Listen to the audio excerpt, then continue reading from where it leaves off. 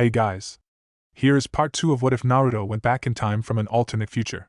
Hit like and subscribe if you like this one, and also please check the author in the description. Let's start. We are pain, that's all. We are God.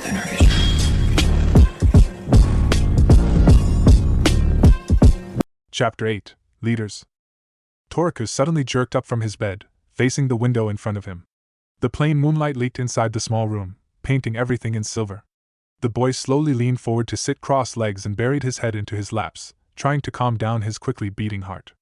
After a long minute his panting died down as he caught his breath, leaving the room in complete silence except the distant tick of the clock.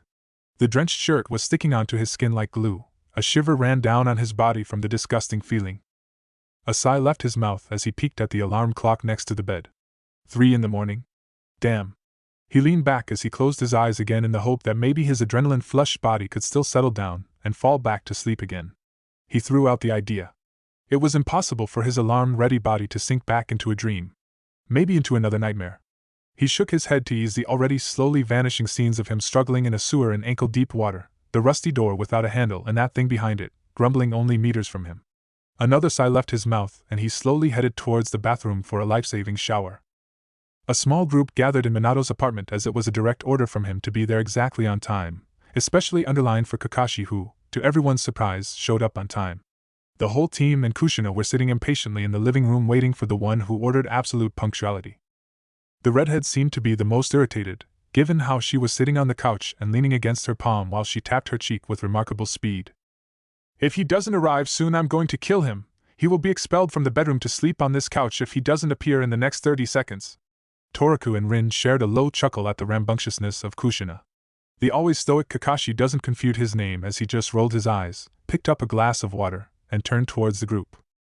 "Nobody knows what he is up to with this little gathering?" "Nothing, he just gave the instructions and then disappeared without any word." "The same for me." Toku nodded in agreement with everyone else. A moment later Toku smiled when the familiar chakra signature reached them from the bedroom. "Sorry, I was detained." Minato let an apologetic smile appear on his face as he moved closer to the group. "You know, you were only 3 seconds from sleeping on the couch," Toku added cheekily and glanced toward Kushina who nodded and sent an angry look to Minato. "So why are we here, sensei?" With curiosity in her eyes, Rin looked up at the blonde who started grinning from ear to ear, gathering confused looks from everybody. "I asked you to be here because Kushina lost a bet." "What the hell are you talking about?" Kushina snorted and looked up at him with an annoyed look, but Minato stayed silent. "We are here for an idiotic bet?" Toku muttered, giving an angry glance toward the still grinning Minato. Kakashi and Rin stayed silent while frowning. The blonde's smile became almost hysterical and Kushina stared at him with the biggest frown she could manage before she slowly asked. "Exactly which bet are you talking about?" "I'm talking about the bet." The frown slowly melted away from Kushina's face and replaced by a suspicious glance, earning confused look from everybody else in the room. "You mean the bet?" Minato nodded, still grinning like a maniac. "No way." Kushina's mouth slowly opened, her eyes wide and locked onto the blonde. "Oh yes. The Sandaime had talked me yesterday and offered it."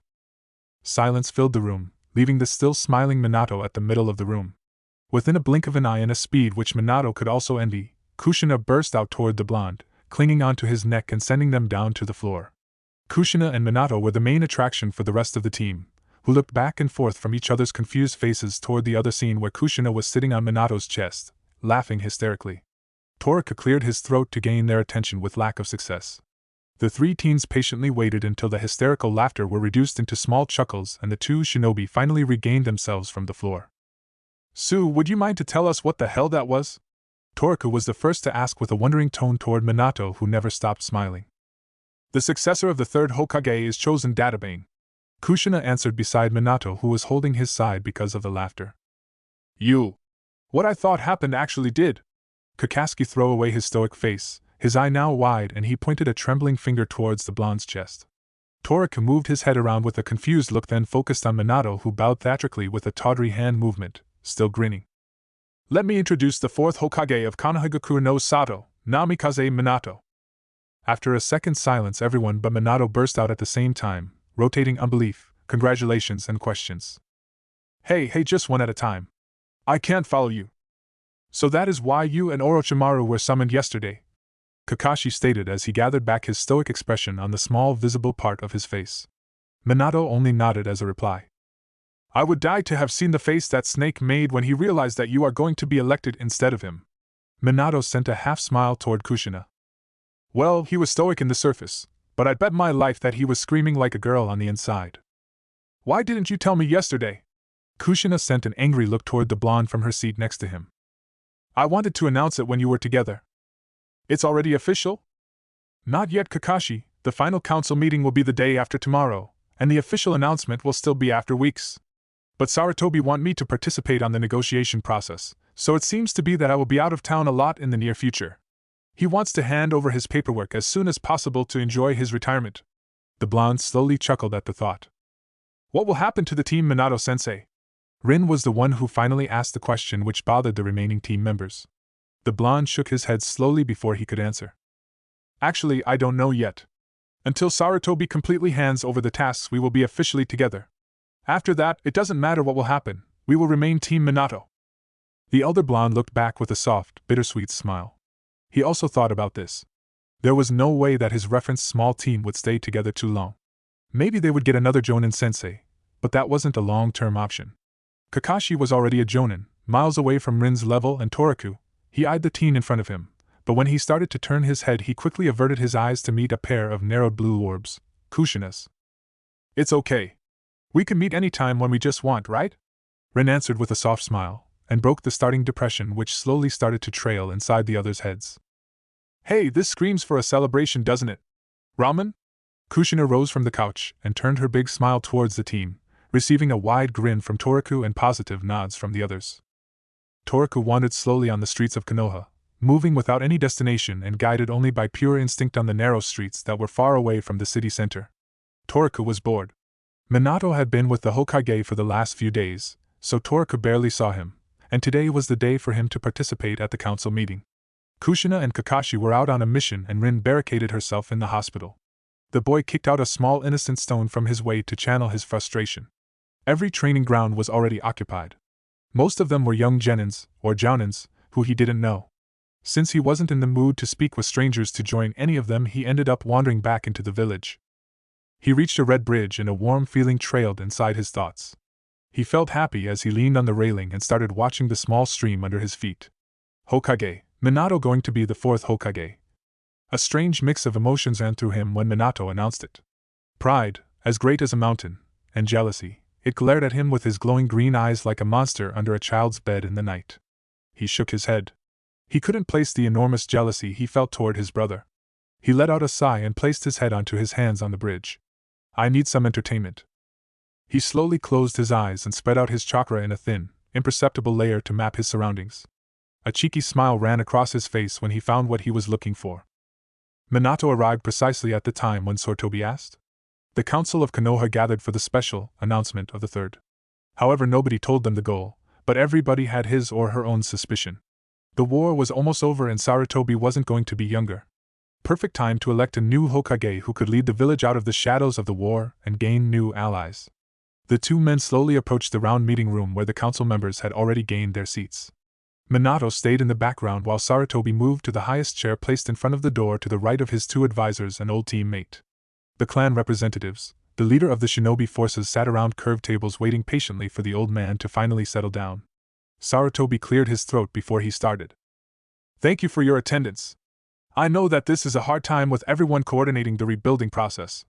The Hokage left a small space to gather some small nods from the members before he continued. As you were already informed previously, the goal of the meeting is a special announcement. I felt that the time has come for me to step back from my seat.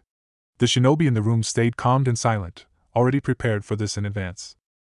The goal of this meeting is to choose the fourth Hokage of Konohagakure no Sato. Sarutobi let the silence fall onto the room as he eyed the members one by one, watching for any hints. My chosen successor is Namikaze Minato as the Yondaime Hokage of Konoha. Hiruzen moved his hand toward Minato, who started slowly approach toward the Sandaime to stand behind his seat. Before we continue, I have to ask if any attendees have other candidate for the position. Sarutobi slowly eyed the members one by one again, waiting for any answers.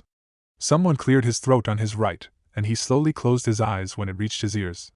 A man raised from his seat, in black and gray robe with black, shaggy hair, The half of his face was covered by bandages and an X-shaped scar sat on his chin. Sarutobi let out a sigh and turned toward the aged shinobi. "We are listening, Danzo-san." The man cleared his throat again, slowly eyeing the members one by one. "I nominate myself as the Yondaime Hokage of Konoha no Sato." Hiruzen nodded and turned toward the frowning but calm blonde. "I would like to give the first word to Danzo-sama, Hokage-sama." Minato bowed politely toward the standing man who nodded and slowly moved toward the center of the curved tables. His stoic expression never left his face.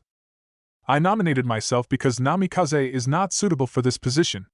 The war isn't over yet, and we should prepare our forces and straighten our position as the strongest hidden village of the elemental nations. He is the student of Jiraiya, the Toad Sannin, who was the student of our current Hokage, known as a liberal leader and unfortunately not a strong one. I'm confident that Jiraiya passed the same lecture on to his own student. The other Kages are all forceful and fearsome leaders, and Konoha can't allow herself to show any weakness in times like this." Danzo turned around to face with each council members and the stoic face of Sarutobi, carefully avoiding the emotionless face of Minato, while he let his sentences settle down before he continued. "Konoha maybe will come out from the war on the winning side, but you already know what the price was. Dozens of young and talented shinobis died on the battlefields because Sarutobi didn't send more troops, despite the fact that Konoha's genin forces were not used." Sarutobi frowned at the statement, but he stayed in total silence while watching the man with curiosity in his eyes. Eventually he cleared his throat. "Danzo-sama, I would like to remind you that the purpose of this meeting is to elect our new Hokage and not to criticize my war tactics." A half-small smile appeared on a man's face at the right of Sarutobi. He was the Jonin commander, the head of the Nara clan and also the strategy advisor of the Sandaime. He had his dark hair tied up into a spiky ponytail with 2 long scars running across his face. "It is essential to criticize your strategy, because if our new leader will be Namikaze, he will have inherited the same aspects. We have a powerful weapon, a great tool amongst our leaders, and it wasn't used properly. We have the power of a bijou, and the Nine-Tails vessel wasn't sent to direct battle during the years of the Third Shinobi War. We cannot allow Konoha to become weak after the war, or else she will be an easy prey to the other nations. We have to reinforce the current soft laws and straighten ourselves with a forceful and experienced leader and not someone almost out from the academy." Danzo slowly turned around one more time before he left the center of the table and moved back to his seat. The blonde felt his blood start to boil when Danzo talked about Kushina as a weapon, a mere tool of the war. He hardened himself and calmed down his increasing rage, concentrating to suppress the rising killing intent toward Danzo. Sarutobi nodded toward Minato, who replaced himself in the center after he let out a long breath. He politely bowed one more time to every direction. "It is true that the war isn't over yet. The hard part is just starting with the negotiations, which could give lifelong enemies or also new alliances. The Kages and the representatives need a well-known name and not a faceless shadow, who almost never appeared in public nor took any real part of the previous fights." Minato led a small silence before he continued, facing the narrow eyes of Danzo. "The responsibilities of a Kage are to sacrifice everything for his village, and it couldn't be done from the background. I was at the battlefields, I saw the enemies and met the Kages. Maybe I am young, but I am not inexperienced in the life of the shinobi by watching it from the shadows. The strategy of the Third Ninja War was made to save as many lives as we just could. If we had sent out the newly formed genin teams without any real experience, they would be dead. Yes, maybe some of our higher-ranked shinobi would have survived, but it would have come at the cost of our next generation." He turned around again. "Danzo-sama said that Konoha needs a forceful leader who will lead the village into a completely military state. The Yondaime Hokage of Konoha no Sato should serve the welfare of his people and not the other way around. Shinobi are not tools of power. There are enough names on the memorial stone. Konoha needs someone who will lead the village out from the darkness of war and not deeper into it." "You speak about yourself as the light," Danzo stated calmly without any expression. "I am the yellow flash of Konoha. I am more the light which warms up the leaves than the roots growing under the shadows." Danzo's only visible eye twitched at retort. "A real shinobi remains anonymous. Hiding in the shadows, waiting patiently, that is the true form of a ninja and not open to the word, spreading around his jutsus. Maybe the shinobi world needs change, Danzo-sama. Changes that someone who was raised by the old world cannot afford." Danzo didn't make any comment and Minato tapped his own shoulder in his mind. "Thank you for your time." Minato bowed once again and moved back to his original place next to Hiruzen, who by then was slowly eyeing the members again. "If there are no more questions or comments..." Sarutobi waited for a few seconds, waiting for any movement. When nothing came, he nodded, more to himself than to the council members. "I hereby open the vote. I, Sarutobi Hiruzen, as the Sandaime Hokage of Konoha and the leader of the Sarutobi clan, support Namikaze Minato as the Yondaime Hokage. The old Hokage turned to his right, waiting for the other members to vote. I, Naro Shikaka, as the representation of the Nara clan and as the Jonin commander of Konoha shinobi forces, stand for Namikaze Minato as the fourth Hokage. Ienbyu will follow Namikaze Minato. The blonde let a smile spread across his face when he heard the short statement of the Ienbyu captain. An Ienbyu will always stay Ienbyu, never out of the line. As the delegate of the Uchiha clan, I, Uchiha Fugaku, support Shimura Danzo as the new leader of the village. I, Shimura Danzo, as the head of the council, vote for myself.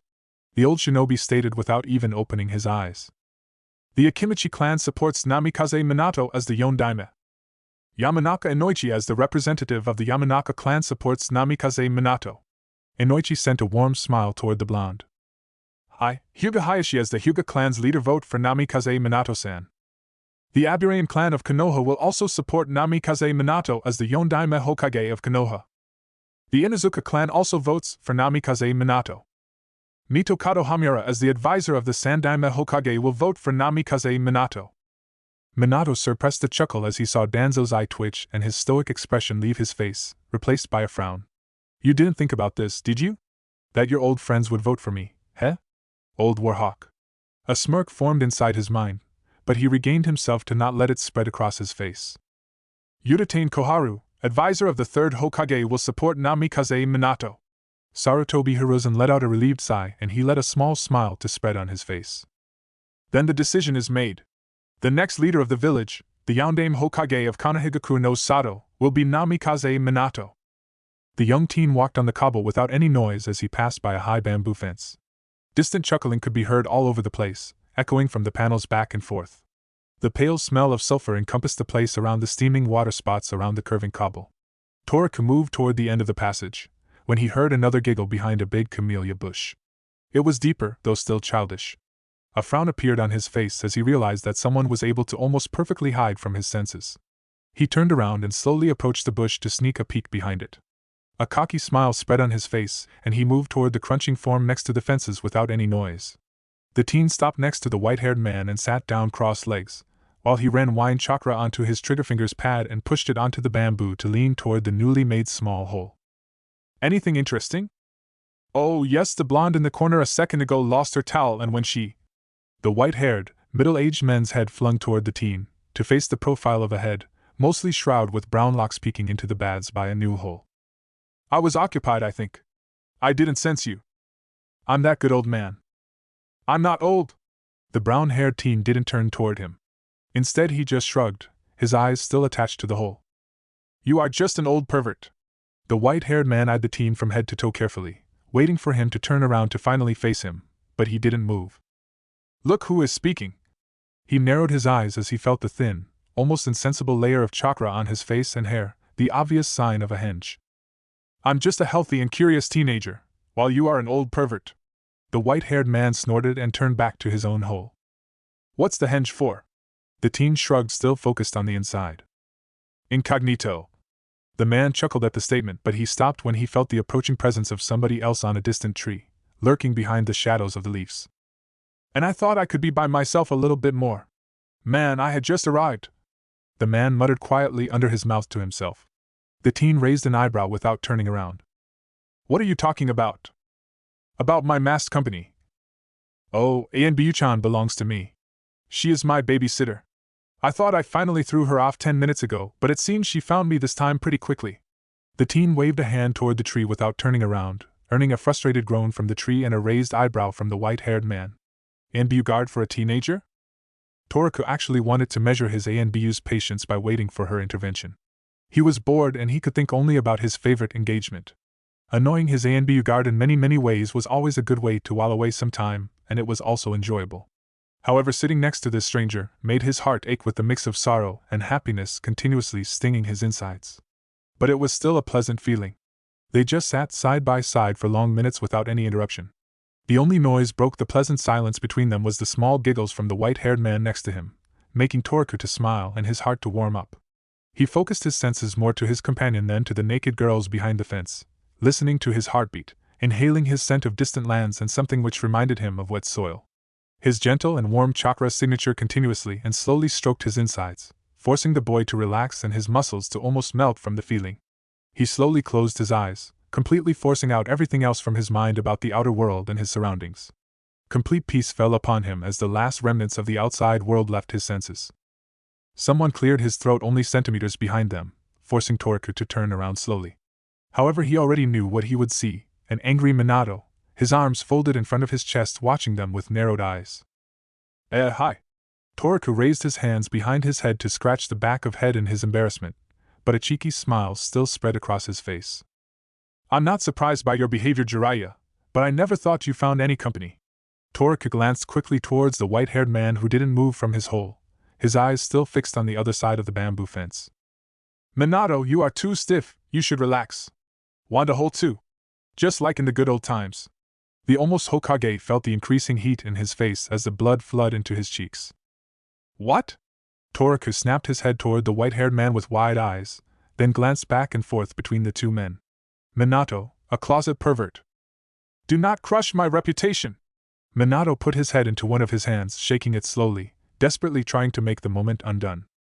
The white-haired man softly chuckled and finally turned around and stood up from the hole to face Minato. He moved next to him and placed his hand onto his shoulders and finally had a chance to observe his peeking companion. A young teen rose up from the grass, maybe in his 18s. The henge covered his whole body flawlessly. The teen observed him carefully. The chocolate-brown orbs moved from his long white spiky hair tied together on his back, then dwelled on his forehead protector. The boy tilted his head to the side as his eyes moved toward the two red lines ran down on his face. Minato let out a sigh and waved a hand toward the teen. Come, I'll give you a lift. Jiraiya felt as one of his eyebrows move up in his surprise, eyeing the teen with increased curiosity. It's okay, I can walk. Minato only rolled his eyes and waved his hand once more, forcing the teen to move closer after a sigh. The three males disappeared from the baths and with a second delay they were in the middle of the Hokage's office facing Sarutobi. Hokage-sama. Toku bowed politely while feeling only a distant dull in his head. He turned to Minato, curious about his plans and the reasons why he even wanted him here. It's good to see you again, old man. The white-haired man moved toward the desk and the village leader, earning a raised eyebrow from the teen. The same for you, my old friend. I thought you wouldn't return until the next week. The white-haired man just shrugged. I picked them up at the bathhouses. They were enjoying the sight. Sarutobi moved his eyes to the teen who was scratching his cheeks. Chuckling, Hiruzen's mouth moved to a knowing smile. The white-haired man raised an eyebrow and turned towards Minato. How do even you know I was in the town? I had just arrived. Actually, I didn't know. I went to pick up that idiot over there. Toku raised an eyebrow. And that was why you made a statement about personal privacy. What if I was, for example, with a girl? Minato only rolled his eyes as a reply. Drop the henge. It's annoying. I won't. Toku frowned and turned away from him as a childish response, already sulking. Toku, drop the henge. Why do you have that on anyway? The blonde snorted while turning toward Minato with an odd expression on his face. To look after your reputation. The teen sent a cheeky and knowing smile toward the blonde, underlining the word reputation in reference to the previous comment of the white-haired man at the baths, before he moved his hands to release the jutsu. Minato again only rolled his eyes in response and a soft chuckle came from the third Hokage. Jiraiya's right eye twitched as Toku's henge disappeared. He turned to face the blonde boy, realizing that he had the same azure blue eyes as his old student. His eyes ran over the whisker marks on Toku's cheeks, observing the familiar features of his face, the line of his jugular, his nose, his bright hair. Everything screamed at him that this was Minato's relative. Toku, I would like to introduce my sensei. Odoroki Toku. The young boy bowed politely, watching the white-haired man with curious eyes. Sensei? Minato was trained by a pervert? Before he could continue his thoughts, the man jumped into a theatrical pose, moving his hands like he was in a kabuki performance. Toku raised his right eyebrow until his hairline and his brain blacked out by the sight. I am the Toad Sannin of Mount Maiboku, the great sage Jiraiya, mugger of lonely woman hearts, savior of the vulnerable. Toku rolled his eyes and folded his arms in front of his chest. You are still just an old pervert. The sage's eyes narrowed at the statement. I'm not old. And you had also peaked brat. I'm a healthy teenager with rampaging hormones, and you didn't even deny that you are a pervert databao. Toku shouted back at the man, pointing a finger toward him. No, I'm not a pervert. I'm a super pervert. The teen turned to Minato with a raised questioning eyebrow, who was by then holding his head in his hands, slowly shaking it in disbelief. And you told me that I could be an idiot sometimes. Cocky little brat. Jiraiya muttered and folded his arms in front of his chest.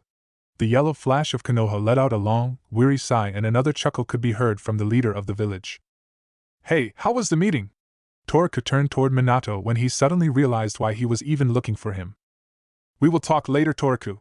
Minato didn't directly answer the question but sent a wide grin toward him. The teen nodded and grinned back in understanding, then bowed to the others before he left the room. He was followed by a gaze from Jiraiya, who turned immediately toward Minato when the doors closed. Explain! Who is this boy? The almost Hokage moved toward a chair in front of the desk, sat down, and turned towards his sensei, resting his chin on his hands, gathering his thoughts while Sarutobi stoically puffing from his pipe, filling the room with the sweet scent of herbs. Meanwhile, Jiraiya moved to the other chair, removing the large scroll from his back, and sat down facing the two men, waiting curiously for the explanation of what he saw minutes before. A little more than 5 weeks ago, my team found him on a training ground, wounded, appearing from nowhere. He was unconscious for almost a week, and when he finally woke up, he knocked out 7 well-trained shinobi with a chakra burst to dismiss a non-existing genjutsu. Minato stopped and narrowed his eyes before he continued. When Sarutobi and I arrived at the hospital, he blacked out again when he saw us. Well, that is a quite understandable reaction. You are fearsome opponents. Minato shook his head. No, he wasn't afraid of us. Sarutobi didn't interfere, only nodded and exhaled another puff of smoke while observing the raised eyebrow of the Sannin. When he had woken up again on the same day, he didn't remember anything. He lost his memories, and he is now one of the shinobi of Konoha since 2.5 weeks.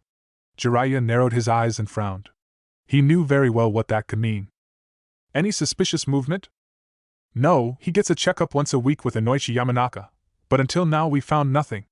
Actually, so much so that there is neither sign of head trauma, nor any sign of a jutsu that could cause his memory loss. Our little friend until now showed only remarkable abilities and nothing suspicious.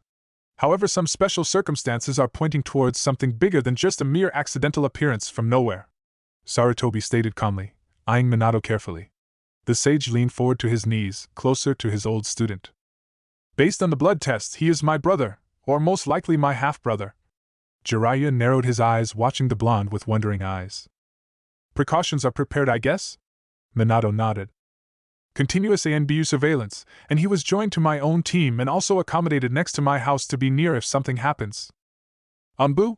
That doesn't bother him too much, as I saw. Indeed. Toraku-kun has a remarkable sensing ability and a habit to annoy his ANBU guards with his skills. Or anyone near him. Sarutobi moved his mouth into a small smile, chewing his pipe with a wondering look on his face. I saw that. Cheeky little brat. Jiraiya snorted and laughed loudly. Still, if there is a chance that he is after your life, why did you place him near you? Because we have doubts that anyone else can handle him easily. Jiraiya burrowed his eyebrows in a continuous thin line. We made an assessment, and he achieved the rank of Chunin, but most of his true abilities are still hidden. However, everything points towards the fact that he was an S-class shinobi before he lost his memories. Bullshit. He is still just a kid. His chakra coils are as well developed as yours, mine, or Sarutobi's. He has more chakra than the 3 of us combined, and he could handle at least 3 chakra elements easily. At least, we have already seen 3, and I'm not ruling out that it could be more. Also, he completed one of my barrier seals in less than half an hour. A barrier I've been working on for more than a month. He completed it, and then also increased its effectiveness after another 25 minutes. The Sannin felt as his jaw dropped and his eyes widened after Minato finished. You are just joking, aren't you? The 2 men stayed completely calm, forcing the sage to lean back in his chair. Shit, so Konoha gained a genius, or a ticking bomb. Minato only nodded without any word, and Jiraiya started to scratch his chin as he lost in his thoughts. Can I see his personal file, or you do want me to be involved this much? Actually, I would like to ask you much more. The yellow flash sent a smile back at him and nodded toward Hiruzen. I have chosen my next successor. Oh, so you finally brought yourself to retire, old man. Jiraiya chuckled. So, who is the next victim of the village council? Sarutobi smiled and pointed a finger toward the blonde. Can I congratulate you already, Minato-chan? The blonde chuckled and waved a hand. You can count on the clan leaders and mostly every shinobi. The only problem could be his Danzo. Sarutobi stated calmly, and Minato sighed and closed his fingers together to lean on them. I know, Danzo, he definitely could be a big problem. Minato lost in his thoughts for a moment, then blinked and turned toward Jiraiya. I need your support in Toriku's case. If something goes wrong, I need someone who can handle him since I won't be always there next to him in the future. You can count on my help, my friend. They shared a warm smile. I'm glad. We have to discuss a lot of things now. Jiraiya raised a finger before Minato could say anything more. But first I want to lay down one very important thing. I won't take over Team Minato. I don't have any problem with the small girl, but Kakashi annoys me to hell with his rule fanaticism, and I won't be the sitting target of Obito's idiocy, plus that cheeky Toriku kid. I'm sure the two brats hit it off together, and I won't play the babysitter role for 4 teenagers. The sage folded his arms together in front of his chest, but he reversed the motion and frowned when he saw as Minato's face froze and his eyes darkened. Minato? Uchiha Obito was killed in our mission at the Kanabi Bridge, not a week before Toriku appeared. Jiraiya looked back at his one-time student with worry on his face. Gaki, sorry. I didn't know about that. It's okay. You were out of town for 2 months. Minato let out a sigh and ran his hands through his blonde hair, gathering his feelings and his thoughts. I'll need your help in 2 things. First, we have a very feasible theory about Toriku's sudden appearance, and we will need your spy network. The evidence points towards a wandering Uchiha with an active Sharingan. We need every information on who could it be and every available help to find out his identity. We have an unknown rogue Uchiha, or someone stole a Kekkai Genkai from an unknown corpse without our and the clan's knowledge. You mean someone got his hands on a Sharingan and had it implanted? Minato only nodded. I see. And the other thing would be to have an eye on Toriku, isn't it? Indeed. I know the team won't stay together and it also won't be too healthy since the power levels are now too spread open, but I would like to ask you to replace me as the Jonin sensei of Team Minato for a while. It would be the easiest way to inspect him continuously. Jiraiya let out a sigh and rubbed his forehead. I told you, they will finish me off. They changed a lot. Kakashi lost his fanaticism and Rin, well, she is the same kind girl. Toriku is a loud-mouthed brat like Obito was, but he is also a very interesting young shinobi with honorable goals. Jiraiya only snorted. What honorable goals could a teenage boy have? Minato let a knowing smile on his face, earning a raised eyebrow from Jiraiya. Read his file. I'll wait for your reply, of course. And this is not an order, this is a request. Hey Gaki, you aren't already wearing that hat, you know, don't be so full of yourself. Minato only chuckled and waved a hand in response to his old sensei and disappeared from the room, leaving the 2 men alone. Blondes are always problematic. Jiraiya sighed and Sarutobi chuckled at the statement knowingly. Minato and his late sensei were sitting together at a small stand, 2 small cups in front of them and a bottle of fine sake on the counter between them. The sun's last beams still burned their back in a comfortable way, creating long shadows on the counter. So, it's time for a proper celebration, I think. Jiraiya raised his hands with the cup, waiting for Minato to mimic the movement. To our fearless, wise, and flaxen new leader. Minato rolled his eyes in his annoyance but raised his hands with a soft smile on his face, and drank his drink in one fast shot. A shudder ran across his spine as the alcohol flew down and reached his stomach. He snorted at the feeling, but still enjoyed the after-effects when a minute later a pleasant warm feeling started to spread from his inside toward his weary brain. I needed that one. I'm always aware of what is good for you, Gaki. Minato leaned his head to the side, waiting for the crapping voice as the joints snapped. Did you read the file? Minato filled another round without looking or asking his companion, knowing that he wouldn't reject the fine liquid. Jiraiya slowly raised his cup and slurped a small amount of sake before he answered. I did. Minato looked back at the sage, waiting for more, but nothing came out from the old Sanin's mouth. And? How are you handling him? Minato sipped from his own cup before he answered. In the beginning it was easy. He was a teen who suddenly appeared from nowhere, with a very charming personality and resemblance. After Sarutobi revealed our connection, it changed. I tried to deny my attachment to him and make distance, but you couldn't. Jiraiya finished his sentence and Minato nodded. I still don't know what I should do with him. I see. Jiraiya drank his remaining sake and turned toward the blonde. I found something strange in his file. Minato snorted and laughed. Only one thing? That boy is an enigma, a living and walking surprise. He really deserves his given surname. It is about his memory fragment. Minato raised an eyebrow and turned toward his sensei with a serious look on his face, who is now feel for something in his bag. I didn't show it to anyone yet, and I wanted you to be the first one who got it. Got what? Minato asked. Jiraiya finally found what he was looking for, and he pulled out a small angled object, wrapped in soft brown canvas. He slowly put it down onto the counter and started to free it from the textile, to review a small brown book. I finally found a publisher for my first book. This is the first copy and the real print will be started next week. Minato, confused, slowly raised an eyebrow in a questioning manner. And how is it connected with the memory fragment? I wanted you to be the first one to read it and give an honest opinion about it. So I would like to ask you to read it. Minato grasped the small book and examined the jacket. Then he slowly opened it and saw his sensei's picture on the first page. He was younger in it. His face was smoother. His hair was shorter and not so shaggy, and the 2 red lines which now ran through his whole face were only touching his cheeks. A small smile appeared on his face as he ran his fingers along the picture while the scent of fresh paper and the fine ink gently stroked his nose. I still don't get it. Just read the book and you will understand. Why don't you just tell me? Sorry Gaki, no spoilers. Jiraiya, this is serious. The Sannin just shrugged and slipped another from his sake. Now start reading. We haven't got that much time, you know. Minato let out a defeated moan and a sigh before thumbing to the first page. He was silent for the remaining hour. Only low snorts and moans left his mouth when he read 1 or 2 scenes. He moved only to slip some sake from his cup, which, to his surprise, was always full. It didn't matter how much he had already drunk thanks to Jiraiya's hard work and vigilant eyes.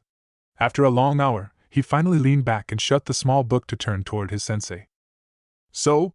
Minato turned his head upwards, thinking for a minute before he answered with a smirk. It's great! And some of the scenes are familiar. I'm sure it is based on your own life. Well, you think so? Thank you. Jiraiya scratched his cheek in embarrassment, and he felt his cheeks turn to a reddish color. I like how the protagonist refused to give up at the end. Minato scratched his chin and turned toward Jiraiya, flipping the book back to the last pages. However. So you also noticed. It's weird. Like he quoted word to word from this book. Those are Nagato's words. Minato raised an eyebrow at the statement. I wrote this book during the Second Great Shinobi War. I made 2 scripts and nobody knows about this. I left one at the publisher and the other one at Amegakure, with Nagato when I left. Jiraiya sipped once more from his sake before he refilled his own and also Minato's cup. And this means that he is probably from Amegakure. What is more, he knew Nagato at some point. I thought they died. Minato frowned. Indeed, and it could explain why he talked about a legacy. So you think he was his student? Jiraiya shrugged. Comrade is a more possible option. They would be now how old? Around 20? It would also explain a lot of other things. Even I am not receiving much information from there. I only know that currently it is led by Hanzo. Ame had been isolated completely since the Second Shinobi War ended. That could explain why we had never heard of him if he is as capable as the file said. An S-class shinobi never stay out of battles for very long, especially not in wartime like this. Minato gently stroked his chin, wondering about the possibility. What if he works for Hanzo? I doubt that, Gaki. With that legacy, moreover Hanzo is a man of power, and by the last reports about him, he gained quite the paranoia, constantly fearing being assassinated. I doubt that he would allow for anybody near him to become powerful enough to threaten his life, or his seat as a leader. Nagato has the Rinnegan. He was able to use every chakra nature. He could teach him how to use more than 1 or 2. Toku said that he felt like he doesn't have a family. Jiraiya raised an eyebrow at the statement, not finding any connections with the theme. When we know about our relationship, he told me that every time he needs something, the information would just pop up from his basic knowledge, but he found nothing about family. During the Second Great Ninja War, Konoha and the other nations left a lot of refugees and orphans for Ame. Jiraiya nodded as he realized the connections. From the elemental countries I would absolutely rule out Iwa. With that face of his, he would be killed in his early years. You gain too many enemies in stone, however. Jiraiya made a wondering face before he continued his thoughts. I have one option in my mind for stone, demonstration. They know that we are able to realize the blood relation, and killing one of your relatives before sending his bloody body to Konoha, it could greatly affect the morale of our troops. They somehow found the boy and they had sent him here to demonstrate that they could kill a namikaze. That could be an option, however if that was the case it was an absolute failure. First, he is alive. Second, they send him to one of our training grounds, not to the middle of the town where it is crowded with people. Furthermore, gaining a new and strong shinobi is just raising the morale. So, if it was them, we should be grateful. Maybe it wasn't willful, Just something went wrong. Maybe they didn't count on his healing ability and misjudged our security seals. Jiraiya shrugged, while Minato lost in his thoughts before he continued after a minute of silence. Kumo is definitely out. When we fought with Killer Bee, they didn't recognize him, and I doubt the brother of the Raikage would not know a powerful shinobi and a seal master like him, especially since Bee is a Jinchuriki. His abilities with wind chakra could still point towards Suna, and we should also count with Kiri, Minato stated with a wondering look on his face. A seal master from the Bloody Mist? That sounds like some science fiction. Jiraiya shook his head and Minato chuckled softly before it died down, and the blonde let out a weary sigh. We are still just poking in the dark, Minato stated with soft weary tone, hovering his fingers around his small cup of sake on the desk. That is true. However, if he is a part of a well-defined assassination plan from any of the elemental countries, they somehow put their hands on your lost relative, trained him, wounded him, sent him here with a stolen Sharingan, evaded all of our top-level security, only to insinuate him into your favor, and were aware about your upcoming election as Hokage, that is just too complicated. The small countries wouldn't make a profit from your assassination. Suna has its own financial problems to concentrate on. The Raikage has also just taken over his seat. Kiri is too unstable to perform this complex plan, and I doubt the old Inoki of Stone would bother himself this much only to get rid of you, despite your reputation. Amegakure still is the most possible option with its complete isolation, which could also hide someone with a Sharingan. It is more possible than any of others, and it gives us answers, while the others give only more questions. The correct one is usually the most plausible one. They stayed in silence for several long minutes while slowly drinking their sake. Each dived inside their own thoughts, racing through the options of their small brainstorming in their minds. You know, that boy reminds me of you when you were at his age. Minato raised an eyebrow, and looked back with a curious look on his face. Powerful, cheeky and reckless. Just like you a decade ago. The blonde rolled his eyes and diverted the conversation. Will you accept my request? Jiraiya smiled back at his old student. Of course. You could announce Team Gaki's birth. But... He raised one of his fingers and Minato sighed, fearing in advance what he would demand. No lame missions. I am one of the Sannin, the fearsome toad sage of Mountain Maiboku, and I will definitely not chase stupid cats, or do groceries, or anything below a level. Minato frowned. I will consider AC level limit. Jiraiya narrowed his eyes, watching Minato in silence for a minute, but in the end just shrugged. Escorting is fine, but no lame missions. Minato only smiled and nodded with a smile on his face. I need to know the shrimp's current level, so a small spar would be necessary. Especially in Toriku's case. I want to see him in action. The reports were detailed enough, but I trust only in my own eyes. Don't be afraid, I think he is eager for a little exercise. Minato chuckled, thinking about the grin Toriku had when he asked for a spar. Jiraiya nodded and got his pack and fixed his giant scroll to his back while placing some money on the counter. I'm going. I also need to visit the snake's nest, and I doubt I will find him in a good mood. Minato nodded and waved a hand toward his sensei. Then tomorrow at Training Ground 20 at 10. The Sannin only raised a hand in understanding and stepped out into the dark night, leaving the blonde alone with the remaining sake. The low sound of blunt footsteps echoed faintly in the long, dark passageway as a dark figure slowly walked toward a great door with carved intarsia. The doors slowly opened without any noise as the man almost reached them, but he didn't have to change the flow of his steps. He stepped into a round office-like room with a big mahogany table in the center of it. The figure moved towards it and sat down without a noise and slowly closed his eyes. Report. A form appeared in front of the table, crouching, facing the pale floor. Jiraiya-sama returned to town and has already contacted him. The dark figure only nodded, but didn't move, nor open his eyes. Keep up the observation and continuously report every move. Dismissed. The figure straightened himself and bowed to the figure. As you wish, Danzo-sama. The masked man disappeared from the room, and Danzo finally opened his one visible eye and fixed it on the empty room in front of him, without a word, lost in his thoughts. Toriku jumped out from his wondering thoughts when he felt a snap on his back wobbling on the street, and a moment later he could feel a familiar chakra signature at his back when he gained back his balance. Don't do this, idiot. The teen murmured, sweeping some non-existing dirt from his shirt. I thought you were a sensing genius. Minato grinned back when he moved next to him. I wasn't counting on an ambush in the middle of the village. He moved his hands into his pockets, glancing curiously at his older companion on his side while they slowly walked down the empty street. Minato languidly rolled his shoulders and glanced at the teen. What are you doing out this late, Toriku? Nothing. Just wandering around, And I'm old enough to be up this late. Toku shrugged. Minato chuckled and placed his hands into his blue pants, mimicking the teen who continuously watched him from the corner of his eyes with a wondering face. You are drunk. I'm also a grown man. Minato shrugged and Toku rolled his eyes. So? How was it? The council meeting? Done. It was a pain in the ass, but it was successful. It's official from today. Minato grinned at the blonde. So, Hokage-sama, what will be your first order? Toku smirked at Minato, who snorted as he answered. Don't call me that. I will get enough teasing from Kushina. Hokage-sama, Toku replied with a singing crippling voice, earning another, this time quite painful snap on his back. Hey, that hurt. Don't hit the citizens, it's rude, you know. What kind of Hokage will you be? Bullying the innocent people. Minato let out a soft chuckle and dropped behind a few steps, watching the murmuring and cursing teen from behind. He let a small, warm smile spread across his face as he stopped for a moment and closed his eyes. Thanks, Kushina.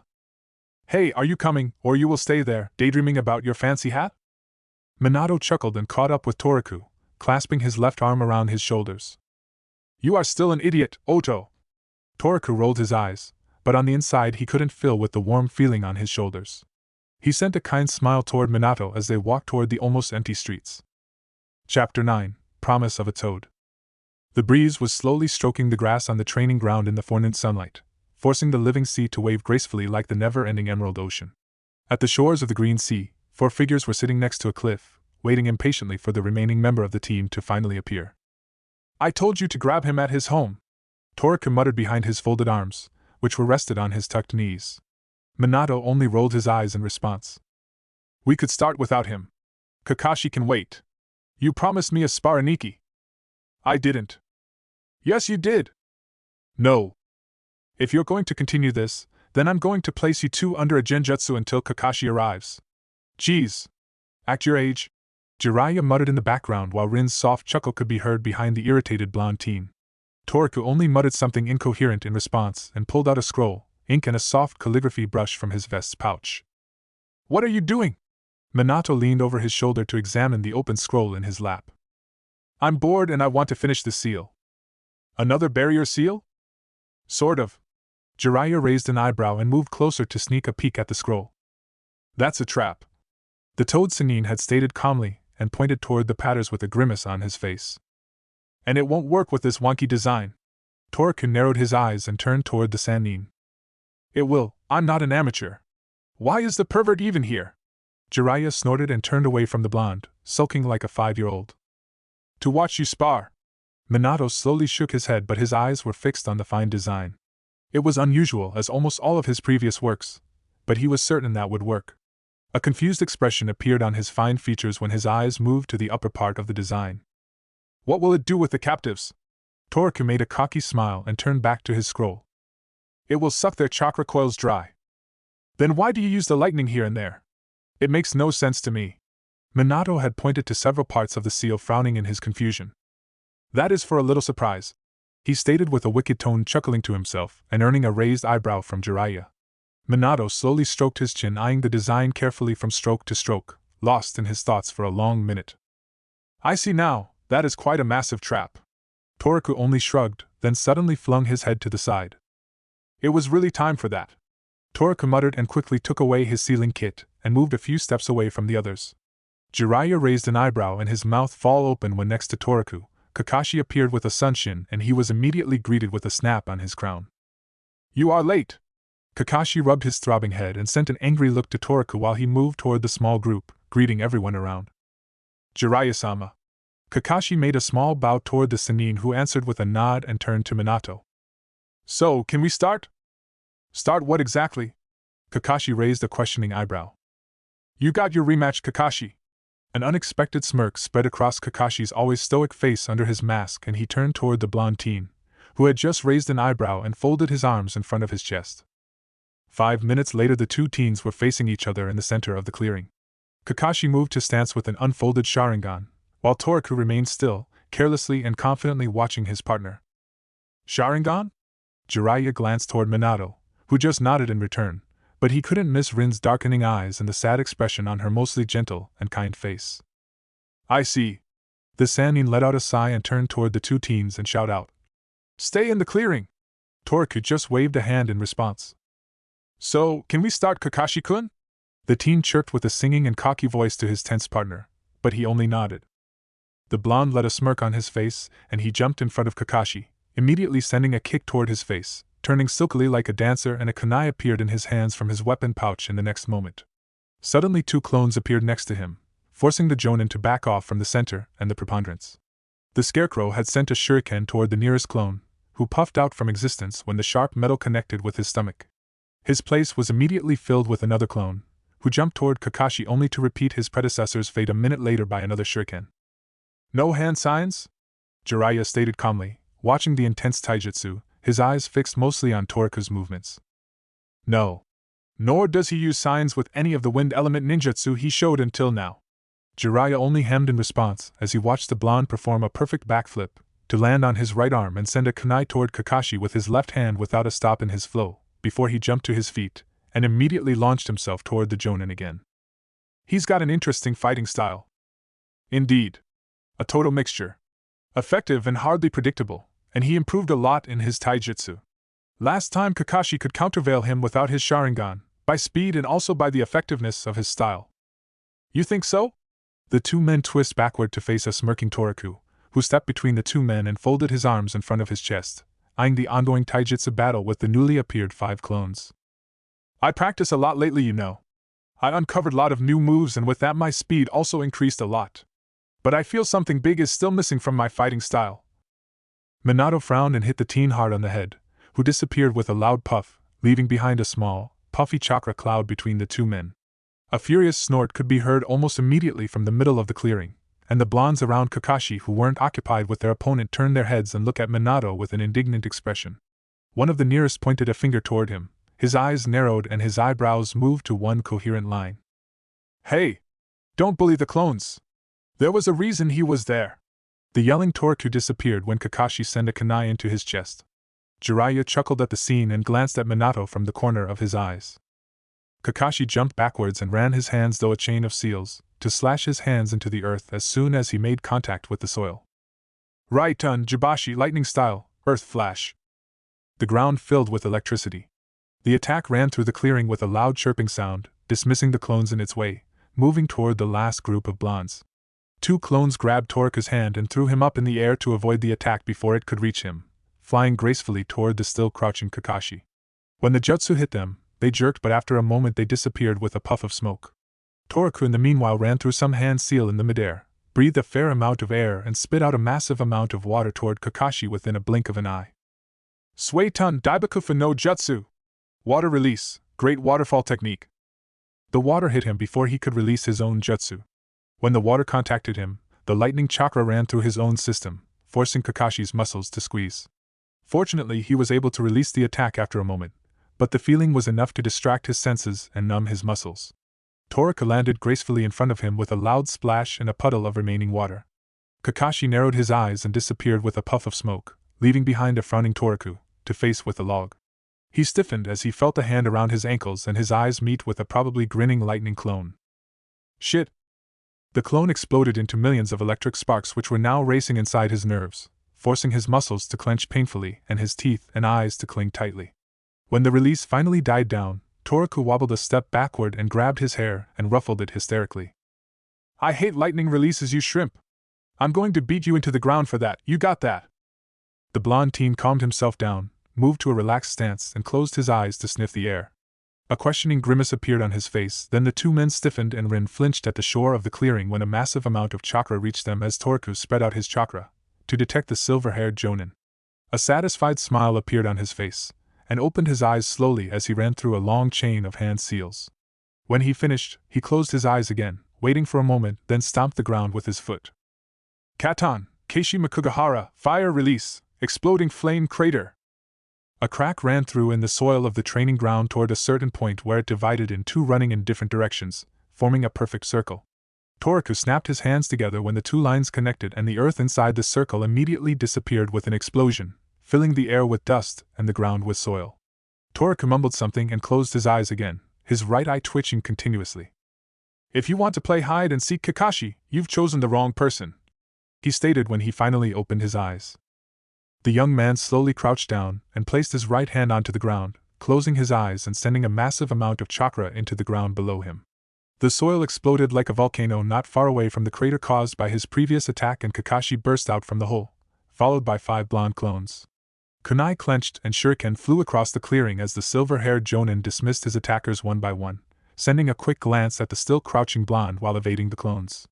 His eyes narrowed when he noted that Toriku's eyes were still closed and 2 clones appeared next to him, while the real one suddenly ran through a long chain of hand signs and placed his hands down again. His eye never opened as the 2 clones placed their hands into his shoulders. Kakashi's eyes widened when the meaning of the hand signs reached his brain and the Sharingan interpret the chakra flow from the 3 blondes, but he didn't have time to move. Gekiju no Gaia, Gaia's wrath! The ground exploded around him, and the Jonin found himself in the middle of a tornado.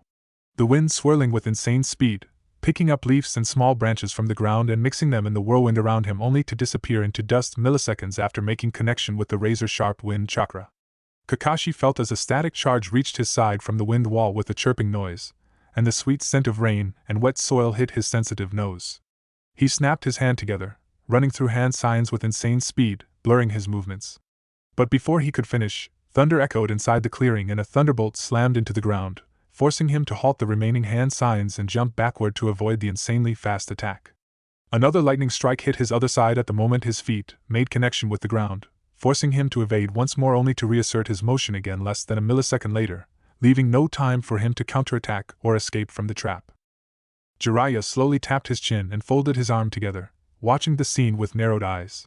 He glanced toward Minato from the corner of his eyes, to see a similar expression on his face, which slowly turned into an amused look. "Could you do that, Jiraiya?" The Sannin turned back to the scene and slowly shook his head. "Mixing together 3 elements in one attack, that is just insane. Manipulating the form, the element, mixing it together, while also separating them to utilize each one's strengths in one time, wind to separate the victim, water as a conductor and lightning to strike, and that is a 4th element, isn't it?" Minato only nodded, fixing his eyes on the scene, not leaving it even for a moment, examining every little detail of the attack.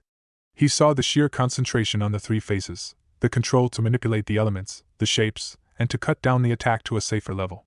The almost Hokage narrowed his eyes when a scene popped into his mind of a possible outcome if the team put a really massive amount of chakra into it. "This attack could wipe out a smaller village at full power." Minato nodded, not surprised by Jiraiya's same thoughts. Kakashi braced himself and finally was able to finish the hand seals. The scarecrow narrowed his eyes and slammed his hands onto the ground, between 2 lightning strikes. Raitun, Jibashi, lightning style, earth flash. Electricity ran through the soil, this time in a zigzag line toward the blondes, not spreading wide as before, forcing him to jump out of the way and releasing his hands from the ground together with the jutsu, which disappeared with a last loud thunder. A massive air pressure ran through the clearing, sending dust, leaves and debris toward the shores.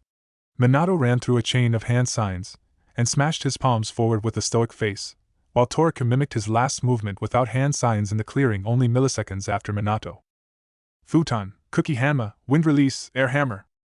An invisible wall of wind slammed into the approaching air pressure, countering the aftereffects of Toku's suddenly dismissed technique, leaving the 3 people and Toku untouched by the massive amount of disappearing elemental chakra. Toku glanced toward the small group with a worrying look, but his head flung back when he sensed the surging Kakashi. The Jonin jumped toward him, with a kunai in his hand. Toku narrowed his eyes at the panting boy, and a grimace spread across his face when the metallic scent of blood reached his nose while he reflected another attack with a graceful movement of his hand, like he was just sweeping down some dust from his clothes. A small stream of the ruby-red liquid ran down from Kakashi's hairline, painting it a funny pink color next to his ear. The damage was minor, not more than a deep scratch, but the razor-sharp wind chakra reached a place on his head full with capillary. Toku jumped backward to escape from the intense taijutsu, leaving a heavily breathing Kakashi behind. Toku suddenly stiffened when the 3 tomos started whirling slowly in the crimson eyes. Suddenly the blood froze in his veins, then immediately heat up, boiling like lava, and his body started to tremble with rage. The world around him disappeared, when the genjutsu encompassed his body.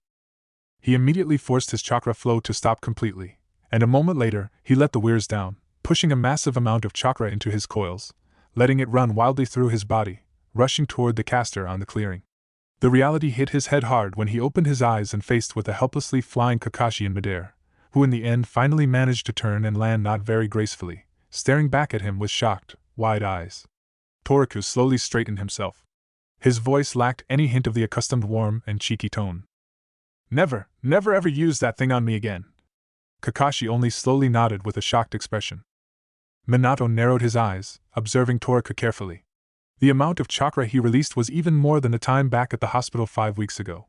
The blonde turned his head to the side, glanced toward the also shocked Rin, then his blue orbs moved back, examining Toku's every small movement. He wasn't angry, nor threatening, he was calm and imperious. His emotionless, almost foggy eyes locked for a moment with his own, then he turned and made an anxious look toward the trembling Rin. The sparkling suddenly reappeared in the blue pools and the teen slowly scratched the back of his head. Sorry, Rin, it was a little bit too much. The girl's mouth fell open and her eyes widened. Too much? Too much? She slowly shook her head and let out a sigh. Rin braced herself and forced her body to relax and send a nervous smile toward the blonde, earning an embarrassed chuckle from him, while he scratched his cheeks. He turned back to the now sitting Kakashi to send a cheeky smile toward the Jonin. So, I think the rematch is also mine. The teen only waved a dismissive gesture toward the blonde and dropped himself back on the grass. You are a monster! Toku shrugged and smirked toward the laying Jonin. He slowly stepped closer and offered his hand to the teen, who grabbed it and straightened himself, sweeping the dust and soil from his clothes desperately. The blonde folded his hands behind his neck and moved toward the group on the other side of the clearing with a wide smirk, followed by Kakashi, who was still trying to make his appearance less pathetic with his torn and dirty clothes. Rin stepped next to the Jonin, examining his head with narrowed eyes, then moved her hands next to his temple to heal the small wound. The silver-haired boy let out a sigh as the warm, tingling sensation numbed his brain and relaxed his weary muscles. Toku turned toward them, his hands still at the back of his head, curiously eyeing the teen in front of him, who closed his eyes to enjoy the warm healing chakra. You tricked my nose! Kakashi slowly opened one of his eyes and a satisfied smirk spread across his face under his mask, but the expression was still recognizable. I prepared this especially for you. It was a nice move to cover your skin with a thin layer of chakra, however not only my nose is sensitive, you know. But still, I wasn't expecting this. Kakashi only shrugged when Rin removed her hands from his head, turning to the blonde, looking for any wound, but he was untouched. Not even sweaty or weary like Kakashi. Toku stretched his hands above his head and turned to Minato with a cheeky smile. So, now that I finished the warm-up, we can move to a more serious matter. He was grinning wild and Minato raised an eyebrow. Or you are just scared. The blonde rolled his eyes in response. Or your joints are hurting? Old man Hokage. Minato's right eye twitched and a satisfied smile appeared on Toku's face. Bullseye. Oh, so that's it. Too old to fight. Jiraiya's face moved to a knowing smile when he saw Minato's right eye twitch again. Oh, now you've done it. So be it. Minato walked calmly into the center of the clearing and Toku yelled in victory, punching in the air and jogged toward the blonde with a wide and satisfied grin on his face. You can't use your permanent seal. However, he hasn't got a chance to even flinch when he felt a palm slamming into the middle of his back, sending him flying toward a tree, passing beside the stoic Minato. He was able to turn in midair and land on the tree, parallel to the ground. He narrowed his eyes and rolled his shoulders to ease away the pain between them and his spine, eyeing two calmly standing Minatos in the middle of the clearing with a stoic expression on their faces, hands in their pockets. Toku slowly crossed his fingers in front of his chest, and a cocky smile ran across his face. Tajikage Bunshin no Jutsu, multiple shadow clone technique. The clearing suddenly filled with blonde locks as hundreds of clones appeared around them, earning a loud snort from Jiraiya and an emotionless stoic look from the two blondes as they slowly turned their heads, mapping the surroundings calmly. The original Minato slowly tilted his head from side to side, letting his joints to pop, and a wide, satisfied, almost animalistic smirk appeared on his fine features, immediately erasing Toku's cocky grin. I have a bad feeling. He couldn't even see when the two forms disappeared. His eyes and nerves couldn't transit the information fast enough, instead his head filled with the memories of consciously disappearing clones. Their confusion, the recalls of yellow flashes behind a disappearing clone flooding into his head without a pause as the copies popped out from existence one after another with insane speed, filling the field with massive chakra smoke and making his head spin and his mind dizzy and numb by the aggressive, continuous, and confusing information flow. Not even a minute later he found himself thrown down hard to the ground. The force knocked out the wind from his lungs while his body was pinned to the soil on his stomach by strong limbs. The clone of Minato forced his hands into a painful and awkward angle toward the blue sky, grasping his wrists, while pushing his right leg painfully into his spine, forcing an unconscious and embarrassing whining sound out of his mouth as the remains of his breath left his lungs. The real Minato crouched and leaned close to his face with a still stoic expression. So, any complaints, Otuto?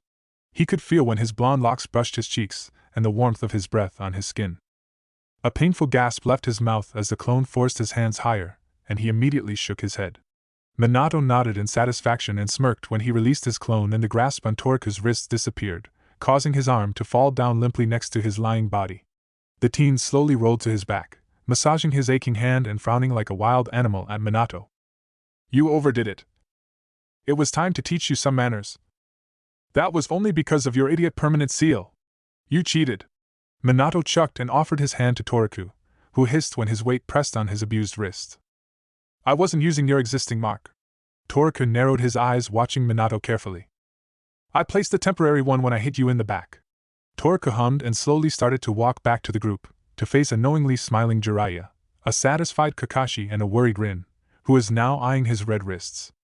So, lesson learned, Gaki? Toriku grimaced and pointed a finger toward Minato. Next time, I will kick your ass, Aniki. Jiraiya chuckled and turned to the team. Every corner of this training ground was washed up with your blonde locks in less than a minute, and you already asked for a rematch? Toriku just hummed in response to Jiraiya, and he slowly got rid of his Chunin vest, examining the ink-black marking in the middle of its back with narrowed eyes. I just have to figure out how to get rid of his annoying Haration. Jiraiya snorted and rolled his eyes in response, while Minato chuckled. Good luck with that. You know the title Hokage means the strongest shinobi of the village. It isn't just a fancy name. Kakashi stated calmly, and moved his Hitai back over his Sharingan. How is your wrist, Toriku? Rin slowly moved closer, eyeing his hands. Nah, it's okay. It will be as good as new in an hour. See? It doesn't even hurt anymore. He slowly hovered his joints and smiled back to Rin. Jiraiya raised an eyebrow, knowing that Minato almost wrenched his wrists, but didn't make a comment. His healing abilities are really insane, thought the white-haired Sannin. I think we are finished for today. Minato stretched his arms behind his back. But before we leave, I would like you to know why Jiraiya was even here to watch your little performance. Because he will be the new sensei of the team, Toriku stated while turning to the Sannin with a knowing look. Indeed. You will be in good hands, so don't be afraid. Toriku let out a snort and waved a hand toward Minato. He felt as his face moved to a sour grimace and turned away from the sad smile of Minato. Toriku. I know, and I understand, so don't say a word. He let out a sigh and turned back with an obviously false grin on his face. I'm starving. Can we pick up something to eat? The new team dismissed from a barbecue house, leaving only Jiraiya, Minato and Toriku left with his full stomach. The teen leaned back, contentedly stroking his full and obviously bigger stomach with closed eyes. Minato chuckled at the scene while Jiraiya eyed him with an annoyed look. Boy, I really don't want to be the one who pays for your food. Toriku opened one of his eyes and stretched his feet and arms, forming an X with his body. Maybe I had starved a lot in my previous life. The teen only shrugged and leaned back again with closed eyes. You told me that you regained a lot from your basic knowledge. However, you didn't show too much new. Minato asked and grabbed his bottle, then leaned also back to find a more comfortable position. That is true. Toriku only stated calmly without opening his eyes, but as he felt the eyes on himself, he opened them and leaned on his folded arms on the table in front of him. Most of my arsenal is quite, radical. I couldn't use them on Kakashi. He folded his arms on the table to rest his chin on them, facing two pairs of raised eyebrow. What do you mean by radical? Toriku let out a proud smile toward Jiraiya. I mean quite destructive. He frowned to himself. I will need to learn more lower-level techniques, or sooner or later Kakashi will kick my ass if he find out how to deflect all of them. Have you tried Doton? Toriku nodded. Yeah, but I couldn't make any of them work properly. Minato narrowed his eyes. So for. Still, it is incredible. I tried them yesterday with the Gekijin no Gaia's Wrath. Minato frowned. He didn't receive reports that Toriku was training yesterday. Toriku, where did you train yesterday? Home, every training ground was full again. Minato's eyes widened to an unnatural size, almost popping out. You tried out that jutsu in your apartment? How on earth? Are you insane? You could blow up the entire house. Toriku just waved a hand and a clone appeared next to him, to hand over a scroll from Toriku's own pocket, to disappear with an annoyed look on his face. You could beat a Nara in laziness. Jiraiya murmured and Toku only shrugged. I can't move, I'm too full. Minato slowly opened the scroll and fixed his gaze on it, together with Jiraiya for long silent minutes. A barrier seal, perfectly designed, powerful enough to resist an S-class technique and to mask its energy. No. Minato frowned. It doesn't just simply dismiss or mask the attack's chakra, it uses it to maintain and strengthen itself. Moreover, it adapts to the level of the attack to equal its force, perfectly isolating every bit of chakra and sound within the barrier. He glanced at Jiraiya next to him, and chuckled as he saw the wide eyes and the hanging mouth of his old sensei. I told you that he is better with barriers than me, or you. Toku grinned at Minato and scratched his arm. I'm satisfied with the design, however it is quite a chakra-eating bitch in this form during the first activation. I have to fix that later. The blonde teen stated calmly, eyeing the shocked Jiraiya with a satisfied smile on his face. Hey old man. Jiraiya immediately looked back at Toku with narrowed eyes when he heard the address. You will slobber my seal. The Sannin snorted and leaned back. Impertinent shrimp. Toku only grinned and turned toward the other blonde. Minato. When can we finally go out for a mission? Come to the Hokage Tower tomorrow. The blonde smiled back at him knowingly, while Jiraiya frowned at the statement. A satisfied smile ran across Toku's face, and he finally forced his body to get up from the table. Great. Then tomorrow. He turned and approached toward the door. And Toku. The teen turned back to meet a pair of familiar azure blue eyes. If you ever try out any jutsu inside any building, or if you even think about it, I will finish where I leave off today at the training ground. Understand? The Hokage's voice was calm, but his eyes sent a cold chill down his spines, forcing him to gulp and nodded with a scared face before leaving. Jiraiya kneeled to the table and turned toward his new leader. What mission? An escort. I need someone who will guard the delegation to Suna. A half-smile formed on Jiraiya's face. Suna? What a coincidence. Minato smiled back at his old sensei knowingly. Maybe something will turn up from his past. 4 figures lined up in front of the desk facing Minato, a Chunin and Sarutobi the next morning. Minato smiled at Jiraiya while he handed over the mission scroll, the details of which had been discussed the previous night after Toku left. The envoy will wait you at the village gates, exactly at 10 o'clock. Don't be late. Kakashi, this mostly considering you. The Jonin only rolled his eyes, but he restrained himself from a harsh reply. Toku, you go there in incognito. Why? The teen intensively frowned at the statement. I got my reasons, you will be an ANBU during the mission. The blonde only let out an annoyed grunt, and nodded, then a second later a cheeky smile ran across his face, forcing Minato's eye to twitch. Prohibited. I didn't do anything. But you thought about it. No more ANBU teasing. Toku frowned and a wordless fight started between the two blondes. His staring contest finally finished after half a minute and Toku let out a disappointed sigh and nodded, murmuring about Hokages go beyond their power, and folded his arms in front of his chest, turning slightly away from Minato. The Chunin raised an eyebrow and Sarutobi let out a small chuckle, while Jiraiya cleared his throat and nodded toward the desk before he dismissed his new team to prepare for their trip. The team gathered exactly at the announced time. Surprisingly, Kakashi also appeared on time, to meet the envoy they would escort to Sunagakure. A tall man, his body and head wrapped around with a white robe and a white half-face mask just like Kakashi's, leaving only his brown eyes open to the soft breeze. The man didn't say a word, only nodded when they arrived, and he remained silent since then. Unfortunately, the man was a civilian, which would slow down their movement by ages. The trip would be long. It would take at least 1 week to Suna, through the hot and empty desert for half of the time, then the same back. Plus the time they will spend in the city while the envoy does his job. The thoughts raced through Toku's mind in a minute, eyeing their mysterious companion. He slowly raised his hands to scratch his forehead, but he stopped his movement when his hands met cold porcelain instead of his warm skin. He groaned in frustration and moved his hands to detach his mask, but his move was stopped when Jiraiya grasped his hands. No touching, and you aren't allowed to remove it, not even when you are sleeping. From now on your name goes by your mask. A pair of angry blue eyes snapped to his face, narrowing to thin lines, but in the end only a displeased groan was his answer from the teen in complete ANBU outfit, without the white surcoat. The teen folded his arms in front of his white vest and turned away from the Sannin without further words, who just slowly shook his head. Okay team. We are departing. The 3 teens nodded and moved toward their companion, positioning them around the envoy. The small group finally stepped over the giant gates of Konoha and disappeared in the woods of the Land of Fire. Jiraiya eyed Toku continuously from the background, and a small smile ran across his face when he felt a small amount of chakra slowly moving toward Kakashi's face under the mask. The silver-haired Jonin narrowed his eyes and started to scratch his face under the thin textile continuously. The blonde was obviously trying to force that mask down. An annoyed snort left Kakashi and he gave an angry look toward the teen, and covered his face with a thin layer of his own chakra, to separate his skin and dismissing Toriku's own. "You are childish." "No, just curious." Toriku looked back over his shoulders toward Rin. "Hey, have you seen his face?" The girl only shrugged with a cheeky smile, which could mean anything, and the blonde narrowed his eyes with an irritated ch.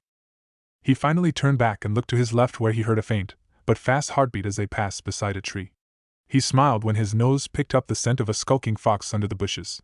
He gently stroked the mask on his face, feeling the fine curves of a longish animal nose and the 3 freshly painted red curves on each side on its white surface. When he first saw the fox mask in Jiraiya's hands, and he handed over his new clothes, a real animalistic foxy grin appeared on his face, and he couldn't help on his outburst as something forced him out from the back of his mind and made him laugh until his side started to sting like hell. Before he put on the completely white mask, he felt a force and he finally picked up one of his brushes and a red ink to finish the blank mask. He didn't know why he painted the same marks on the 2 sides of it, but when he examined it in the end a strange satisfaction ran across his mind. He slowly stroked the painted whiskers once again and rolled his shoulders with a sigh. "I'm bored to death." A clone popped up next to him and raised an eyebrow at Toriku. "Are you serious about it?" "It's worth a try." The blonde shrugged, while everyone in the team eyeing him curiously as the clone put his hand above Toriku's extended left palm.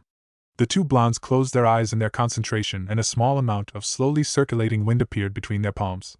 The wind started to speed up and the small tornado flattened, until it was almost invisible from the side, while it formed a perfect circle from above, however not much bigger than a middle-sized shuriken. The clone started to frown, and squeezed his eyelids in concentration. Kakashi moved his hands up, to uncover his Sharingan, examining the progress with the slowly swirling tomos in his crimson-red orb. He saw as the chakra slowly moving from Toriku's left arm, stop for a moment in his wrists, then slowly move inside his palm and sucked out by the small technique from the coils in his palm.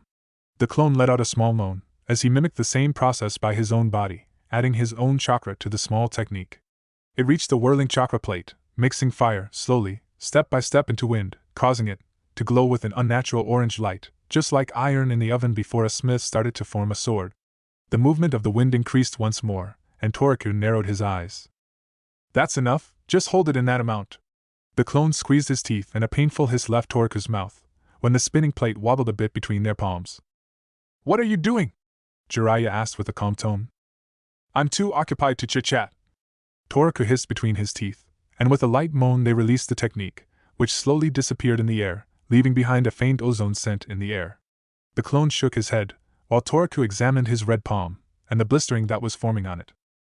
"We need to work more on this little thing. It needs more precise dosage than the big ones." Toriku narrowed his eyes, and made an approving nod.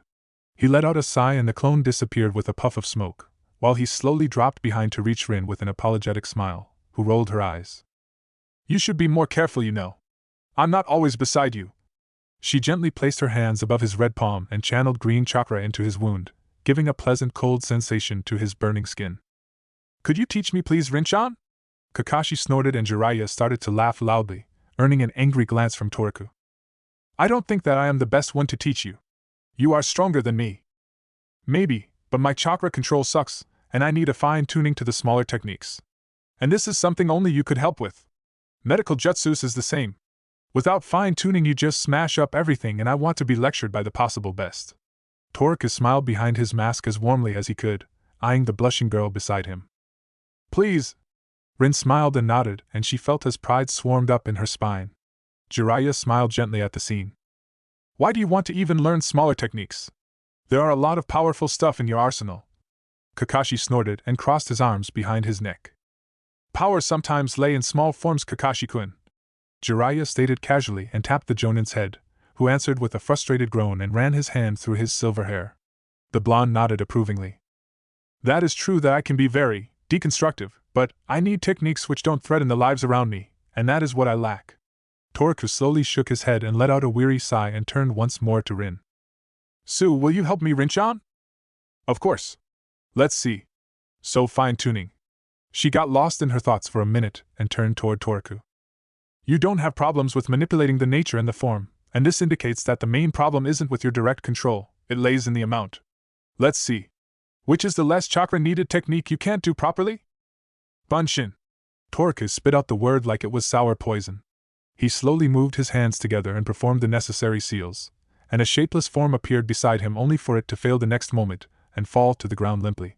The blonde let out an irritated sigh and the caricature of a human disappeared. See? It was totally messed up. It couldn't even stand. Kakashi frowned at the scene and turned his head curiously to Toku and Rin. So, sensei. Where should we start? Rin blushed again and sent a small smile to the boy. As a first step, you should work on that technique. Toku nodded and moved back to his place. He closed his eyes and around 100 Toku appeared behind the small group, walking with them, without a break in their movements. Kakashi raised an eyebrow when he curiously turned around to see the results, but he immediately frowned. What are the Kage Bunshins for? Just watch. Toku made a cheeky smile under his mask and Kakashi turned back to the clones to see that they were forming the necessary hand seals. 100 useless normal Bunshins appeared and the small marching army behind them, frowning immediately. Toku turned toward them and shouted. Make 4 groups, dismiss every 15 minutes. An arcane of yes boss echoed back to the small team and Jiraiya looked at the team with an amused expression. I see now your point. Kakashi glared at Jiraiya with a confused look, and Toku glared back at the Sannin then only shrugged and also started to work on the technique himself.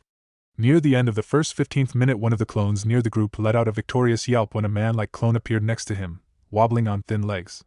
Toku nodded to the clone, who disappeared in an instant, and the clones made a wondering expression immediately. 5 minutes delay, until the first group disappears. The clones nodded and continued. Surprisingly this time almost every new Bunshin was able to at least stand. I don't get it. When a shadow clone dismisses, I gain back every memory. They were originally used for scouting. And with the memories I also gain what they learned. With this, I can compress years of training into weeks. But it also has got its own risks. Toku explained to Rin carefully, earning a narrowed eye from Kakashi. What risks? Not only the memories, but also the exhaustion comes back. The teen only shrugged at Rin's worried and narrowed eyes, but the now not-so-small group walked toward their destination without a word.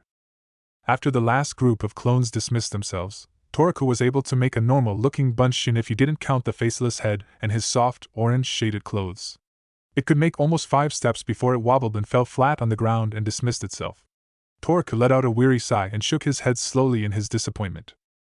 This is harder than I ever gave it credit for. Jiraiya moved next to him and tapped his shoulder. Don't push yourself more today, or you will also fall flat. Toku nodded in understanding and stretched his arms behind his head. I know, but this annoys me to hell. Man, that is an academy-level jutsu. No marvel around that. You got too much chakra for fine-tuning. Just give up and do what you are good at. Toku narrowed his eyes as sheer determination appeared in his visible blue orbs. As stubborn as Minato. I just had to push the right button in his brain. Jiraiya smiled and slowly turned toward the others. We will make camp in an hour, the sun has almost set. There will be a nice place for that after this hill. The team nodded. Their stoic and speechless companion in the middle of their group also let out a relieved sigh after the long trip. 2 hours later the camp was ready and a campfire popped cheerfully in the middle, surrounded with sleeping bags. However, only 4 were occupied as Toku sat above them on a thick branch, in a nearby tree.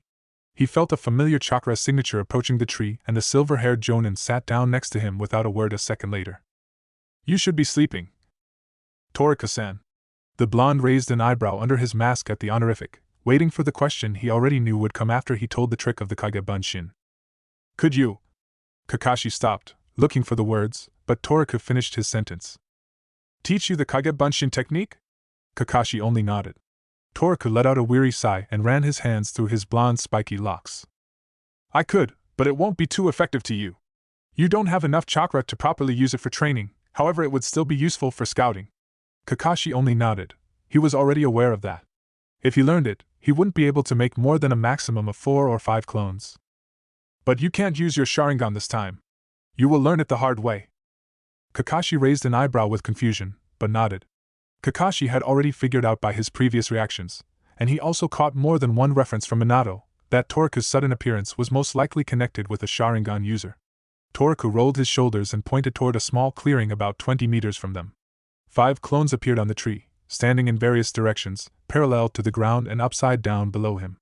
They spread around their sleeping companions while the two teens straightened themselves, and Toku waved toward Jiraiya, who just raised a hand in approval.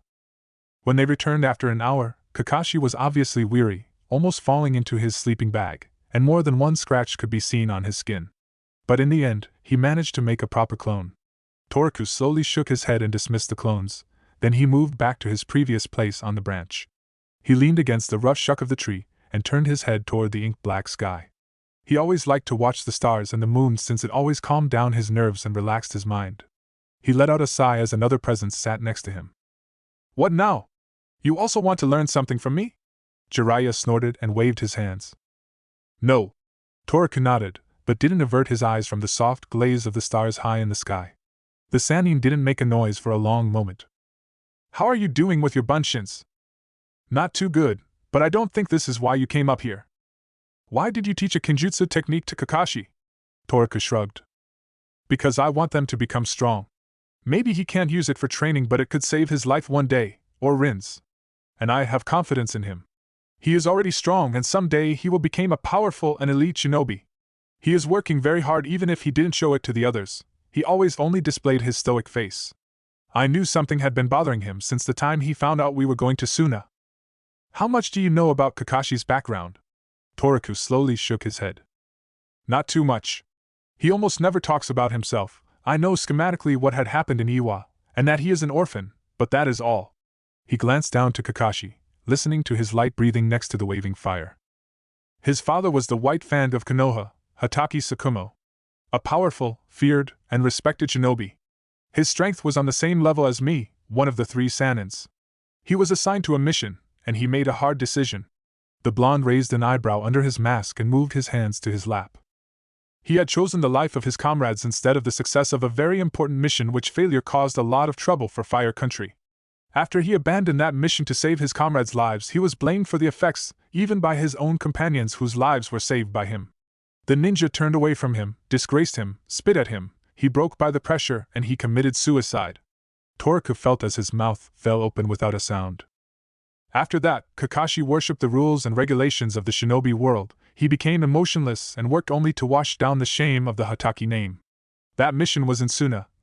Jiraiya scratched his arm and yawned. "However, something changed him in after their teammates died. But I don't know what had happened there. Minato doesn't want to talk about that." "I know what caused that, at least I think I know." Toku let out a sigh. "When we returned from Kumo, he told me something when I was down. I don't know the details, but it seems the Uchiha kid made a great impression on him, if he was able to make a 180-degree turn." Jiraiya nodded and locked his eyes on the blonde. "What do you think about your own situation?" Toku blinked at the unexpected and sudden question and turned his head toward the sage, grasping his mask with a hand, waiting for his companion's reaction. Jiraiya only nodded his approval to remove the mask, and he gratefully pushed it up to his crown to rub his weary eyes. He got a ration bar from one of his pockets and started to chew it absently. He wasn't hungry, but he needed time to gather his own thoughts. The Sannin curiously, but not suspiciously, eyed his blue orbs, patiently waiting for his reply. The teen finally put down the remains of his food into his lap and leaned forward, away from the rough tree, but didn't make connection with Jiraiya's eyes. "I know you are here to stop me if I go rogue, and this means you are strong. Maybe I sometimes play the idiot, but I'm not stupid. I know that maybe I'm an assassin or a spy, or hell knows what. I was." He let out a weary sigh and finally moved his almost glowing cerulean eyes toward Jiraiya. "But I also hope and think if I am really one, if I regain my memories, I won't lose my current self." Toku slowly shook his head and let out a long sigh, and he glanced down to the sleeping forms of his comrades. "I don't want to hurt Minato, Kushina, the brats down there, or anyone else. I just want to protect those who are precious to me." He let a small smile run across his face, and he turned back at Jiraiya. "And you? What are you thinking of my situation?" Jiraiya chuckled and waved a hand. "I got my own assumption about you, brat." Toku rolled his eyes, patiently waiting for Jiraiya to open his mouth. "I read the reports about you." "And? Anything interesting?" Jiraiya rolled his eyes before he answered. "It told me that you got some flashbacks." The teen only shrugged. "Not always, sometimes if I saw something or hear something, and they aren't real pictures. Not memories. A feeling. Like a déjà vu or something like that." When you know something already happened to you, feel familiar, or sometimes I feel emotions. Nagato. Jiraiya stated calmly, his eyes shined with curiosity, while the teen's face mirrored confusion as he glanced back to the Sannin. Then his eye twitched as a feeling slowly started to rise in his mind, only to be swept out in the next blink. Anything about that? Toku narrowed his eyes and gave a wondering face. Something popped up, but it was gone. Respect? Dunno. It was there a moment ago, but now it is gone without a trace within a blink, and I'm not sure what was it. Who is this Nagato? The teen scratched the back of his head and frowned in frustration and waited for any further explanations, but when nothing came he let out another sigh, slowly turning toward the white-haired man with a serious look. Jiraiya. What brat? Can I ask you a favor? The Sannin raised an eyebrow, but he nodded. Promise me if things go wrong and I lost myself, please don't let me harm anybody. The Sannin stayed in complete silence, watching the teen seriously, waiting for his determination to fall down, but it didn't come. His azure eyes stayed calm and solemn. I will be quick and merciful, Gaki. I promise. How generous of you. Toku chuckled dry and sent a soft smile to Jiraiya, but he stayed serious. For minutes none of them talked, they just sat beside each other, listening to the voices of nature around them. Hey old man, go back to rest. I won't drag you along the way to Suna if you drop with fatigue. Jiraiya snorted and tried to slap his palm to the back of Toku's head, but he leaned away from it, and chuckled softly at the playful attempt. He felt a sudden déjà vu run across his mind and a soft smile spread across his face when he looked again at the Sannin. You are really an interesting young man, Toku-kun, and a very troublesome cocky little brat. Toku only chuckled, but Jiraiya finally dropped himself down to the ground and moved to occupy his sleeping bag and this time, fall into deep sleep. I will relieve you in 4 hours, shrimp. The teen only nodded and turned his head again toward the sky, to spot the glowing vesper again. Chapter 10. Inside a Sandcastle. The sun was high above the horizon, sending hot beams toward the already weary team. Toku turned around, resting his eyes on the landscape. Sand was everywhere he looked. The incessant wind carved extreme forms into the soft silky sand, building dunes and enormous mountains from the infinite supply of material. The variation of small waves and high dunes never left the horizon. Only 1 or 2 abstract cliffs raised above the golden sea, interrupting the soft curves on the horizon. Toku turned his head to the other side, now very grateful for his mask as he saw his teammates walking against the wind with squinted eyes. He started to miss the green color of nature. They were marching for 2 days in the golden dust, but aside from a few thousand-years-old trees and some cacti here and there he couldn't spot any vegetation. He finally spotted something in the distance. Something which was definitely not sand and definitely not the craft of nature. It was somehow too straight, too regular, but still not industrial. He narrowed his eyes and stopped walking, eyeing the thin and straight line on the horizon. Jiraiya turned toward the blonde and nodded. Those are the walls which surround Sanagekure no Sato. We are almost there. It's about time, 1 more night in this desert, and I'll go berserk. A shiver ran through the white-haired Sannin and Toku smiled back at him in understanding. However, he really liked the nights out in the desert.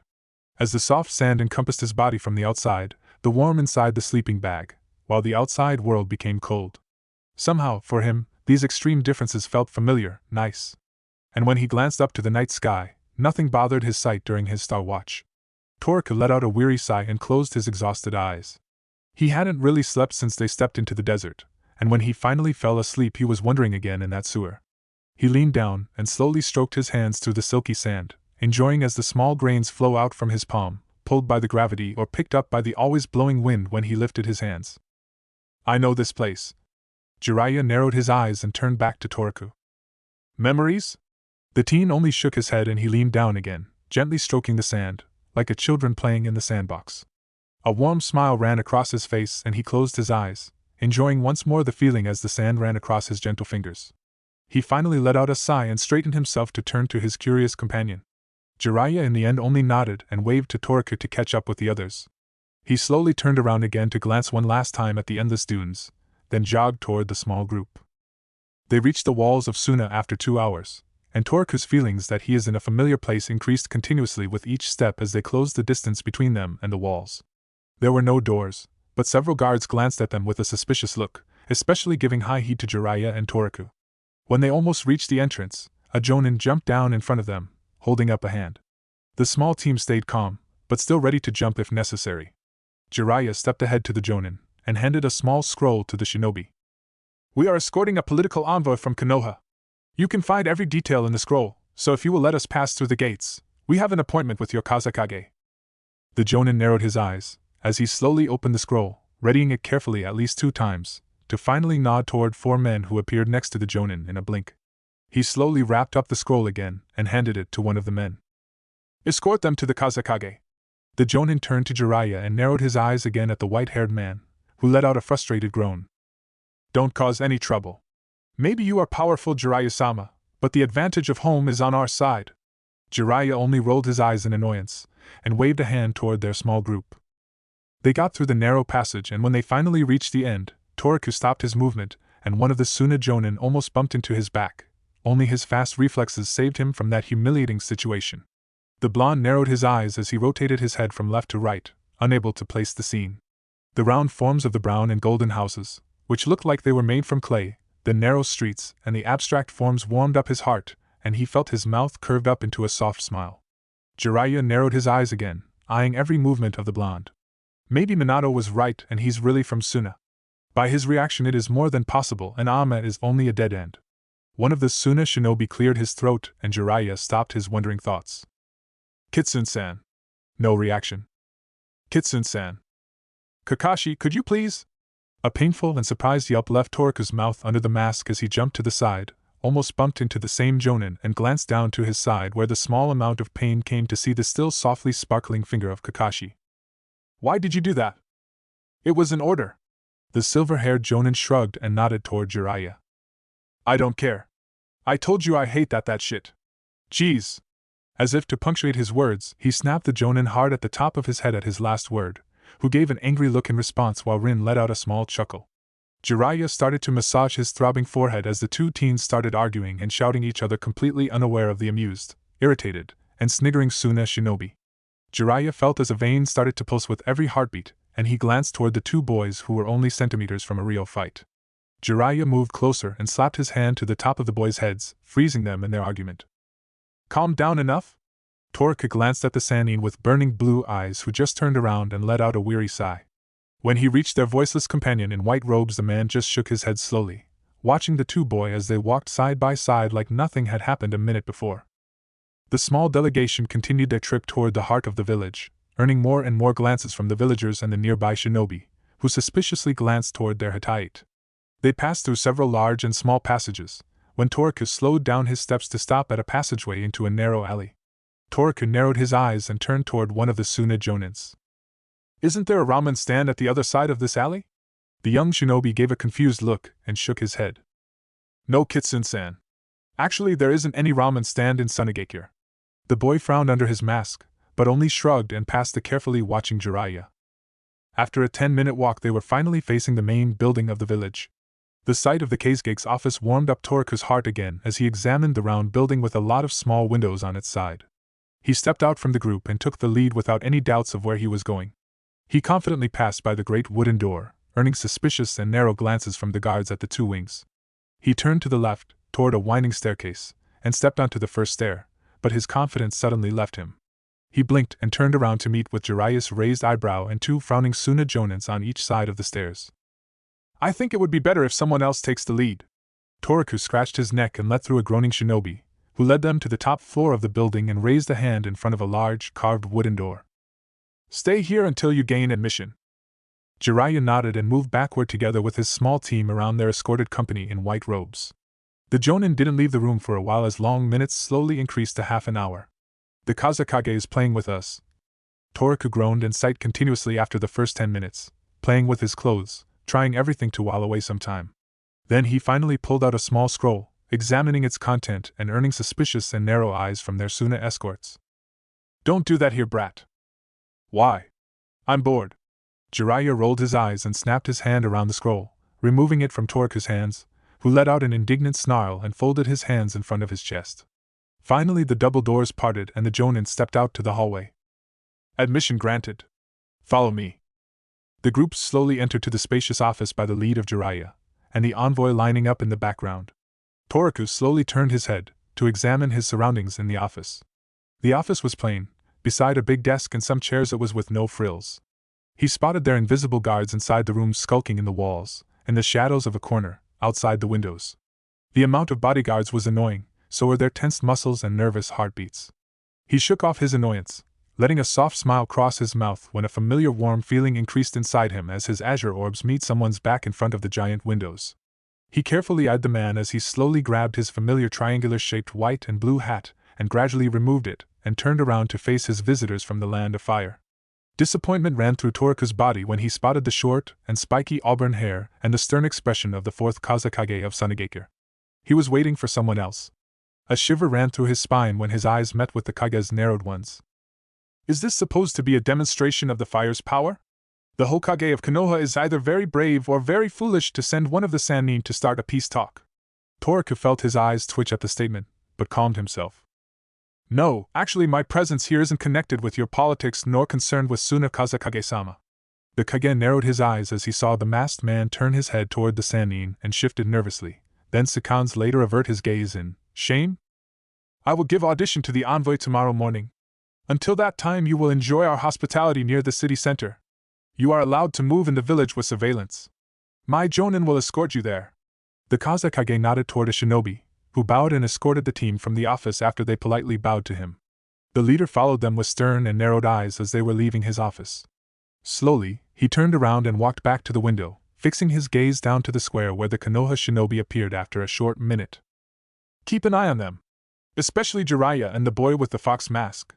A shadow disappeared next to the window and leapt toward the nearest rooftop, then disappeared in the shadows. Their room was also furnished austerely, and Toraku couldn't help when his thoughts wandered back to his first room back at Konoha in the heart of the interrogation and torture department. The continuous presence of guards and eyes on his back was also annoying. He let out a weary sigh and leaned flat on the hard bed. They were accommodated to the same room, without any private space. He could easily touch Kakashi on the next bed if he extended his arms. Not that sleeping below the sky was more comfortable, but they at least had space. He let out another weary sigh and turned toward the Sannin. Jiraiya. The Kage said that we are allowed to go out, yes? The white-haired man nodded. You will get enough time to stroll in the village tomorrow. Please. I'm going crazy. I'll be good. The Sannin turned toward the already snoring Kakashi, then Rin, who sent a soft smile and nodded. I'll take care of him. Okay, but not for too long. And don't cause any trouble. Toraku sent a smirk toward Jiraiya and nodded. He straightened himself and grabbed Rin's wrist, almost dragging her toward the door. He slowly opened it and stuck out his head, and faced the guard in front of their room. Jonin-san, we will need an escort to the village. The shinobi nodded, snapped his hands, and two men appeared beside him. Toraku opened the door, but before they could leave the room, he heard Jiraiya shouting. If you do anything idiotic, I'm going to tell the sissy. Toraku gulped and nodded, earning suspicious glances from the Jonins. When they finally left the room, Kakashi opened his eyes. Why did you say that around the Suna Jonins? To keep some extra eyes on him. Kakashi rolled his eyes and crossed his arms behind his neck to enjoy his nap again. Suna wasn't a place for sightseeing. That was obvious from the first minute they stepped through the narrow alley which separated the village set inside a wide valley from the desert and the continuously blowing wind. Walking on the almost empty streets, however, felt very pleasant for Toraku. Signs of the low economy could be seen everywhere on the streets. While Konoha's streets were full with shops, street cries, even parks, the roads of Suna were as bleak as their rooms. Most of the streets were filled with cobble, missing big chunks here and there. They passed some closed shops, their windows covered with planks nailed into the frame. Despite the difference in the welfare, Suna was the same as Konoha. Shinobi crossing the street with genin teams, civilians walking toward their own destinations, and children ran across the streets playing and shouting at each other. They finally spotted a small but nice restaurant, and Toraku almost hopped inside as his stomach gave him away, earning rolled eyes from Rin. When he finally finished the meal, which could have easily been enough to fill 3 people, he let out a satisfied groan. The small girl chuckled and handed a napkin to Toraku, who raised an eyebrow behind his mask. Your mask is full of sauce, you know. You should try eating with this thing on your face. I don't even know why he wanted me to wear this, he muttered while cleaning his mask from the sticky liquid as much as he could. I'm sure he has got a good reason for that. He never does anything without a purpose. Rin shrugged and stretched, arching her back. Rin-chan, do you think causing trouble means some training with Bunshin? Rin gave a wondering face before she answered. I don't think so, if we found a proper place for that, but no Kage Bunshins, I think. It won't be too good for us if suddenly 100 foreign ninja popped up in Suna. Toku nodded and grabbed the last 2 pieces of the grilled fish off his plate for later use, then straightened himself and gave a hand to Rin, who chuckled and bowed at the gallant gesture. They stepped out together and almost bumped into a woman with 2 small children. One of the boys eyed him curiously, and the other's green eyes fixed on the fishes stacked in his hands. The child slowly pulled on the woman's clothes and pointed toward the food in Toruka's hand. "Can I also get one of those?" The woman slowly shook her head and a sad smile ran across her face. "I'm sorry, maybe next week." Toku watched the scene as they stepped back to give the family space to pass by. Without a second thought, he slowly stepped closer and crouched in front of the children and held 1 piece of fish to each child. They eyed him curiously when one of them glanced up to his frozen mother and pulled her clothes once more, jolting her out of her surprise. She smiled and nodded toward the boy, who hesitantly grabbed the stick, but in the end his mouth was curved into a thankful warm smile. The smaller boy on his left also stepped forward and gratefully accepted the gift from the stranger. "Thank you, Kitsune-san." Toku only nodded, not sure what he should say. The woman bowed and gently grabbed the children's hands and headed toward their destination. Rin stepped next to the blonde and they watched together as the cheerful children happily ate the fish, chatting and chuckling until they mixed into the crowd. "You always surprise me." The teen just shrugged, closed his eyes and let out a thin layer of chakra around him. When he found what he was looking for, he waved a hand toward a dark spot in a small alley. A frowning Suna Kunoichi stepped out from the darkness, and she slowly approached them. "Sorry for the inconvenience, but is there a place where I can train? Nothing serious, or destructive, of course." The ninja raised an eyebrow and waved her hand to follow. 10 minutes later they reached an open space next to the village walls and sat down with crossed legs in front of each other. "Okay, show me your progress." The blonde ran through the hand seals and an abstract form of a bunshin popped up next to him. It wobbled 10 steps on its thin legs, before landing flat on the ground and popped out of existence. A snort and a loud laugh echoed in the training ground, but it immediately died down when the annoyed Toruku sent a kunai toward the laughing shinobi in the shadows. The weapon passed his head within millimeters and precociously buried up to the metal ring into the hard stone behind him, still glowing with his wind chakra. "No laughing, I'm trying to concentrate here, you know." An annoyed snort left the shadow and a man approached closer to lean onto a thick pole to observe him closer. The chakra was still too much. Rin made a wondering face and she suddenly snapped her fingers. "Make more!" Toruku raised an eyebrow and a cheeky smile ran across his face. "How many do you want? Around 2,000?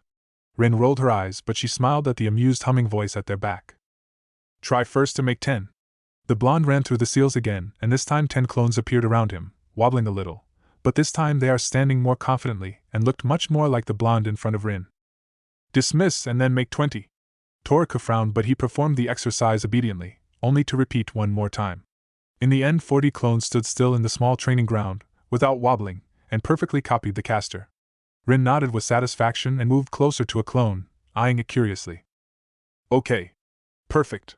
From now on, dismiss them and consecutively make 1 less." The blonde nodded when he finally understood the method and a smirk ran across his face. Rin moved next to the Suna Jonin and sat down to eye the process from a distance. After an hour, and 30 clones less, Toruku heard the soft breathing of Rin. He glanced toward the sleeping girl and the still guarding Jonin, who moved back into the shadows and let out a weary sigh.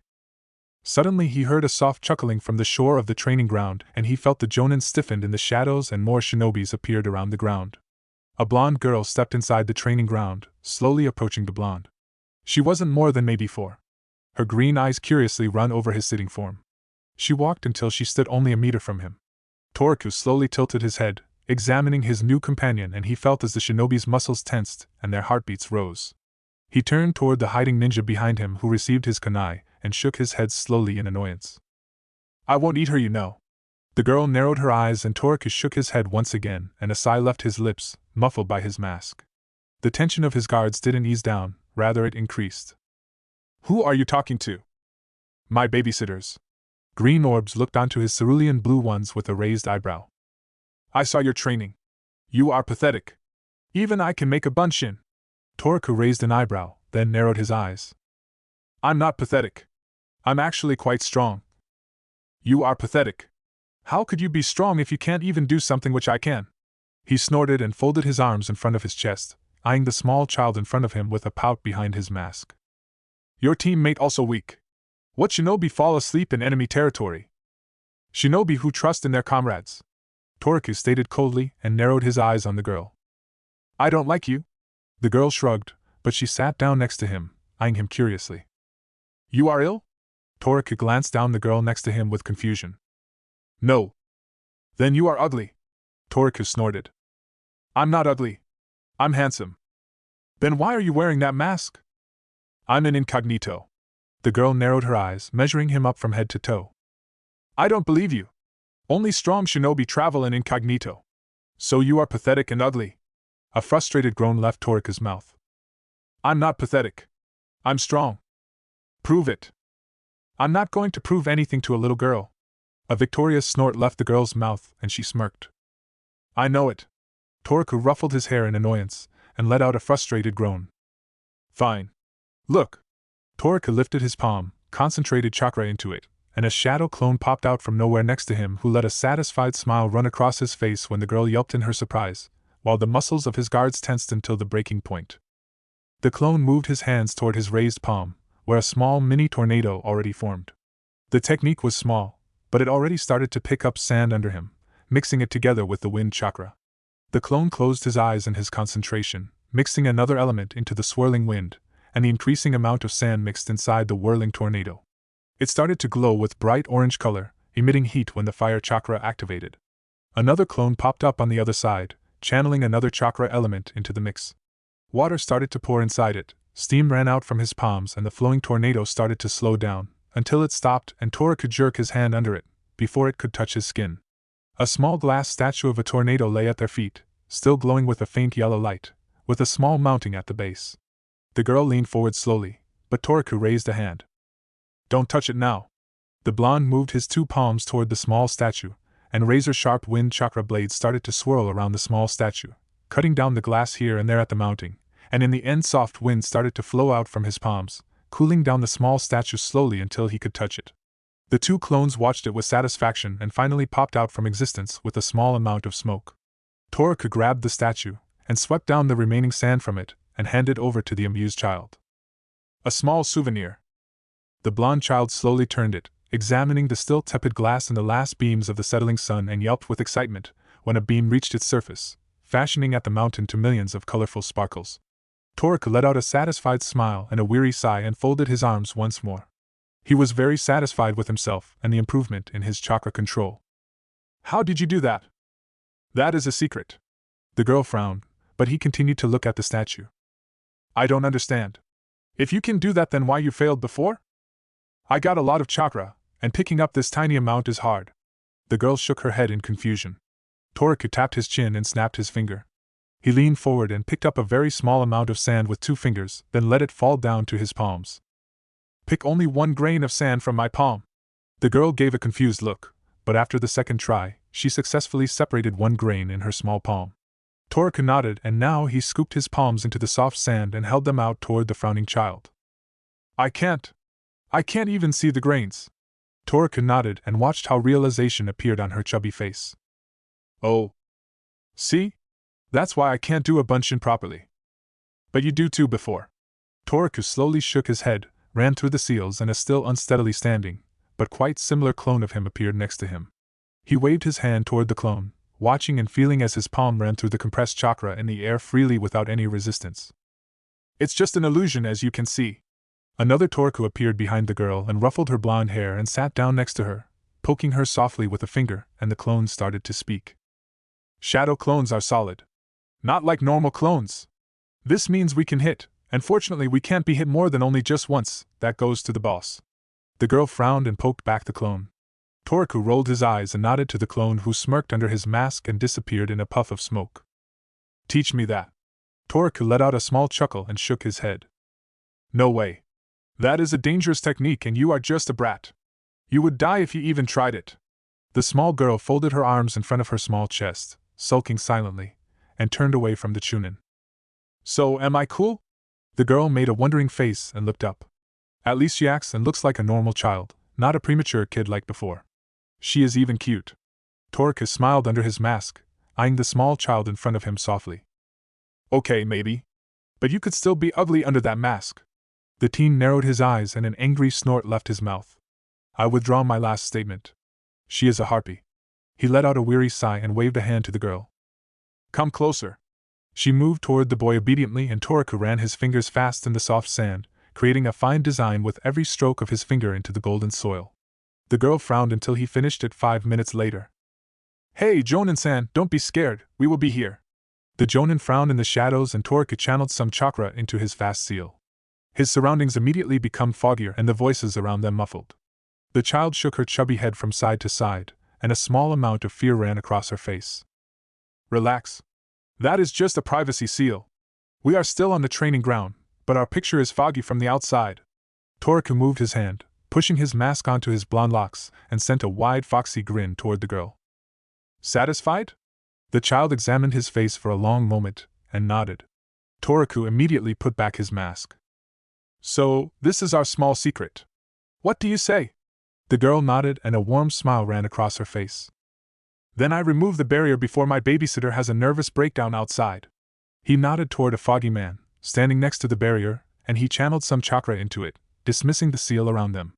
He turned toward the angry Jonin and waved an apologetic hand toward the nervous ninja. "You really aren't ugly. But you still look funny." Toraku had leaned back on the soft sand and let out a beaten sigh and waved a hand toward the child.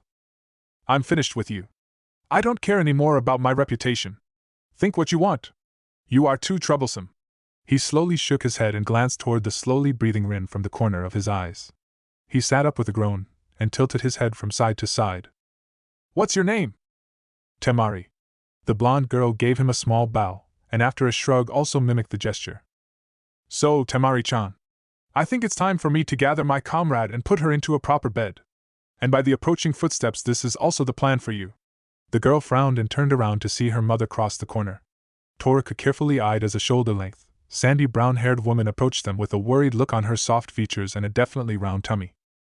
"Oh." Toraku glanced down to his small companion and let out a small chuckle. "You are in trouble, aren't you?" The girl only nodded and waved a hand to the blonde before she ran toward the woman. Toraku let out a weary sigh and turned around to gather in and move back to their room. Fortunately, the night was uneventful and peaceful. The team needed the rest, and none of them would argue with it. They were weary by the continuous walking, dry from the harsh wind, and their skin somewhere burned by the hot beams of the sun. Toraku put down privacy seals on his bed, so finally he was able to get rid of his mask at least while he slept, which was only minutes after he finally laid down on his bed. The blonde shifted in his hard bed and an unconscious moan left his mouth while he was sleeping. His head jerked to the side and he suddenly stopped breathing. Jiraiya frowned at the next bed, and after half a minute without a breath, he sat up in his bed, ready to shake the teen back to reality. Before he could move to Toraku, the blonde jerked up, with wide eyes, painting heavily for seconds, then he crunched his head into his lap and stayed still, waiting to catch his breath. He stayed in that pose for a long minute, while his breath settled down to a more pleasant level. He slowly leaned back on the bed, his palms rested on his eyes to ease away the remaining bits of his nightmare. The empty passages and that damn door, the sheer panic and that thing, with every night that thing became stronger and stronger. This time, he could even smell its scent, but he couldn't identify any familiar part of it. It was greasy, heavy, disgusting, but still, somehow also inviting. "I'm not going to freak out, Jiraiya. Just a nightmare." "About what?" The blonde shook his and let out a weary sigh. "Drowning." The Sannin raised an eyebrow but didn't answer, only waited patiently for him to continue. "I don't know, it comes back sometimes. The first one at Kumo, when I was knocked out. After that it comes out sometimes." The blonde let out a weary sigh and rubbed his forehead, while the Sannin eyed the blonde curiously. "Sometimes, bullshit. He was jerking in his dreams ever since we put our feet into the sand." "Do you want to talk about it?" Toraku let out an irritated grunt and turned his head toward the Sannin. "I didn't know you were a psychologist or good with mind jutsus." Jiraiya only chuckled quietly not to disturb the other's dreams and leaned back into his pillow. "Sorry, but I'm tired." Jiraiya didn't answer, only eyed the teen curiously as he turned around, showing his back to him. He let out a weary sigh. He didn't need a subconscious analyst about that dream. "I don't want to know what's behind that door. I don't want to open and face that thing. That is definitely not a human." Toraku glanced up, out of the window, up to the ink-black sky, spotted with faint yellow stars. He slowly closed his eyelids and forced his brain to settle down, to sink back into his well-determined dream. Hopefully very far away from narrow passageways, canals, ink-black oily water, and from that thing at the other side of the door. The negotiation was dry, boring, and they actually didn't talk about anything particular, just hovering around each other's option without even approximating any consensus. The Kazekage was tough nut to crack, even for Konoha's envoy when he finally spoke. The Kage concentration on the envoy only broke for moments when his eyes traveled to Toku. That first time when their eyes met, the blonde visibly flinched by the cutting glance. After the first hour of speaking about nothing, Toku felt his eyelids become heavier, and only a painful hunch from Jiraiya restrained him from falling asleep while he was still standing at the wall in the background. He was weary and his muscles were sore. He did slept last night, however it wasn't reposeful. In the third hour of standing still, without any movement, he felt himself more weary than yesterday night, and his mind slowly became heavier and foggier. His chakra flow slowed down, and the voices in the office started to drift away and sounds muffled like he was submerged underwater. He had heard something in the back of his mind. Then he heard it one more time. A cracking voice. Someone cleared his throat. Something forcing him out from his mind, and his vision slowly became clearer and clearer, to meet the stern look and the narrowed dark eyes of the Kazekage. He blinked fast several times and turned his head around in confusion to realize that he was standing alone next to the wall, the remaining of his team waiting for him at the door looking at him. He scratched the back of his neck nervously and made a deep bow to the Kage, before fleeing out from the room with a hard snap on the back of his head by Jiraiya. "You are unbelievable. You were able to almost fall asleep in front of the Kazekage." Toku only shrugged and let out a weary yawn before he made one last quick glance toward the door. He still felt the leader's eyes on his back and that forced a shiver down his spine. Toku was sitting in the middle of yesterday's training ground alone. His mind was blank as he spaced out during his training. After he dismissed his last group of 3 perfect bunshin, he felt as the weariness finally reached him, but he didn't move from his spot. He was struggling to stand up and walk back to their crowded room, but it felt nice sitting on the soft sands in spite of having his company hiding around him. He closed his eyes and slowed down his breathing, trying to lock out his tiredness, when he felt a soft tug on his clothes. He let out a sigh, but he didn't open his eyes. "Hello, Temari-chan." The blonde girl made a surprised look that Toku couldn't see, but he could still sense the increased heartbeat, her tensed muscles on her chubby face, and the sudden hic in her breathing. "How do you know it's me?" "I can smell you, hear you, and feel your chakra signature. Those are better identifications than even your eyes. Your vision could be tricked easily, but it's much harder to trick your other senses, you know." Toku finally opened his eyes and turned toward the small child and smiled at her amused face.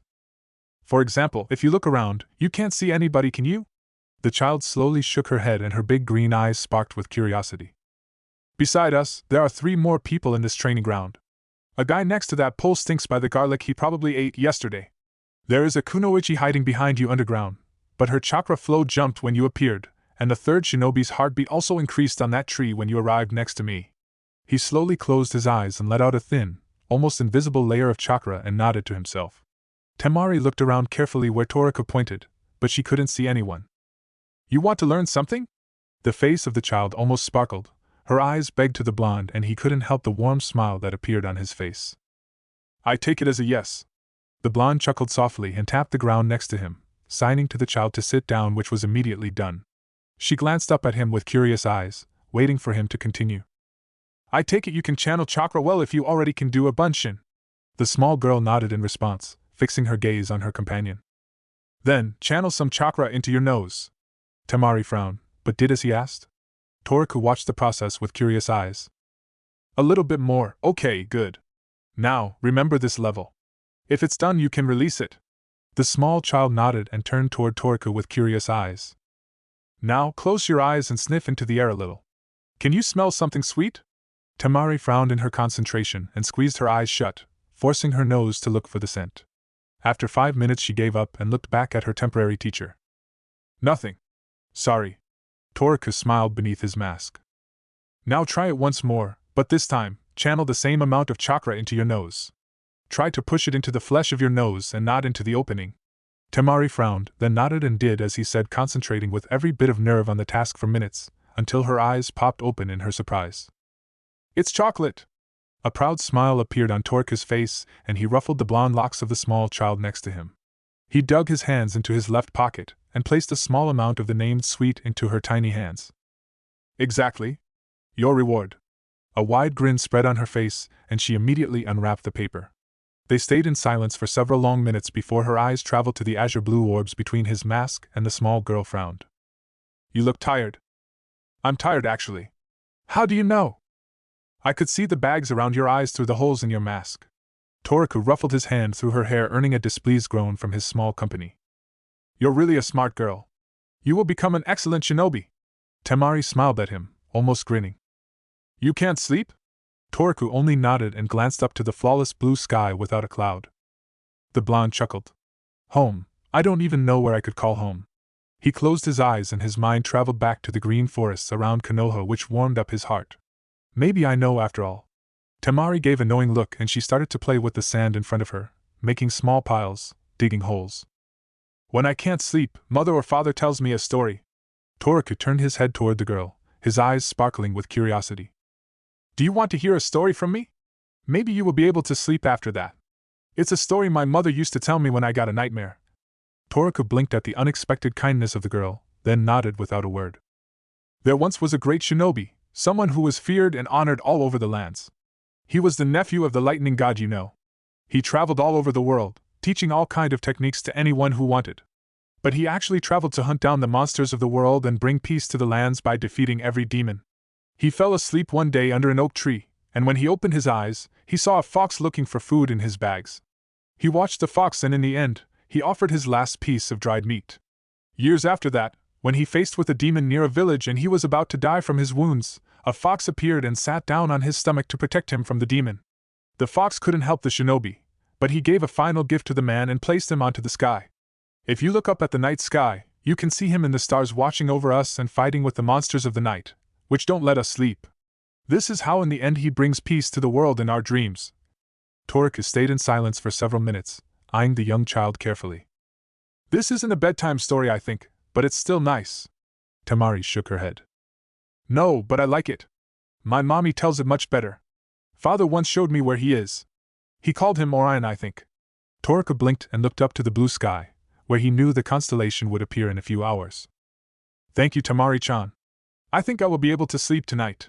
The child smiled at him and felt as his inside melted away, but he didn't dare to even move a finger. The child chuckled and turned back to her almost ready sandcastle. Toraku smiled at the pleasant scene and he couldn't avert his gaze from the happy face. He suddenly froze as he felt a familiar presence, at a nearby house. He slowly turned his head to the side and looked up at a balcony to meet two dark and stern orbs. The eyes didn't avert from him when the man slowly approached them, floating in the sky on a golden cloud, to land gracefully on the sand in the center of the training ground. The Kazekage stood behind them, his arms folded in front of his chest, and his gaze sent a cold chill down his spine as the power of the man crested above his sitting form. The child didn't notice his presence as she continued creating another tower for her sandcastle. Toraku finally braced himself and straightened, attracting Temari's attention as he bowed to the leader. A soft yelp left Temari's small mouth and the dark eyes of the Kage traveled toward the child. Temari. We agreed on something last night. The voice of the Kazekage wasn't even similar to what Toraku already heard. It was hard, somehow still soft, and the child looked down to the sand in front of her in shame. I'm sorry, father. The child nervously closed her small fingers around the edges of her clothes. Go home. We aren't finished. The girl had bowed lightly and fled from the ground as fast as she could, but in the end, she still waved a hand toward Toraku. The blonde didn't even dare to blink, as the Kage moved his eyes back to his blue orbs, watching him suspiciously. I'm very interested why a shinobi of Konoha would teach anything to a child of Suna. Especially to the Kazekage's daughter. Toraku blinked in confusion and bowed once more, forcing his muscles to move despite the enormous killing intent flowing continuously from the Kage. He felt as two of the shinobi nearby started to shake by the feeling. The cold and threatening tone of the man sent chills again down his spine. I didn't know Temari-san was your child. I apologize, Kazekage-sama, if I caused trouble or my actions made you worry. I haven't got any malicious pretense toward your child nor to your village. He narrowed his eyes. He himself didn't know why he did that. Before his awkward silence could treat the Kage's tense nerves, he felt a familiar chakra signature and relief flow across him. He never ever was so glad for the presence of the Sannin. The man slowly approached them, seeming to be aware of the situation. Kazekage-sama. He bowed to the Kage, who narrowed his eyes as a response. I demand explanations about your attendance in Sunagakure and his purpose. Immediately. The Sannin turned to Toraku and raised an eyebrow at the teen. What did you do? Toraku raised a hand behind his head and scratched his neck nervously. I just immediately removed the mask. I won't tolerate unknown and seemingly powerful shinobi around my children. The Sannin let out a sigh and shook his head in defeat. Kazekage-sama, allow me a short discussion with my Hokage. I didn't receive authority to reveal his identity. The Kage narrowed his eyes and nodded. The Sannin bit down his fingertip and ran through a chain of hand signs. Toraku immediately recognized the jutsu, and when a small yellow toad appeared in a puff of smoke, he felt his mouth curved up in a soft smile behind his mask. The small toad looked around and stiffened when he felt the Kage's angry gaze on him, and immediately turned to Jiraiya. Tell Minato that the Kazekage demands to see under the fox's mask. It's urgent, no wandering around, okay? The toad rolled his eyes and disappeared in a puff of smoke without a word. The Kage stayed still with folded arms, eyeing Toraku with narrowed eyes, until within a small puff of smoke the yellow toad appeared on the shoulder of Jiraiya again in 5 minutes. Hokage-sama agreed until it is necessary, but only within 6 eyes. Jiraiya nodded in response, and the small toad immediately disappeared with a small puff. Kazekage-sama, if you agree, would we please be able to continue this in a more private place? The leader nodded and turned around to head back inside his office. When they reached the building, the Kage snapped a finger and Toraku felt as every guard disappeared from the room, however not very pleased to let their leader alone with 2 enemy shinobi. Especially not with one of the Sannin. Jiraiya showed a privacy seal to the Kage, who nodded his agreement, and the blonde felt the same way like yesterday on the training ground. Lower your mask, Toraku. Jiraiya stated calmly, and the teen obediently took down his mask after a moment of hesitation. The Kazekage eyed him from head to toe, without showing any emotions, only his right eye twitched almost invisibly at the sight of the young man. Who are you? The blonde blinked and bowed. Odoroki Toraku, Kazekage-sama. What is your purpose here? Toraku gave back a confused look and turned toward Jiraiya. To escort Konoha's envoy. The Kage narrowed his eyes and moved his orbs toward Jiraiya. Understanding flashed through his dark eye when he connected the dots in the small puzzle, but his face stayed calm. I see. Then we should still clear one more question. Why are you wandering around my daughter? Toraku blinked and answered hesitantly. Actually, it wasn't me who was wandering around her. She was the one who found me twice and didn't leave. Why did you teach my daughter? Toraku only shrugged. Because she asked? The Kage narrowed his eyes, and confusion ran across his mind, however it wasn't visible on his face. He widened his senses at the very moment they stepped inside the office, to sense every twitch in his chakra flow, every tense in his muscles, even the changes in his smell, but the boy stayed calm and honest. What the hell? The leader narrowed his eyes, his cold glazed almost stabbing through the azure blue orbs of Toraku. The 3 men stayed in complete silence for a long minute, waiting for each other's reaction. The Kazekage finally turned around and he slowly stepped to the large window. You can put back the mask. Leave. I want to ask Jiraiya-san to stay for a little longer. And from now on, avoid my daughter. His voice was calm and tempered. Toraku put back his mask and he left the room after a bow without a word. The Kage let his eyes dwell on the village below his feet, and finally turned around to face the Sannin, who stood motionless in the middle of the room. Your Hokage is a fool. Do you think I will tolerate that he sent a shinobi here, who need the surveillance of you? You brought possible danger to my village without my knowledge. To start a peace talk. Jiraiya's face stayed completely calm, and his tone made the same impression. My apologies, Kazekage-sama, but I don't think Konoha's home affairs are considering you in any aspects. He put his foot inside the land of wind, inside my village. At this moment, he isn't a home affair. He is a threat to my people. Jiraiya narrowed his eyes and stepped next to the Kazekage and glanced out of the window, to catch as Toraku turned at a corner, heading back to their room. I know you made strict security preparations because of our arrival. Especially for me and Toraku-kun. Tell me, what had your shinobi seen when they watched the boy? What were their reports about? Because I don't think they were about a possible threat. The dark eyes of the Kazekage visibly twitched. He is someone like you and I were once, before we lost ourselves in the shinobi world. He still carries and gives goodwill to anybody without considering who he gave it to. Goodwill isn't a value of a shinobi. No. That is true. It is a value of a person. Jiraiya slowly turned around to face with the Kazekage, whose expression stayed the same, only his eyes mirrored some foggy emotions. Jiraiya bowed and left the room without a word, leaving the Kage alone with his thoughts. A young blonde girl was sitting on the windowsill, looking up to the darkening sky. She had already spotted the Vesper, and waiting patiently for more stars to appear. She wasn't aware of a man, leaned onto the doorframe of her room, watching her carefully without a word for a half an hour now. Temari. The girl flinched at the sudden voice and looked back at her father. Yes, father? The small child glanced up toward the darkening sky, desperately looking for something, and she felt as her father moved closer to her small form, and also sat down on the stool next to her. "What are you doing in the window?" "I'm waiting for the stars." The Kazekage frowned and glanced up to the sky. "You can't sleep?" The girl shook her head slowly. "I wanted to stay awake until he could sleep." "Who?" "Kitsune-san." The leader narrowed his eyes and leaned closer to his child, watching her carefully. He spotted a small statue in her small arms. "Don't go near him." The girl turned toward her father with confused eyes. "Why not?" "Because he is an enemy ninja from another village." The child frowned in her confusion. "I don't think he is a bad man. He looks funny, but he isn't mean." The Kage frowned. "You saw his face?" The girl nodded slowly, not sure whether she should have told this to her father. "He told me that I can't talk about what he looks like, because he is an incognito." The man frowned in his bewilderment. Why on earth would an enemy ninja show his face to a child?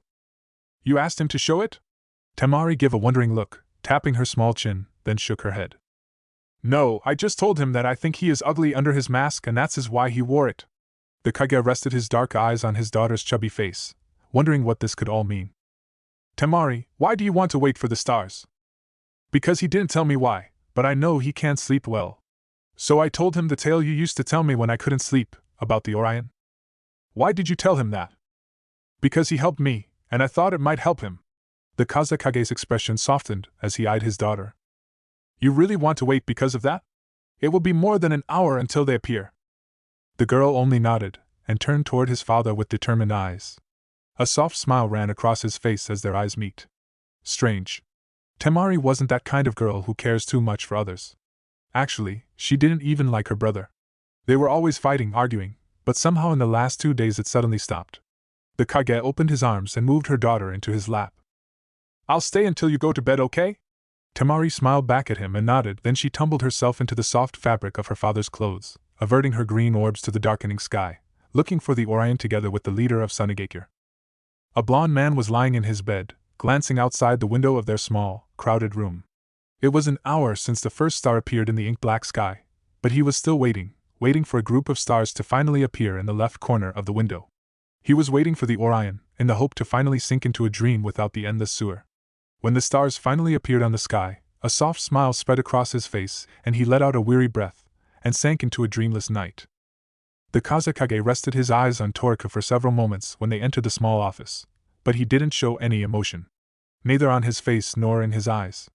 In the end, the preparation for the final peace talk with the Hokage himself was successful. However, the Kazekage made boldly claims in case of a future alliance, unlike Konoha's more moderate requests.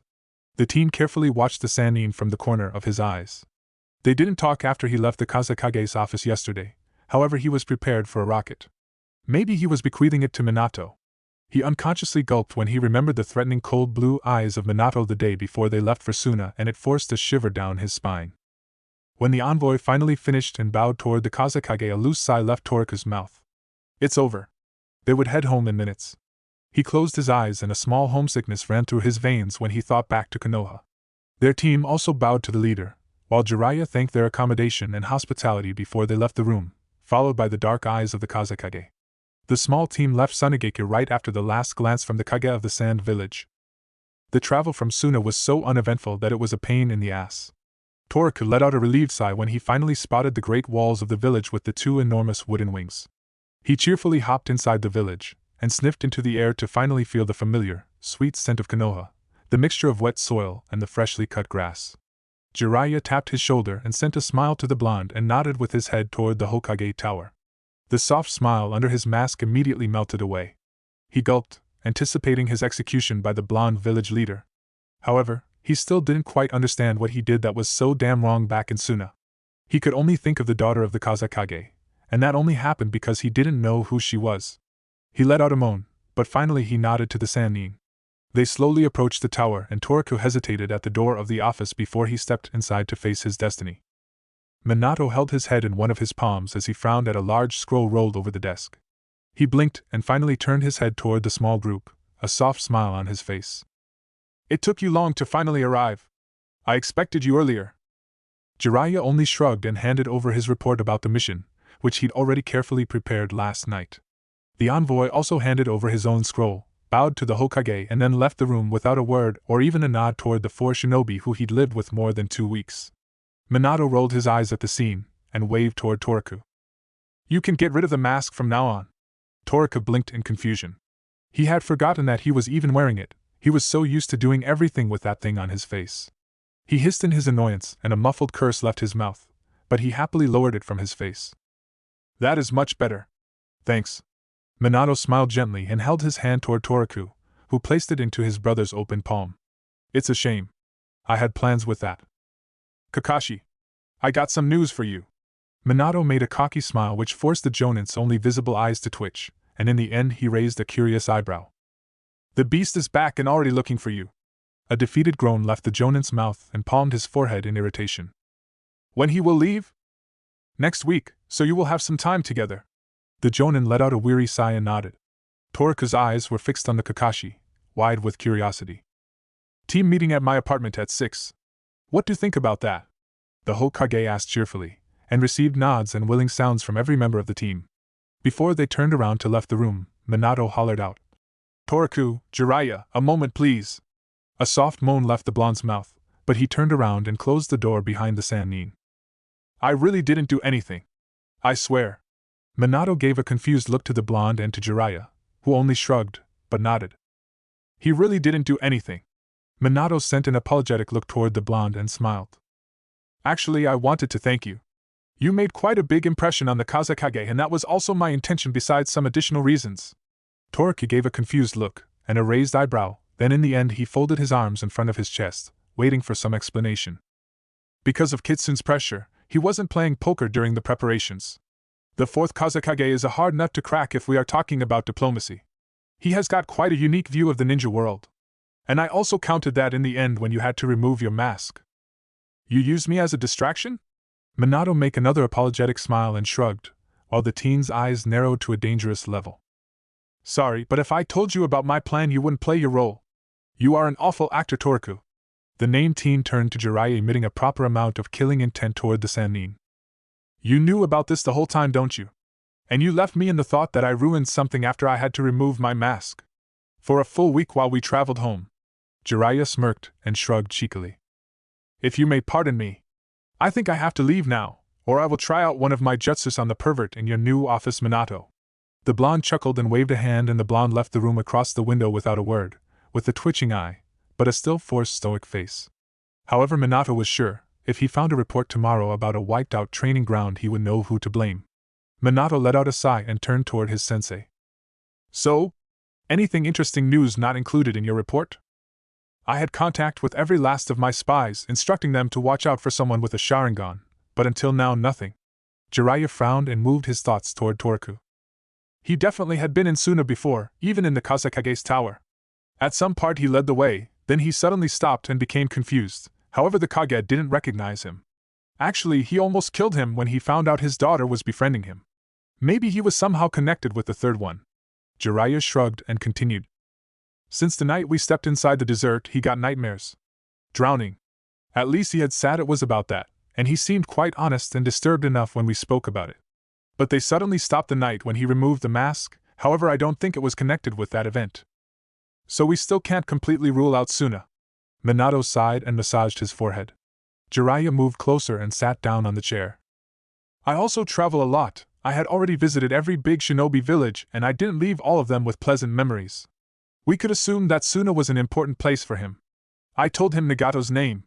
He reacted, however he said he wasn't sure what he felt, but he told me that it was respect.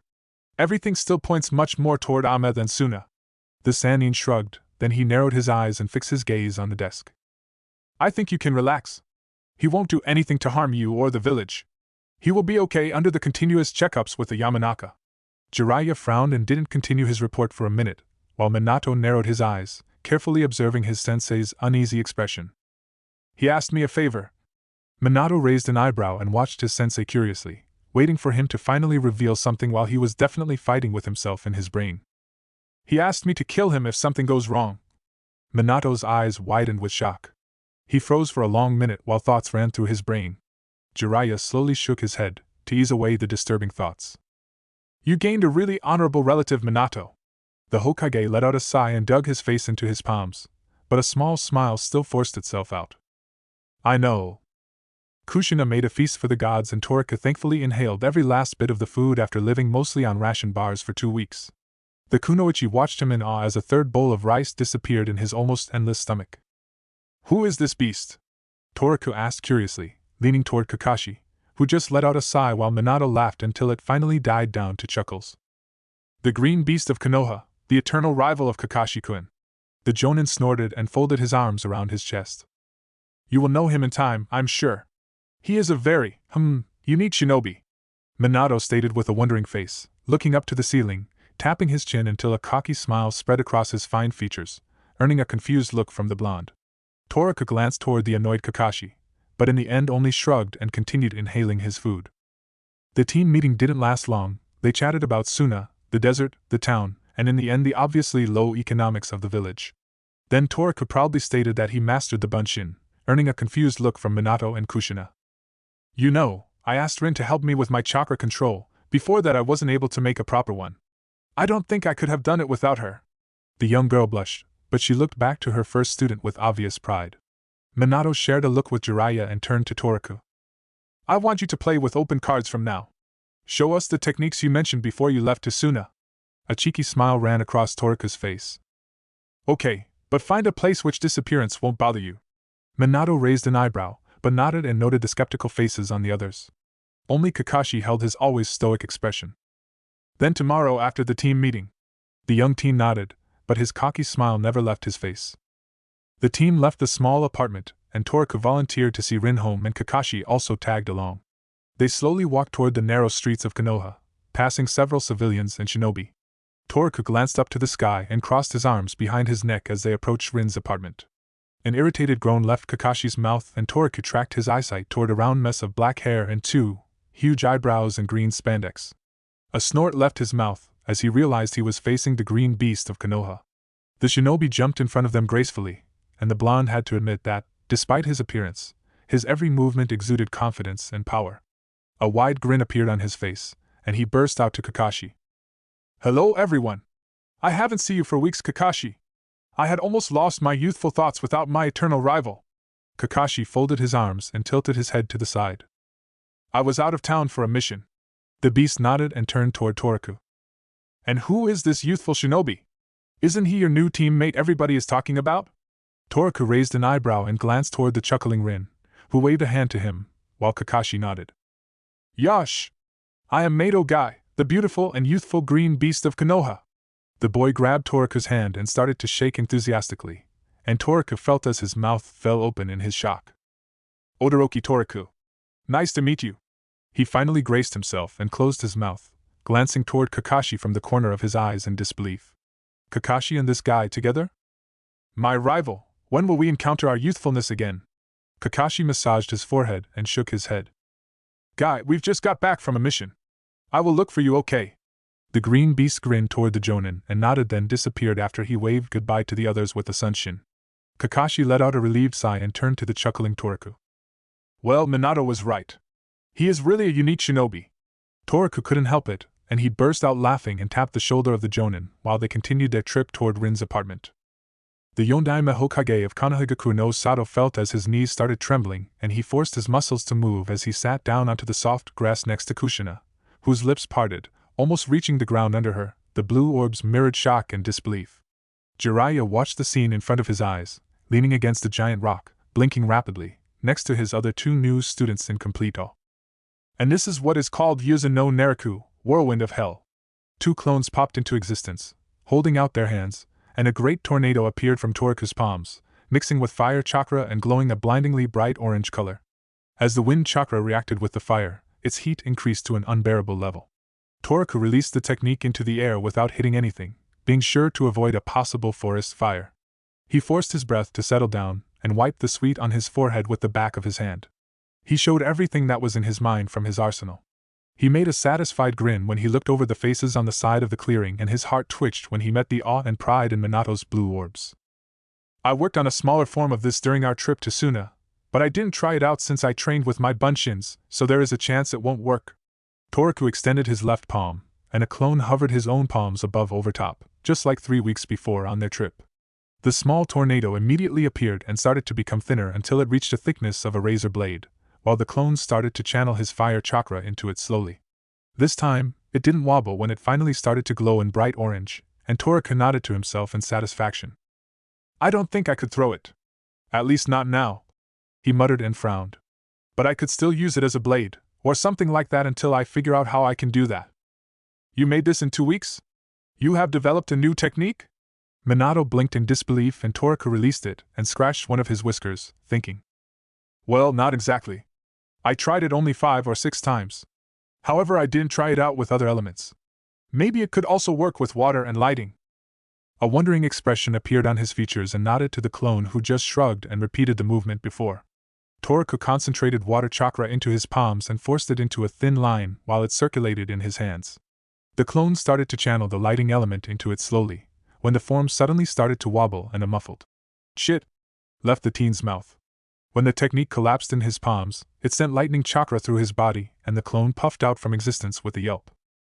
It knocked him hard to the ground, forcing out the wind from his lungs as his muscles in his chest squeezed painfully, his limbs jerking unstoppably, and his eyelids and teeth squeezed together from the force. When the element finally left his body, his persisting jerking died down to almost continuous small twitching.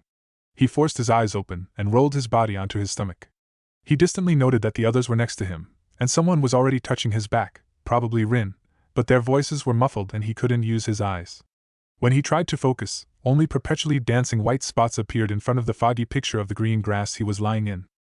He slowly moved his arms below his chest to push himself up, but his joints gave up, and he landed hard against the soil when his joints folded after another twitch.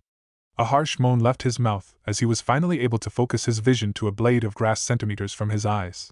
He finally wobbled himself to his hands and knees and shook his head to clear his foggy vision and brain. However, that was a bad idea. He immediately leaned forward and clapped his hands onto his mouth, forcing back the feeling to let out his breakfast in front of everyone.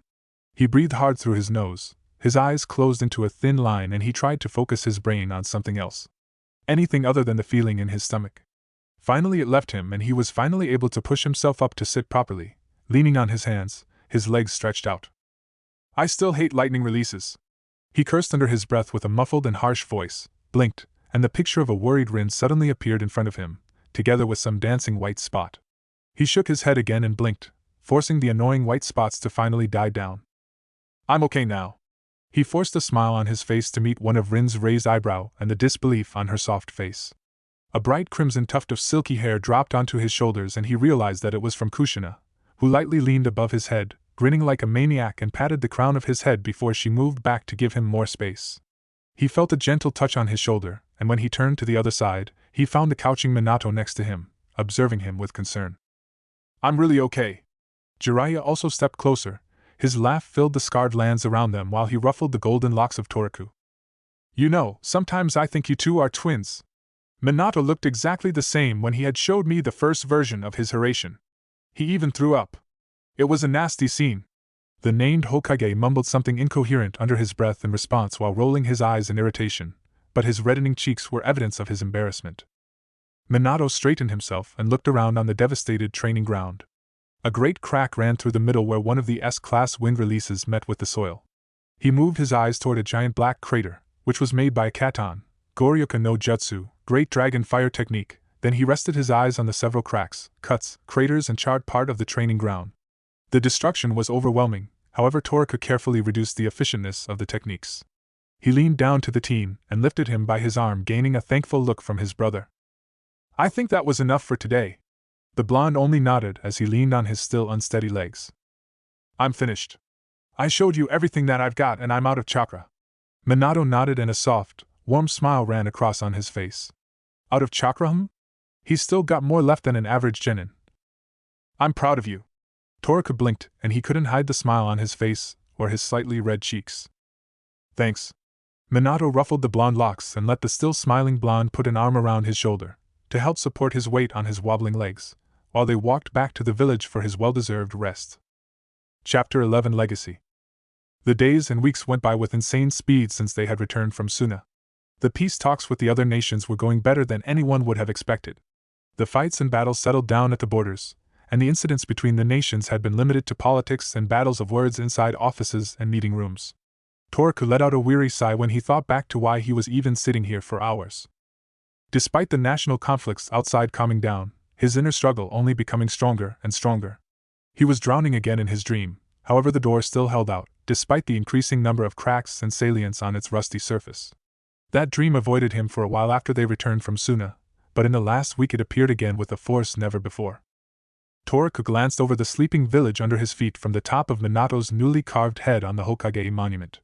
It was almost 3 months since he had actually gotten into the everyday life of Konoha, a little bit more than 2 months since he became a shinobi of the village. They had taken several missions, mostly similar to his first, transferring reports and supplies to the borders and to other guard posts all over Fire Country. But some missions which were not connected to the war were starting to appear, and sometimes he helped in tracking with other teams, however they were rare occasions. A satisfied smile ran across his face as the first beams of the sun reached the top of his head, and slowly, almost invisibly moved down on his sitting frame, warming up his body. The village gently starting to wake up, he already could smell the sweet scent of the fresh bakery products. An ANBU squad leaped from rooftop to rooftop, in the direction of the village gates, probably already leaving for a mission. They're leaving pretty early, Kachan. A silhouette of a kunoichi stepped out from the shadows of one of the Yondaime's spikes and sat down next to the smiling young chunin. He already knew most of the ANBU who were still assigned to watch over him, and he gave up the continuous pranking on them. Well, mostly. The devil never sleeps, and there was no way he would miss a perfect opportunity just screaming for his awesomeness. He still wasn't completely used to the feeling of continually being followed, but he came to terms with it, and also with the weekly checkups with the Noichi. They also started to meet on the weekends, forming something that could not yet be called friendship. He knew that it was for everyone's safety, and he couldn't deny that sometimes he was thankful to Sarutobi, regardless of his annoyance, that he didn't let down the surveillance despite Minato's request. In the end, Minato didn't go against his sensei's last will as the third Hokage, however he would be able to. He was the new Hokage after all. But Toku knew that his brother respected the old man enough not to do that, and he didn't complain anymore. How long will you stay here, Toraku-kun? The teen only shrugged, not looking back to his masked companion. Dunno. I like to wait until the streets start to become crowded. He let out a satisfied moan as he stretched his arms behind his back and leaned on them. I saw you yesterday in the jewelry. The ANBU flung her head to the side and narrowed her purple eyes under the mask. Relax. I only saw your back. But I recognized your scent. You shouldn't wear that robe, you got a nice butt. A furious snort left the girl as she immediately got up and moved back to the shadows, cursing and muttering under her mask. That was a compliment, you know. He looked over his shoulder where the kunoichi stood in the shadows, then shrugged when he received no answer. Girls, nothing good enough for them. He let out a sigh and continued watching the rising village under his feet. The team lined up in front of a long desk, waiting for their next mission. Minato let out a weary yawn and scratched his burning eyes to ease away the unpleasant sensation. Then he glanced toward another desk in the corner of the room, where an also obviously tired and weary-looking blonde clone frowned, leaning onto his hands above a big pile of paper. The clone blinked and made a grimace above a request and lifted up a signet to make a red marking of disapproval, muttering something angrily about unnecessary tawdry desires. Minato nodded toward the clone who waved his hand in irritation as an answer and pulled out another document from the pile to this time snort in his disapproval. Minato sent a thankful glance toward his brother, who suggested the idea yesterday night to use a clone to catch up with himself, when Minato almost collapsed on the futon when he finally arrived home. Peace talks go hand in hand with enormous amount of bureaucracy, and somehow Hiruzen had forgotten to mention that when he offered his seat.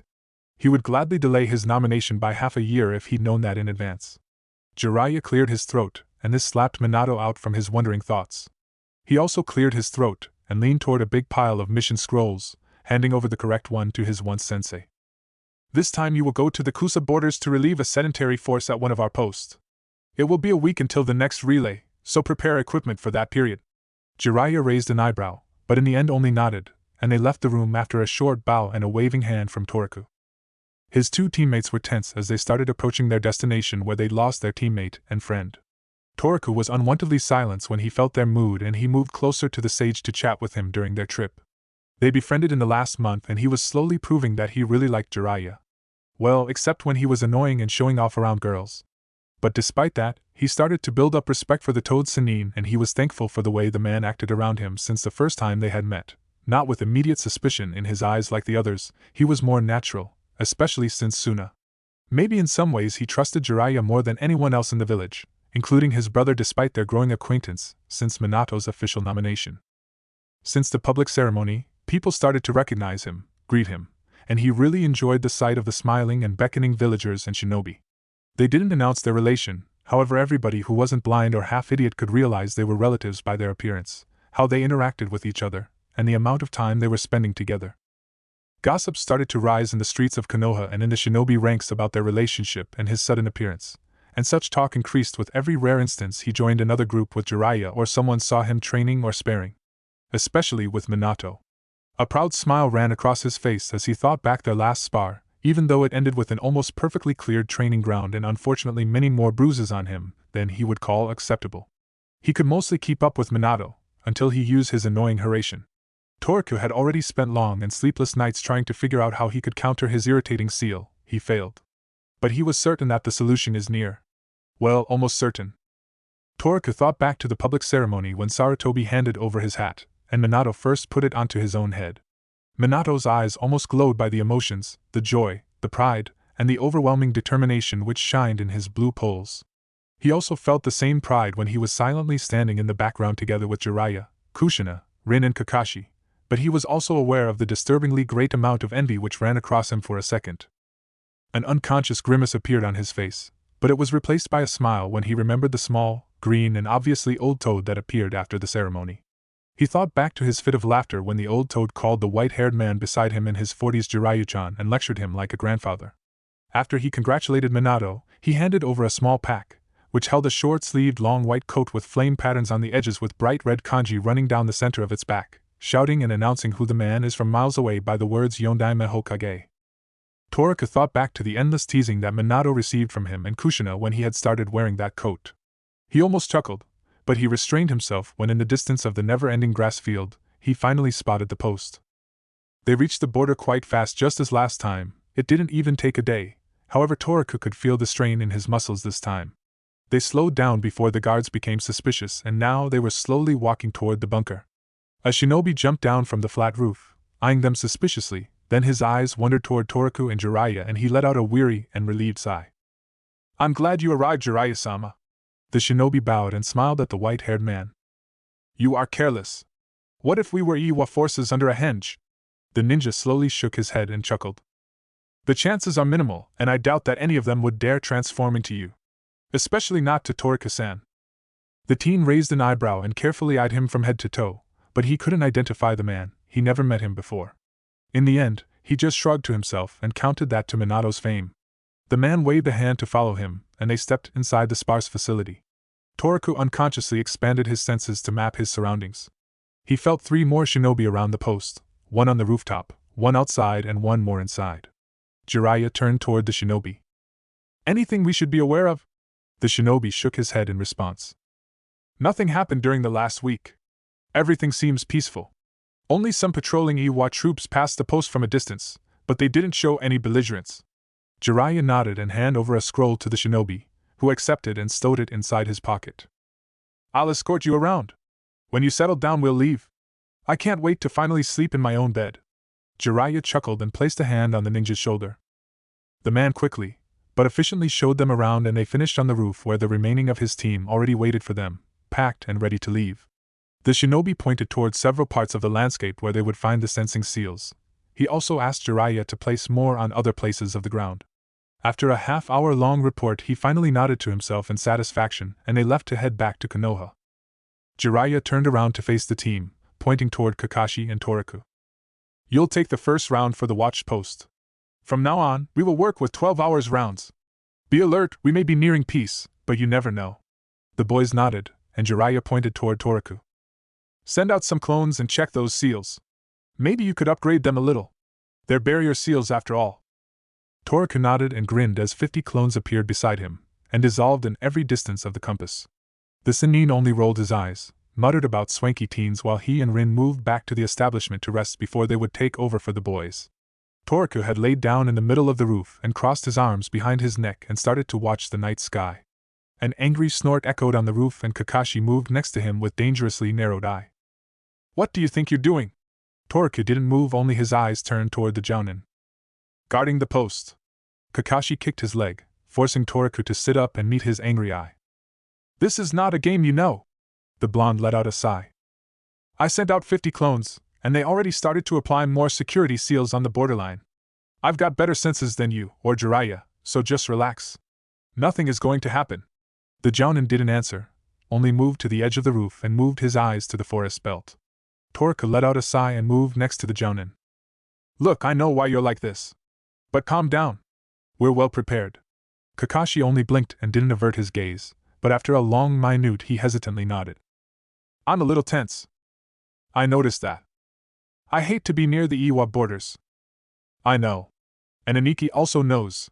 I think that's why he sent us here. Kakashi didn't answer, only clenched his hands into fists. I also figured that out, but this is a sour medicine Minato gave me, and Rin. Don't think it is easier to him, sending out his comrades and his friends to missions where they could be killed. Kakashi slowly shook his head. I don't think that. And we also know that. We are shinobi. Toku rolled his eyes and let out a sigh before he moved to the other side of the roof and sat down, this time to properly do his guarding role despite his 50 clones running around the post. The days were moving with the speed of a snail. Nothing had happened in the last 3 days. The most interesting event was when one of Kakashi's summons chased a fox away from the post.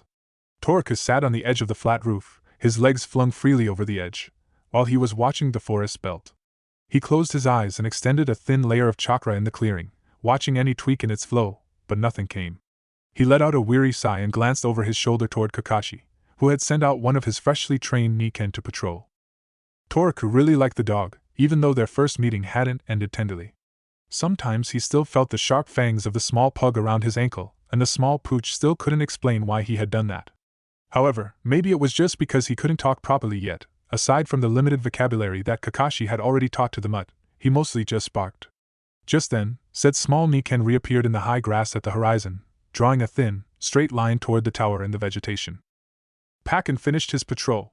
Kakashi nodded and moved next to the blonde and leaned over the edge to eye his small comrade as he was approaching them. The dog hopped onto the vertical wall and easily ran up to them and sat down, panting heavily. He looked up Kakashi with his sparking, intelligent eyes frisking his tail lightly. He was still young, still in the beginning of his training. He hadn't yet developed the stamina for a long run or to take part in a real fight. He just wasn't that type, but the pup was almost as stubborn as Toku and had an exceptional nose which could rival his own. Anything? Kakashi asked curiously, waiting for Pakken to catch his breath. But the small dog only shook his head. Kakashi nodded and dismissed the dog, who disappeared in a puff of smoke after a nod toward the blonde boy. Toku stretched his limbs and yawned before he settled down to his previous place on the edge of the roof again. Hey Kakashi. What have you been doing with Jiraiya lately? I mean with those scripts. The Jounin's only visible eye twitched and Toku could swear that the edge of his ears turned flaming red in the dark night. However, his face didn't give away any further reaction, nor did he answer the question. Only waved a hand to the blonde and turned his back on him and tensed his shoulders. The Chunin raised an eyebrow then shrugged, but the curiosity never left him. He would have to investigate that a little later. They stayed in silence for long minutes until Toku rubbed his burning eyes and let out a weary sigh, yawning again for maybe the 100th time in the last hour. You should speak with Rin. The blonde glanced toward his companion with a confused face. I don't know what you're talking about. I'm perfectly fine. The Jounin turned back with narrowed eye after a doubtful snort left his nose. Yeah, sure. Except you haven't slept 6 hours in total since we arrived here. The blonde's eyes twitched in irritation. Don't spy on me. I'm not spying on you. I just sleep next to you. I'm neither blind nor deaf. I'm alright. No, you are not alright. You're exhausted, and the only reason you haven't dropped from fatigue is the soldier pills you eat when you think nobody is watching. If you don't speak with Rin, okay. I'll speak with her when she's awake. His voice was faint, but Kakashi nodded in his satisfaction. Toku suddenly stiffened, and a shiver ran across his spine. He looked around, and immediately expanded his chakra from the rooftop, earning a confused and worried expression from the Jounin whose muscles instantly tensed, ready to react if necessary. What? Kakashi whispered toward Toku, who closed his eyes, frowning, then shook his head. Nothing. Nothing is out there. Kakashi frowned, when 5 clones appeared next to the blonde and jumped down from the roof and ran toward the forest line. Just a precaution. The Jounin moved next to Toku and revealed his left eye under his hitate. The tomos started to whirl slowly as he moved his sight over the landscape, looking for any hint of chakra inside the woods beside the seals. Finally he nodded and replaced his forehead protector, but he didn't relax his tense muscles. The two teens stayed in full alert for hours, but only a lonely deer appeared from the forest and slowly moved to the middle of the clearing, then left after half-hour as silently as it came. Toku let out a weary sigh. He felt as his eyelids became heavier as exhaustion started to take over his body and his brain. He shook his head to ease away the weariness, with little success. A strange feeling never left him, despite the fact that he'd expanded his senses to the maximum where he wouldn't go insane from the normal sounds and sense of the nature around him. He let out a weary sigh as he moved to the edge of the flat roof. A blonde clone popped up next to Kakashi. "I'm going out for patrol. He will report if I find something." The young jounin nodded and moved closer to the edge to watch as his blonde comrade landed gracefully in a crouch and ran toward the edge of the woods after several blonde heads popped into existence around him, dissolving into different directions of the woods. A nervous frown appeared on his face, his muscles tensed unconsciously when the last golden crown disappeared from his sight. Toku jumped down from a branch, landing in a crouch in a small clearing, and slowly moved closer to an ancient old, giant oak tree. He ran through a short chain of hand sings and gently placed his palm on the raw surface of the tree. A complex, ink-black spider web pattern appeared on the small clearing, made by kanji, symbols, curves, and straight lines. The blonde chunin leaned closer to the center of the pattern, forced it to glow with a tiny amount of chakra and examined it carefully, looking for anything suspicious on the predominant seal which controlled all the other ones along the borderline in this district. Toku let out a weary sigh and rubbed his burning eyes. "I really need a long nap." A clone popped into existence. "Tell Kakashi that I'm going to check the last two of the control seals. I will be back in half an hour at maximum." The clone nodded and disappeared with a loud puff, breaking the complete silence in the ink-black night. The memory of his previous command immediately appeared in his head. At that very moment he felt dizzy and had to lean on the large tree for support, then shook his head to ease away the feeling. "I'm more exhausted than I thought." Something started to nag at the back of his mind, but he didn't have time to react as he heard a muffled thud, then immediately felt a small sting in his neck. His head started to spin with a force he never felt before. His knees gave up and he fell to the ground limply. His brain still worked, but he couldn't focus his thoughts, nor his chakra to warn the others. He dimly saw movement from the corner of his eyes and distantly realized that his clones had disappeared, but his dizzy and continuously spinning brain couldn't process the memories. He struggled, forcing his brain and muscles to work, forcing his eyes to focus. A foot in ninja sandals shrouded his vision, and his eyelids started to give up the fight with the gravity. A distant urge reached his raw mind, screaming desperately to move his body, but he couldn't even twitch a finger.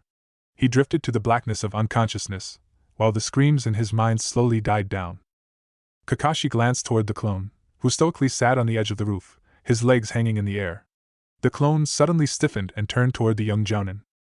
"Message from the boss. He is checking the last two control seals and he will be back in half an hour." The jounin nodded and turned his head toward the woods again. He saw a sudden faint glow from the corner of his eyes. His muscles moved unconsciously, snapping his head in the direction of the light, when he felt a faint stinging sensation in his neck. The last thing he could note with his numb mind was a muffled puff as the clone disappeared before he lost consciousness, not even a second after the sting in his neck. He couldn't even feel the pain of his head connecting with the rooftop with a muffled thud. They were moving. He felt it vaguely, but he couldn't open his eyes. He felt dizzy, still unable to focus his thoughts. The last bits of his rational mind were desperately struggling to reach for his chakra, but his aggressively spinning brain made all attempts in vain. A moan left his mouth as his body jerked when the one who was carrying him landed hard on a branch, forcing his lungs to discharge the air from his limp body. In the back of his mind he realized that they had stopped. At least he couldn't feel the wind in his blonde locks or on his skin anymore. He dimly felt as his eyelids started to twitch by the strain of trying to open them. "He's gaining consciousness again. Give him another dose." He was harshly dropped to the ground. "He already got a second one. A third could kill him." A satisfied snort reached his ears, but he could process the previous sentence for several long seconds. That would be a relief. He attempted to force his desperately screaming muscles to move, and he was finally able to open his eyelids halfway. The only thing his spinning brain recognized after long seconds of delay was two hexagonal patterns on a metal plate, which occupied his vision as the ninja leaned closer to him. Iwa. A dim sensation of stinging pain reached his foggy mind and his vision started to become darker again. He barely recognized the needle in the straightening shinobi's hand, before he drifted back into unconsciousness.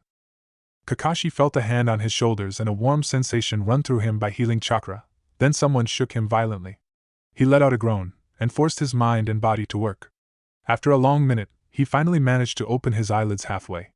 His dizzy eye met two pair of worried ones above him. Finally, he shook his head and forced his aching muscles to sit up with the help of Jiraiya. What happened? The Jounin blinked and jerked his head to the side, sending another fuzzy feeling through his abused brain. Where is Toku? Rin and Jiraiya shared a worried look, and the white-haired man finally shook his head. You were ambushed. I still don't know exactly how, but they took him. They must be about half an hour ahead. We are lucky I came to check on you. Kakashi wanted to jump to his feet, but he faltered and would have landed flat if Jiraiya hadn't caught his arm. He shook his head again, and this time he was able to stand straight, leaning on the Sannin. He felt as his inside twisted with the urge to get rid of his last meal, but it fortunately died down after 2 deep breaths. We have to track them down, Kakashi stated with a cracking tone while Jiraiya examined the team and nodded when he finally straightened, letting go of his hands as his foggy vision started to clear. Indeed. But we can't leave the post without guard. We'll have to split and our forces will decrease drastically. Those who took Toku weren't greenhorn shinobis. They managed to sneak up on him. Kakashi nodded. He was exhausted. Otherwise that would just be impossible. But who? Jiraiya nodded. They were only after Toku. Maybe they want to use him as political pressure. I could imagine this kind of thing from that old geezer Inoki. Jiraiya rubbed his temple, forcing his brain to work harder. Rin, you will stay here with one of my summons. But first we'll need your every skill. I need Kakashi to chase them since they didn't get far. The girl nodded and sent a worried look toward Kakashi, whose sight still seemed to be a little foggy. Kakashi, we don't have time. I'll need your tracking skills. The boy nodded and ran through a chain of seals to summon Pakken. Why didn't we get rid of the others? Killing one of Konoha's Sannin would be a great effort from Iwa toward the other nations. Our mission was only to get that sissy. And don't think that getting rid of one of the Sannin would be a piece of cake. This time no killing, it doesn't matter how bad you, or I want it. That Sachikage wants him alive. Yes, Commander.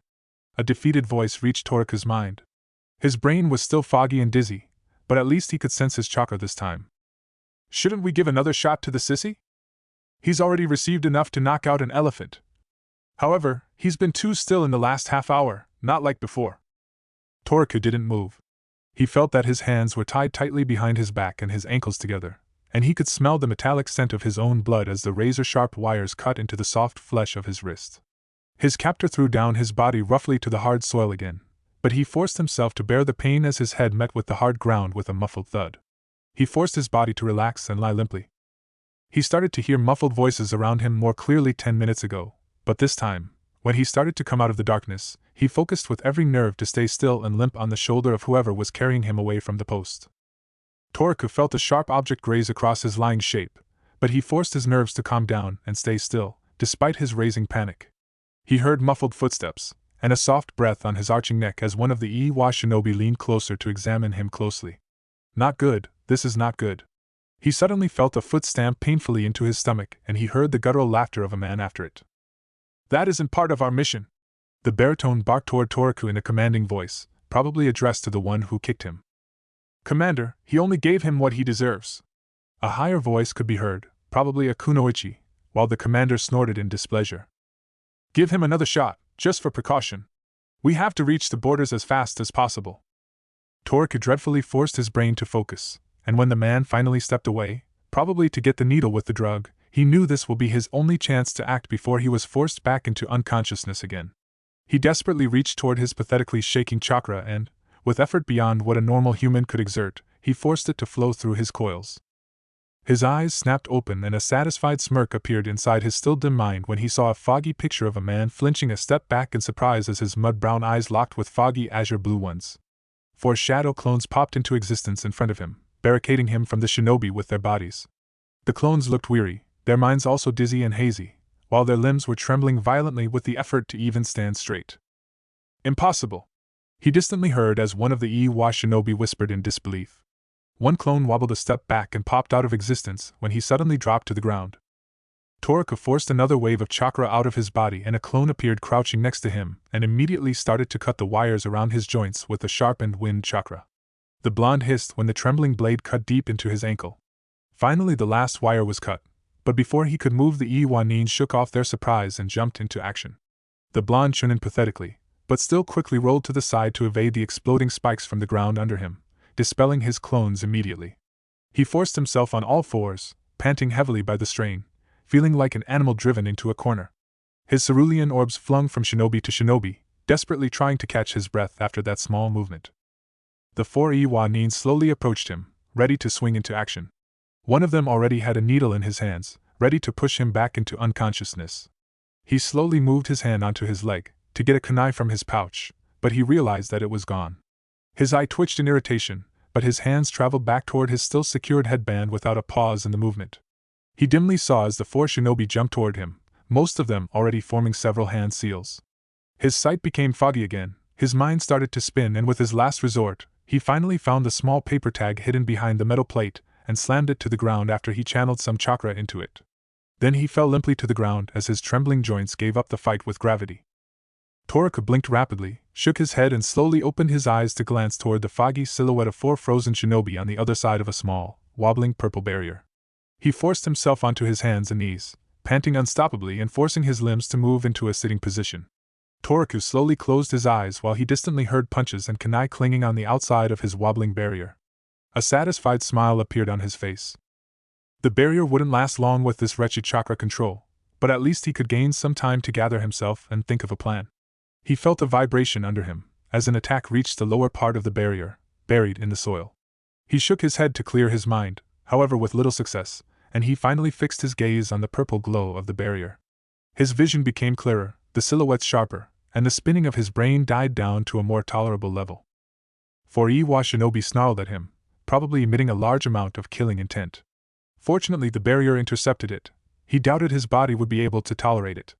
Toku couldn't surpass the temptation, and he sent a cocky grin toward one of them, earning a narrowed gaze from the largest member of the team from stone. "Surround the barrier! Don't forget we need him alive!" All Iwanin moved to the 4 corners of the barrier without hesitation as Toku eyed them curiously. Not that he could do anything more in his pitiable state. He pushed himself up to stand on his wobbling legs, leaning onto his knees to help support his weight. His eyes moved toward the commander, and he finally straightened himself, reeling a little from the effort, and forced more chakra into his fading shield. The shinobi's eyes shined victoriously as the purple barrier wobbled and a crack appeared on the side after a long 10-minute staring contest. Toku slowly turned his head toward the crack and narrowed his eyes, while forcing his still trembling chakra to flow smoother. His limbs felt like they were made of lead, and every little movement sent pain toward his weary brain. He moved his arms together and crossed his fingers, preparing to perform his signature jutsu, when his barrier collapsed. Normally, he wouldn't need to use any hand signs for that, but now he needed every bit of help with his wobbling chakra to perform any kind of jutsu. He was lucky the first time to be able to make those 5 pathetic clones, and they were even solid and useful. Another crack appeared above him, and he tensed his aching muscles. The 4 Iwanins moved to stance, and also started to form hand sign, preparing to attack when the seal faded away. A small purple shard fell on his shoulder, and when it touched him, the barrier collapsed into millions of pieces and disappeared when they reached the ground. The 4 shinobi took that as the signal and jumped toward him. "Near!" a barking voice echoed in a clearing. A silhouette of the white-haired Sannin ran through the clearing inside the forest, the trees spotted with giant mushrooms, with a small mutt in his hands. The man's form blurred by the insane speed while they were traveling. The heavy breathing of Kakashi could be heard only meters behind him as they rushed with insane speed deeper into the dark woods. "I won't let it happen again," Kakashi muttered to himself between 2 harsh breaths, and he forced more chakra into his legs. 2 clones appeared next to him and grabbed his still crossed arms to throw him out of the way of the 4 Iwanins. He landed hard on his back, carving a long straight line into the ground where his body slid through the hard soil. A painful groan left his mouth and he could only roll to the side, before a chakra-boosted fist slammed where he was a blink ago. He rolled further and moved to a pathetic stance, almost falling back. The 4 shinobi appeared around him and jumped into action immediately. Toku struggled between the punches for several long minutes, and he could taste his own blood inside his cracked mouth. His only real success was when he managed to destroy that damn needle. He fell to the ground from a well-placed hit on his temple, and the world suddenly became soundless, except a sharp whistle, while dark spots danced in his vision. The teen struggled on all fours in the middle of a mud puddle created by an earth release, while the Iwanins tried to catch him. He desperately shook his head to ease away the whistle and gain back the focus in his eyes, but before it happened a familiar foot kicked painfully into his stomach again, forcing out every bit of air from his lungs. He fell back to the ground on his stomach with a disgusting splashing sound as his body hit the mud. He turned his head and tried to open his eyes, however he couldn't open the left one. He couldn't move. He never felt so weak, so vulnerable, so defeated. A harsh voice was continuously screaming inside his head, to get up, to fight, sometimes even teasing him, how sick and pathetic he was. Toku hardened himself, and slowly moved his hands under his chest to push himself up one more time. Give up and just stay still. Don't make this harder than necessary. He heard a harsh baritone voice whisper into his ear and he felt a rough hand on his shoulder. An animalistic snarl left his mouth at the unpleasant feeling. I am as stubborn. I'll never give up. A foxy grin appeared on his face unwittingly, while he heard his own cracking, but determined voice from a distance. He tensed his aching and heavy muscles to shove the man off of his back, before he could be knocked out, when he heard something in the distance. He blinked in surprise. Birds. Birds were chirping continuously. Not one, not a dozen, hundreds, maybe thousands of chirping birds could be heard from everywhere. His left shoulder started to ache painfully, like someone had stabbed him with a knife and twisted it, but he only managed a painful groan. The spinning feeling reappeared in his brain, while he distantly sensed that the dark night was starting to glow an azure blue while a familiar scent forced its way into his nose, suppressing the metallic scent of his own blood mixed with the wet soil and mud around him.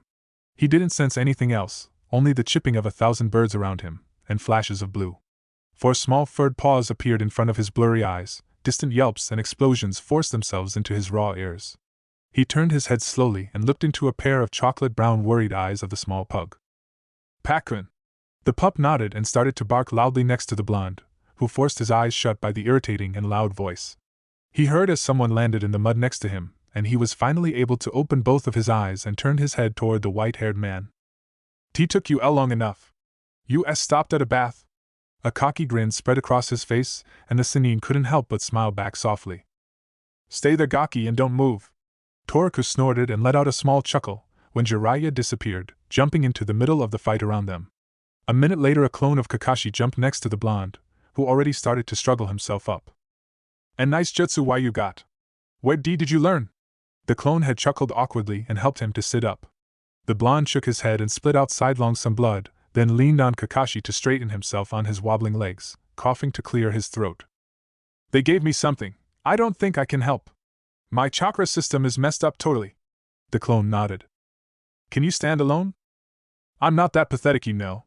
He sent a foxy grin to the clone, who rolled his two visible eyes and nodded before he jumped after the Sannin into battle.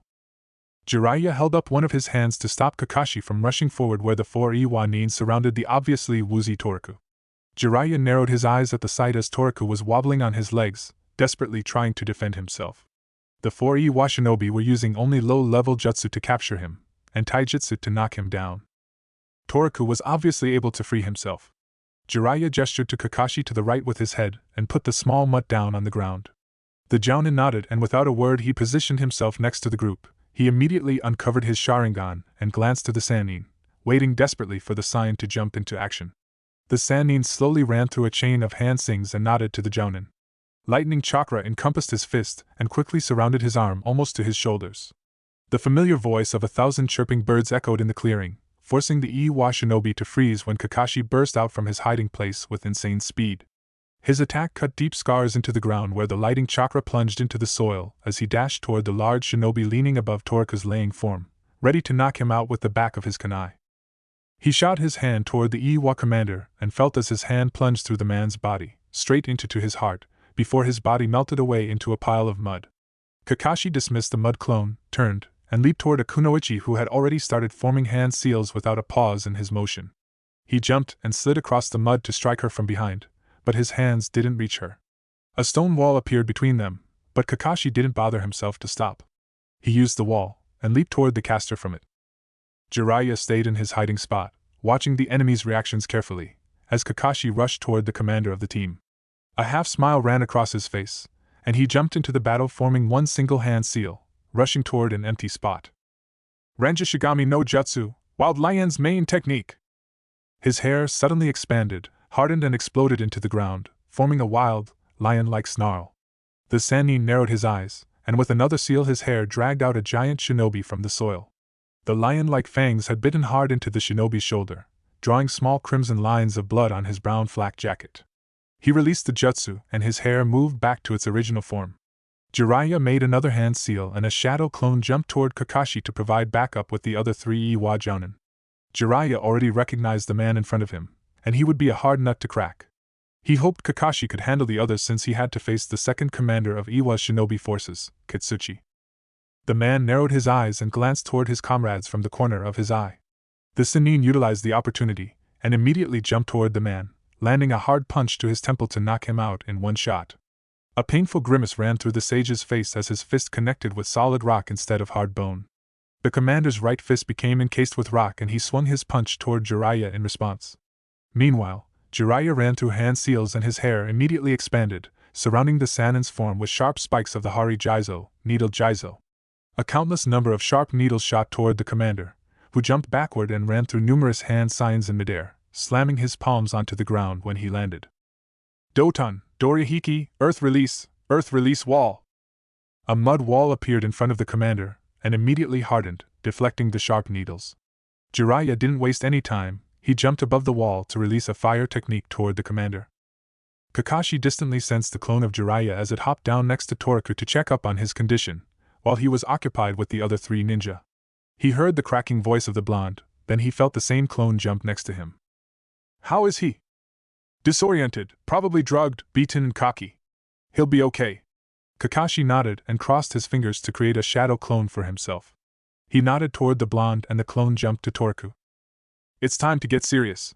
Kakashi nodded his approval and shot out toward the kunoichi in front of him, drawing out his short katana while Jiraiya's clone jumped toward the remaining 2 Iwanin. Jiraiya was finally able to single the commander with a fire release, who was continuously hidden underground during their fight. He glanced toward where his clone and Kakashi were fighting with the remaining Iwa Jounin. The Sannin bit down his fingertip, summoning a man-sized stoic-looking green toad with a katana on his back. Gamma Hero, I need some backup here.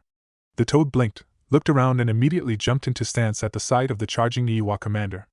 Jiraiya flinched when his clone disappeared by a spike from the earth and his memories of their fight poured back to him, the charging Kakashi and Toku leaning against a tree trunk to support his weight in the background. A violent scream echoed in the clearing as Kakashi slammed his hand onto the ground and sent a Raiden, Jibashi, lightning style, earth flash, jutsu toward the remaining Iwa shinobi. The commander froze in space as he turned to see his last comrade fall limply to the ground with an inhuman shout. He immediately turned around and charged toward Kakashi and Toku, his hands forming seals with blurring speed, while he simply jumped over the stunned toad. He leaped into the air and slammed his hands onto the ground, sending his last bit of chakra into the soil. Doton, Sando no Jutsu, Earth Release, Mountainous Earth Technique. The earth cracked in half between the 2 young and weary shinobi, and 2 enormous rock formations appeared in order to close around and smash them to pieces. Only the Sannin's quick reflexes, shooting white hair forward to push them out of the technique's range, saved the 2 boys from becoming as thin as a pancake. A defeated roar left the commander's mouth as he fell to his knees, his body trembling from the strain and the chakra exhaustion. Jiraiya was breathing heavily as he wiped some blood from his forehead while glancing toward the 2 boys. Toku limped toward them, leaning on Kakashi's shoulders, until they reached the stock-still laying and panting form of the commander. That was a very nasty technique, Jiraiya stated coldly, eyeing the scratches and cuts on Kakashi and the obviously more aware eyes of Toku, who slowly lowered himself to the ground to sit down, hanging into the Jounin's arm for support. What the heck did you give me? It's so damn annoying. I'm going to kill you. Kitsuchi hissed between his teeth, however he wasn't able to move even a finger. He put his last bit of chakra into that last technique and every part of his body felt numb and alien. You should know when to give up, Jiraiya stated calmly while he worked to secure the enemy ninja with wires. Kitsuchi's eyes flared with burning hatred, as they moved from Toku to Kakashi and back. I'm going to kill you. Toku narrowed his eyes as he glanced at the commander. What did we even do to you? Geez. Stone and fire are in the middle of a peace talk. You killed them. All of your comrades are alive, they're just knocked out, Toku stated calmly, while he examined a nasty bruise on his side, hissing when his fingers touched his probably broken ribs. He shook his head again and blinked when dizziness started to appear again in his mind. You killed them. The blonde's eyes twitched. We didn't kill anyone, so just shut up. The always stoic Kakashi burst out as the gathering tension broke his mental walls. You were the one who killed them 3 months ago. You and your damn Hokage. The flares of hatred almost glowed in his eyes as he attempted to lunge toward Kakashi, who narrowed his eyes next to the Sannin. Hatake Kakashi and your damn Hokage. You were the one who killed my brother-in-law at the Canopy Bridge. It was you. And your damn Hokage slaughtered my wife on the front lines on the same day. Kakashi obviously flinched, and he slowly turned his head away from the commander. I killed, because if I hadn't then I would have been killed. Same with Sensei, we are shinobi, he stated calmly, but the E1 ninja didn't bother to even listen to the young jounin. His mind became foggy as anger and hatred took over the rational part of his mind, shouting away his pain to the world. I hope you remember him. His name was Kako. Remember his name for the rest of your pathetic life. Kako. He and his team were sent out to scout. He had black eyes and thick, shaggy brown hair. I hope his 2 blades made that scar on your face. Life for life. I will kill you, and that blonde. Your Hokage took away my wife, and I will take away his relative. Kakashi's muscle tensed, and he narrowed his eyes. A small tremble ran down his spine, and he felt rage and hatred rising inside him, bubbling and burning away everything of the outside world, as the realization hit him hard. I will remember your brother-in-law for the rest of my life, but not because you told me to. His Sharingan glowed dangerously and the tomos started to spin menacingly. Kakashi suddenly burst forward, his short sword entered to the ground a millimeter from Kitsuchi's throat as the jounin slammed it into the soil. His hands shaking from his emotions, his whole body trembled unstoppably, and his sword drew a thin red line on the commander's neck by the movement. He killed my comrade! My best friend, the person who I looked at like he was my brother, and I didn't even get the opportunity to tell him so. Life for life, you said? Kakashi's voice was ice cold, full of the same burning and boiling hatred as the Iwanin, which sent chills down Toriku's spine. Will it be an equivalent if I kill you? Just do it. The commander narrowed his eyes and split out the word like it was sour poison, and in the end chuckled insanely. Jiraiya folded his hands in front of his chest, and his eyes darkened as he watched the flames of pure hatred in the eyes of both Kitsuchi and Kakashi. The Sannin stepped forward, opening his mouth to interfere, but before he could say anything, something inside forced him to stop as he met the azure-blue orbs of Toriku. Kakashi slowly pulled out his katana from the ground to make one more, this time precise, cut with it. You'll let him kill you? You'd throw away your own life that easily? The Iwanin blinked and a spark of consciousness returned to his haunted eyes and Kakashi stopped his movement. Toriku slowly raised himself from the ground, his legs wobbled as he leaned on his knees to support himself before he straightened and stood above the prostrate commander and the crouching Kakashi. And what would happen if Kakashi kills you? Will that bring back Obito? Or maybe your brother-in-law will be resurrected? Or your wife? You know what will happen? I know. Your relatives will swear vengeance on killing him. If they kill him, his friends will go after your relatives. And so on. Hatred only give birth to death, which in the end will bear more hatred. Only peace can stop this never-ending circle. Jiraiya narrowed his eyes while Kakashi eventually calmed down his nerves, which were stretched to the breaking point. His hands never left his katana, but the killing intent he emitted slowly dissipated. Kitsuchi forced his sore muscles to move and turned his head to look up at the blonde shinobi. He locked his dark eyes with the cerulean orbs to find sadness on his face and pity in his eyes. It doesn't matter. You speak of peace. There won't be any peace. There is no such thing as peace. Toriku stayed silent for a long minute, carefully examining the haunted eyes of the commander, the eyes, burning with the flames of hatred, melting away everything else as he saw Minato's face despite the differences. A soft smile ran across his features, a soft and caring smile, which only a mother could show to her own child. The Iwa commander blinked in surprise. The smile disappeared from his face, and sheer determination replaced it, flaring unstoppably in his azure-blue orbs like a sapphire inferno. There is peace. Toriku's voice was firm yet soft, echoing, yet still quiet, harsh, but still pleasant like a lullaby. I'll break the cycle of hatred. I'll break this curse. If there is such a thing as peace, I'll find it. Believe in me. I won't give up. Jiraiya distantly felt somewhere that his hands had fallen limply to his side, and his lips parted in his surprise and awe. The commander blinked once more in confusion. Who the hell do you think you are? Toriku glanced down calmly at their captive. His azure orbs never let go of the determination for a long, silent minute. The silence suddenly broke when the determination disappeared from his face, replaced by his well-known foxy grin. Jiraiya sighed, but a thought never left his mind, a thought from a prophecy, about one of his students. Well, he was actually a jounin sensei. A sensei of Toriku who was technically his student. I'm Dash. Toriku suddenly froze. His arms don't move, although he wanted to grab his temper and scream as something cracked in his head and started to burn like an inferno, tearing his brain to shreds, bubbling and melting away his sanity. The pain suddenly stopped as fast as it came, and the only thing he felt was sheer exhaustion. He distantly sensed his knees give up holding his weight, and his body slowly falling to hit the hard. He didn't feel the pain of the impact. He sluggishly opened his eyes, turning his head as he calmly realized that he had passed out from exhaustion. He was again inside the never-ending sewer in the ankle-deep water. He slowly shook his head and stood up. His body almost cheerfully began to march toward his final destination, where he would find that damn old rusty door without a handle, and in the end he would drown in the ice-cold water. But he didn't care anymore. Somehow he felt happy and calm beyond words. Chapter 12: Door Handle. Toku had been wandering for hours in the empty passages of the corridor, and his feet started to ache. Strange. That's never happened before. I know the way. I'm sure. I always go this way. He passed by a burnout gaslight, but before he left it he stopped. His hands moved without second thought. He carefully tapped the burner once. Nothing happened. He narrowed his eyes and repeated the movement, and on his third try he was blinded by the yellow light from the lamp.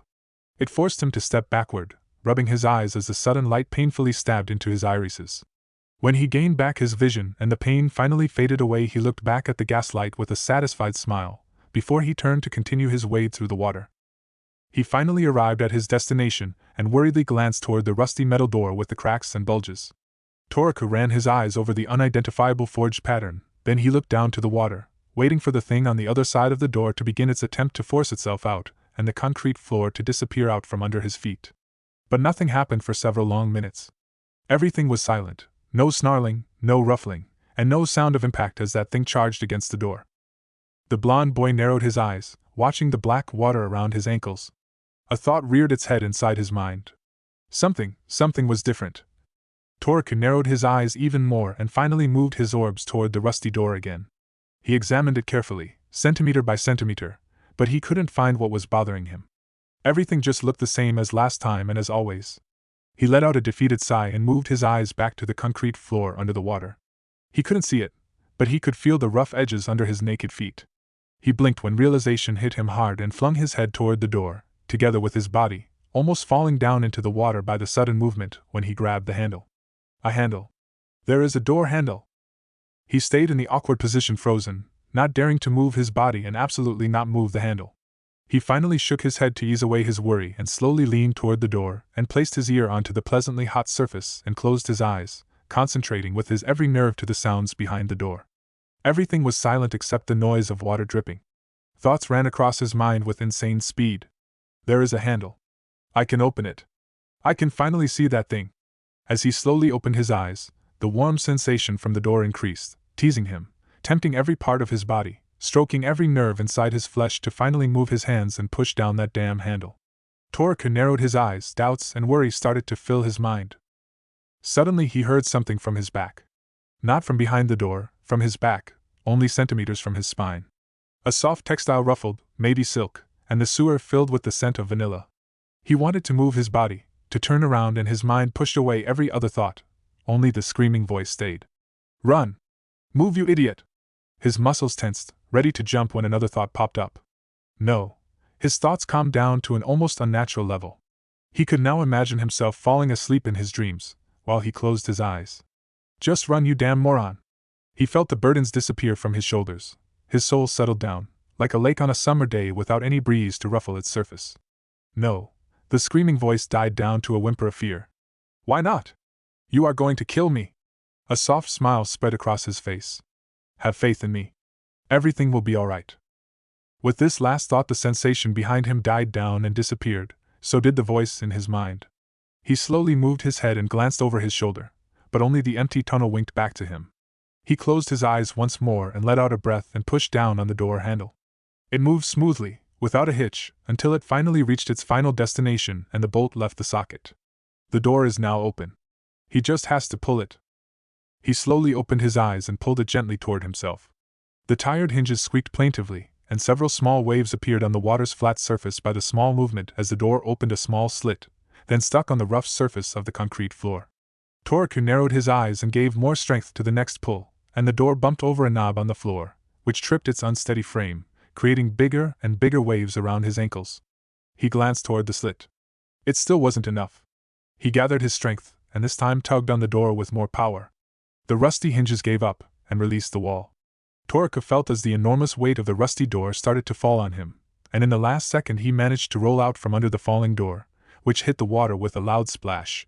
The sound of the impact echoed all over the empty tunnels, amplified by the walls and bounced back as reverberations.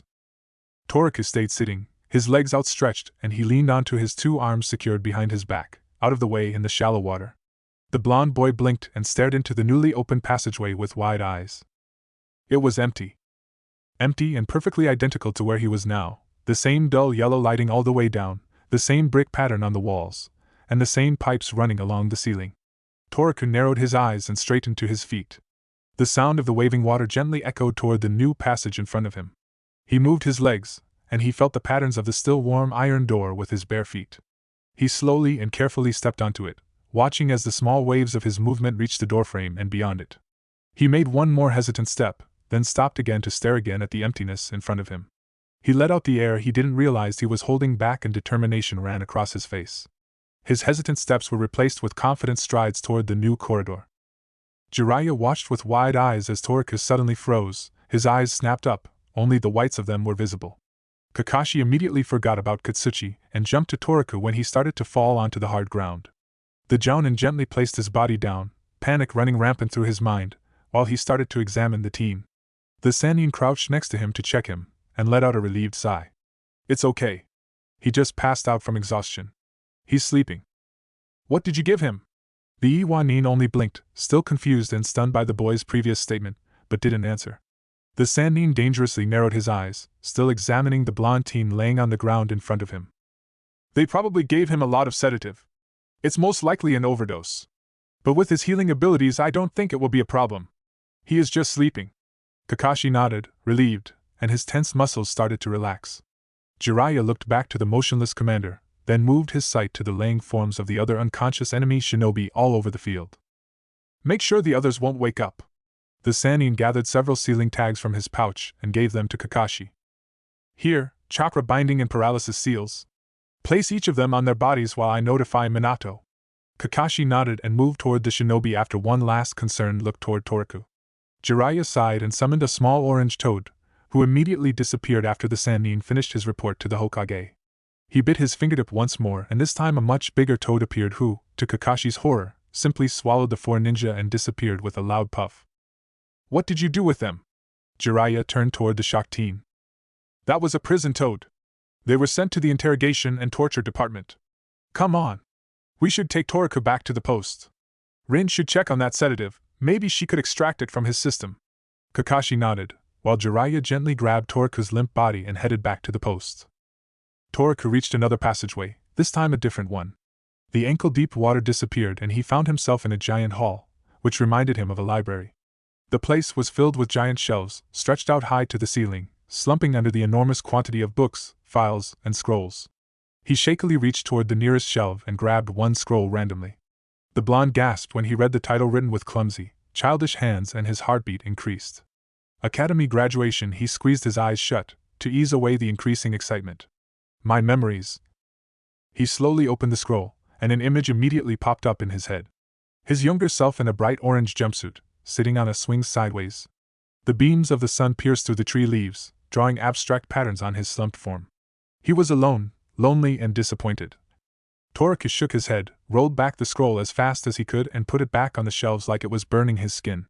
He looked down at his hands for a long minute, but curiosity surpassed his sadness. He hesitantly raised his hand and grabbed another scroll, this time from a different shelf, and without reading the title he rolled the scroll open. A new image flowed through his mind. He sat at a long counter, slurping his ramen, together with a pink-haired young girl and a raven black-haired boy. The same but younger girl, from his memory. Sakura. That was her name. He gently rolled up the scroll and placed back where it was originally. He slowly ran his eyes over the titles, reading them randomly as he moved further and further along the shelves. Mission, Wave Country, Chunin Exam, Second Round. He spotted a more worn scroll than the others. The margins were tufted, the title almost unreadable because of the frequent use. Valley of the End. He hesitantly raised his hand, but he suddenly halted it in midair and shook his head.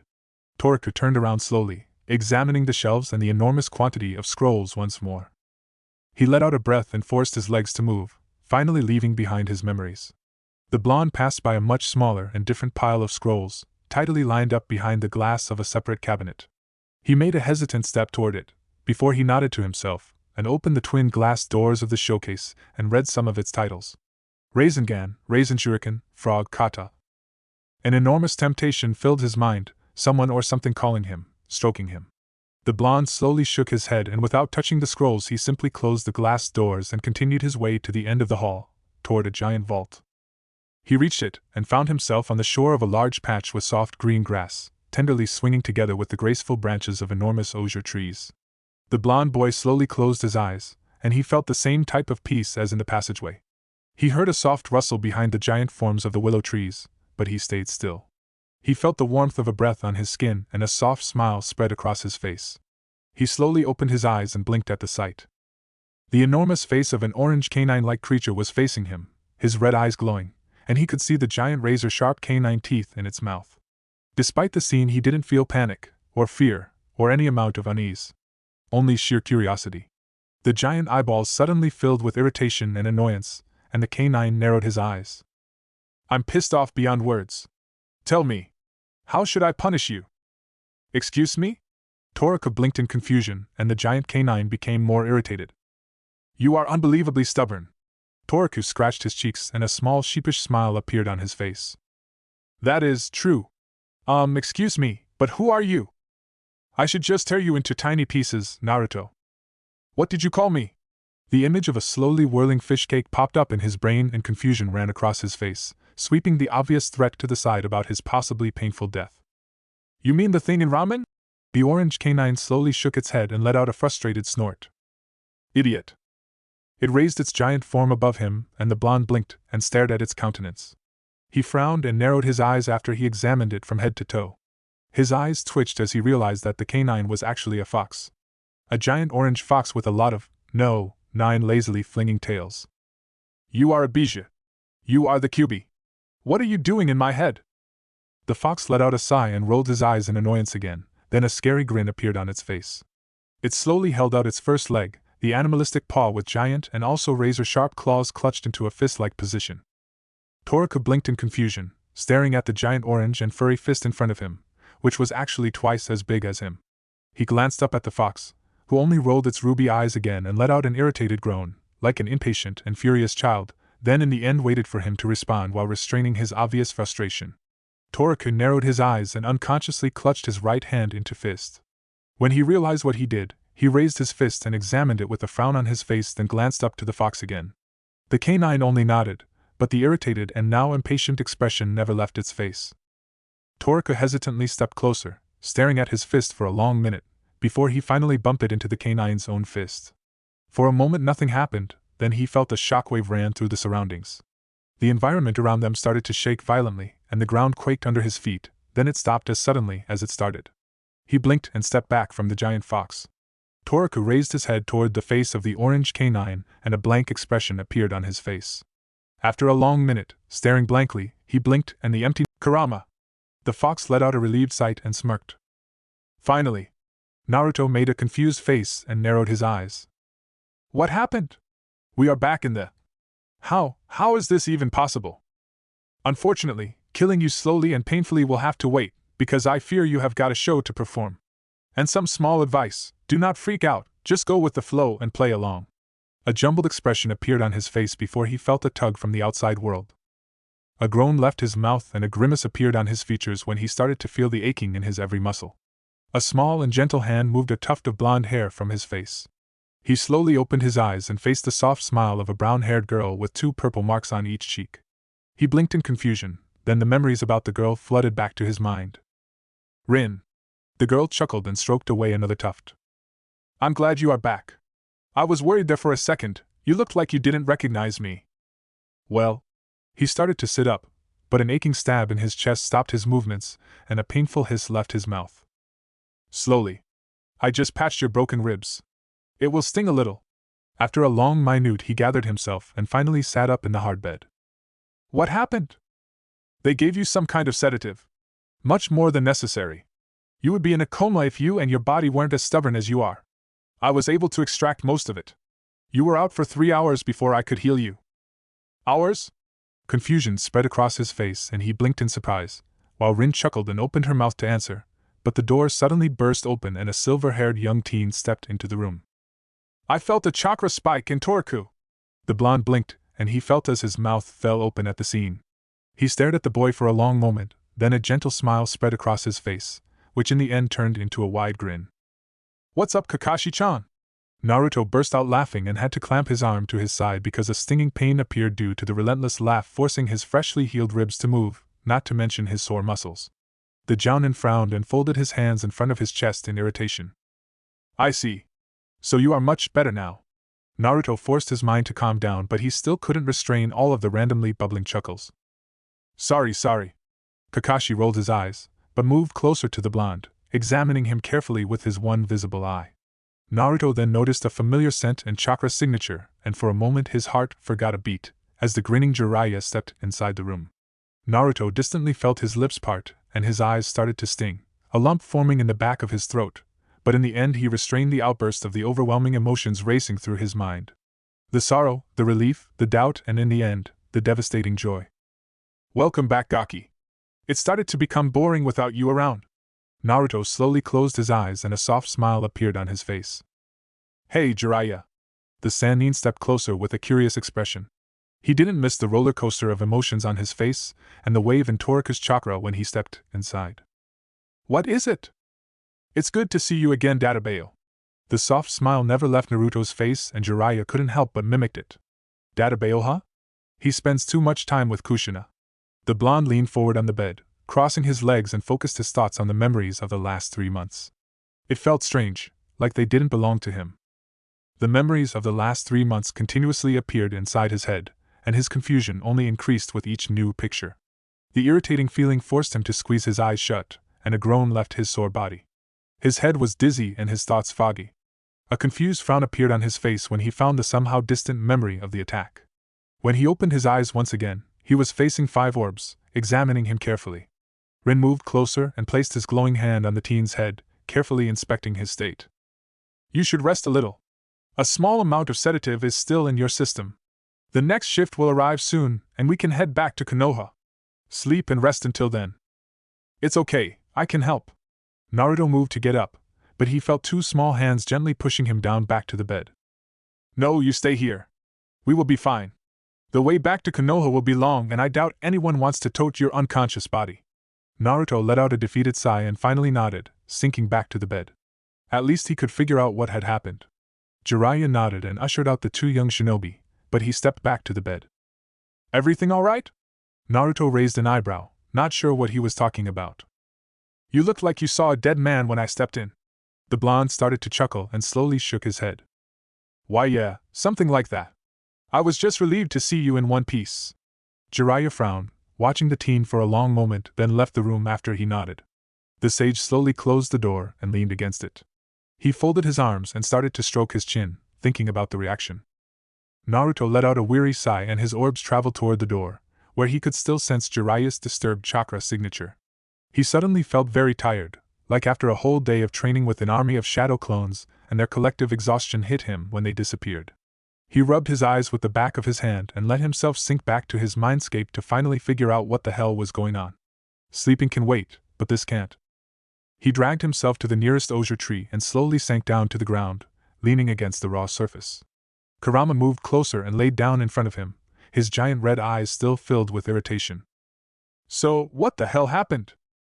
If you couldn't figure it out by yourself with your pathetic human brain, we are in the past. To be exact, we have got a little more than 10 months until your birth, Kurama stated with an obviously annoyed tone. I don't get it. I really don't remember what happened. Are you really sure that bastard didn't get us with his Sharingan? The fox only rolled his eyes in annoyance. No, I'm certain. Everything feels too real to be a genjutsu. Everybody acts like they used to. It's too real and I already tried to dismiss it. Naruto shook his head. It is still more believable that Madara was able to create something like this than time traveling. The last thing I remember from the fight with that bastard is that I hit him with my Rasengan, but after that it's just blank. I'm afraid I can't answer that. I also have no idea how on earth this could be possible. You are a Bija, the strongest of all. How could it be that even you don't know what happened? Naruto rubbed his head, forcing his brain to work, while Kurama narrowed his eyes. Why the hell did I even lose my memories in the first place? Naruto glanced up to Kurama, still rubbing his head in the hope that it would bring back the memories how the hell they got here. Kurama let out a sigh. You were acting like someone insane back in the hospital, so I thought it would be a good idea to evade some sensitive questions and gain some time. It was easy after you passed out. But as always, you messed up everything. Kurama let out a frustrated snort and looked away from the confused blonde. What did you do? I made a mental barrier for your memories, together with some of your sensitive knowledge. Naruto frowned. My knowledge? Just think about how would they react if you started throwing Raisengans, or you used my chakra, or your sage mode. That would just ruin my every effort to stay out from sight after your little scene in the hospital. But you messed up my plan. You made another barrier by yourself with your idiotic brain. Naruto raised an eyebrow. I wanted to dismiss the barrier when things calmed down after the interrogation, but you and your stubborn brain were stronger than I thought. I have to admit, I underestimated your will. You were denying your memories, and when I was finally able to push something out, to force you to release your mental block, you resisted like an insane every time I tried to break out. And by the way, you locked me up for 3 long months. Kurama barked the last out in anger while Naruto sent an apologetic smile toward the fox. Sorry. It wasn't intentional. The blonde folded his arms and crossed his legs, concentrating and thoughtfully tapped on his cheek. So you mean, when I, or rather Toku, determined that he didn't want to remember, I made another mental barrier over yours? Kurama nodded as an answer. Naruto thought back to the fight with the Iwanins, when he saw the pure hatred in those eyes. In Kakashi's eyes and in Kitsuchi's eyes. Something broke in him. At that very moment he saw again when Ino died, when he tried to give shoulder to Sakura, when he promised her that he would bring peace. At that very moment he determined that he would free the commander and Kakashi from the circle of hatred and bring peace. He understood it now. When he finally accepted his legacy, his memories, he stopped denying and shutting out Kurama's attempts to break out of his barrier. How typical. He was the one who messed up, the one restraining his own memories. Actually, you made 2 barriers. The kitsune spit the words out like they were sour poison, and Naruto raised a confused eyebrow. I was finally able to almost dismiss your first one when the me and Kushina reacted to my presence back in Kumo. You were lucky I was able to push out enough chakra to heal your wound, thanks to my other self. That would have been a perfect cover for us. But no, you had to freak out, and lock me up again with that damn second barrier. Kurama stretched out his spine and placed his enormous head onto his crossed front legs and yawed, while his enormous red eyes flashed dangerously toward the young boy. You didn't help me either with that. Geez. You acted like you wanted to tear me to shreds behind that damn door. How on earth wouldn't I freak out? You could have just told me that you were behind that damn door and I would have opened it immediately. You just don't understand how a mental barrier works. It was your projection and not me. When we are finally finished you should go see a psychologist. You are freaky. Like you got any right to complain about that. Kurama turned his head away from him with an irritated ch, but Naruto already forgot about the insult and frowned. He'd still have the weekly checkups with Inoichi. So we are really in the past? Kurama only nodded and Naruto made a wondering expression, as the thought finally sank into his mind and he realized what that really meant. We can change things. The fox nodded again, watching Naruto as his face moved to an odd grimace by the overwhelming possibilities. You can. But if you change too much, you won't know what will happen. Maybe you already messed up something important. Naruto nodded in understanding, but the wide grin never left his face. There is so much in my mind. But I know one thing for sure. We have to get the real Madara while he is weak. Rin's alive, so Obito must be still himself. If we get to him in time, everything will be alright. You won't devastate Konoha, Mom and Dad won't have to die and… Naruto froze for a moment. They won't have to die. They are alive. They are still alive.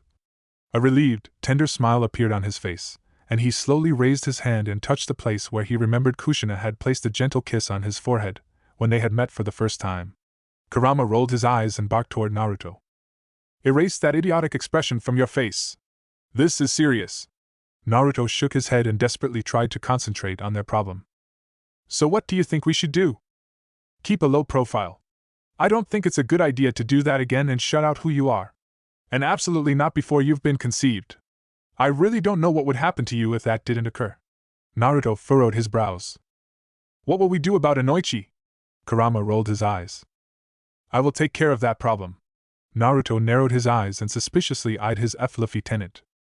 If you could take care of Inoichi, why the hell did you lock out my memories in the first place?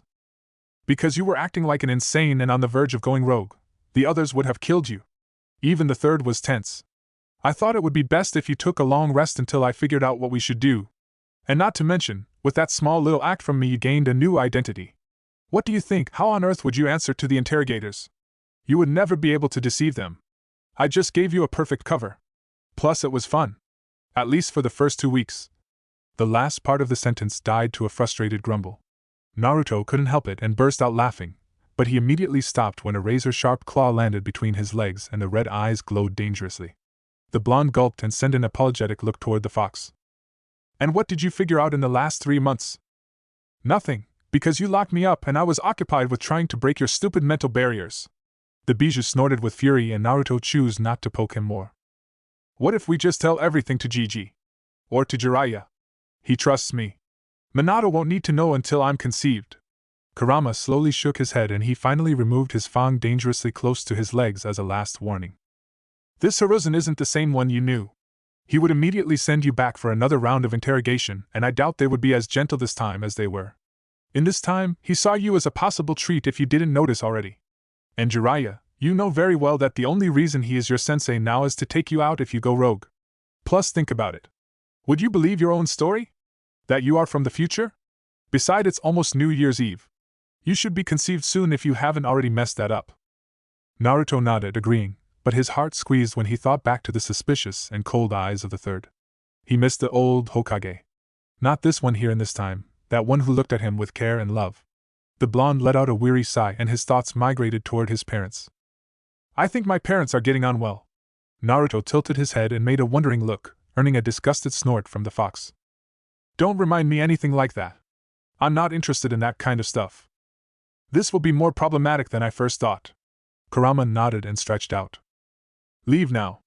I'm worn out. It was a pain in the ass to get rid of your stupid mental barriers. Naruto nodded, got up and tapped the paw of his orange friend, who let out an irritated snort as an answer. A knowing smile appeared on his face. Kurama would never admit that he was relieved to see him again, moreover happy, but he knew how to read between the lines. After all these years and still acting like the frightening Kyuubi, Naruto stretched out his arms and let the fox alone, not aware of the small smile that spread across Kurama's face, and he let out a relieved sigh. Idiot brat. Kurama muttered quietly and turned around to finally get a well-deserved nap. Naruto slept for 3 hours, before he got up, changed his clothes and started to look for the others. It only took a second after he spread his chakra around to find everybody on the roof. He stretched his still aching muscles and headed toward the roof of the post. Morning again. The three looked toward him as he dragged himself over the side of the roof and groaned when his sore muscles almost squeaked by his movement. Kurama, could you speed up the healing a little? I'm sleeping. Bear it. It's not like you will die because of it anyway. Naruto let out an irritated ch. Thankfully no one noticed it. How are you feeling, Toriku? Rin moved closer to Naruto, who sat down on the edge and started to massage the aching muscles in his leg. Fine, discounting that my body feels like lead. Rin only nodded. That's mostly because of the sedative. Kakashi turned toward the blonde and folded his arms in front of his chest. What happened before we arrived? Naruto placed his right ankle to his left knee, massaging his calf and frowning while he gathered his thoughts to answer. It's a little bit foggy before you appeared, but maybe half-hour before you came I woke up. Thankfully they didn't notice it, so I had some time to gather myself. You should have seen their faces when I kicked their asses, Databayo. Kakashi only rolled his eye in irritation. You were barely able to stand straight when we got there, so don't draw the long bow. Naruto only shrugged. Okay, I made 5 pathetic clones, they released me, then I agonized behind a wobbling barrier for 10 minutes before they beat the crap out of me. Satisfied? Naruto folded his arms and turned away from Kakashi with a pout, sulking like a kid. Jiraiya watched him carefully and his doubts about him started to ease as he saw the very familiar reaction. You've done well. He moved closer and ruffled his blonde locks. The sulky expression immediately melted away from his face, replaced with a smile. Thanks for coming after me. His 3 comrades raised an eyebrow, but didn't answer until Jiraiya let out a small chuckle. You know, I don't want to think about what Minato would do to me if I had lost you. A cheeky smile appeared on Naruto's face. I got some ideas for a proper punishment for you if that ever happens. The blonde chuckled and Jiraiya grimaced in annoyance, Cheeky little brat. He folded his arms and turned away from the blonde, whose chuckle only raised by the childish reaction he missed so much. He finally let out a sigh, watching the back of the Sannin with a warm expression until he slowly closed his eyes. You will die because of your old age this time. I swear. Minato Namikaze, the fourth Hokage, stood motionless behind the two-way mirror, staring at the unconscious Iwa Kunoichi next to the table, leaning against her bonds in the chair.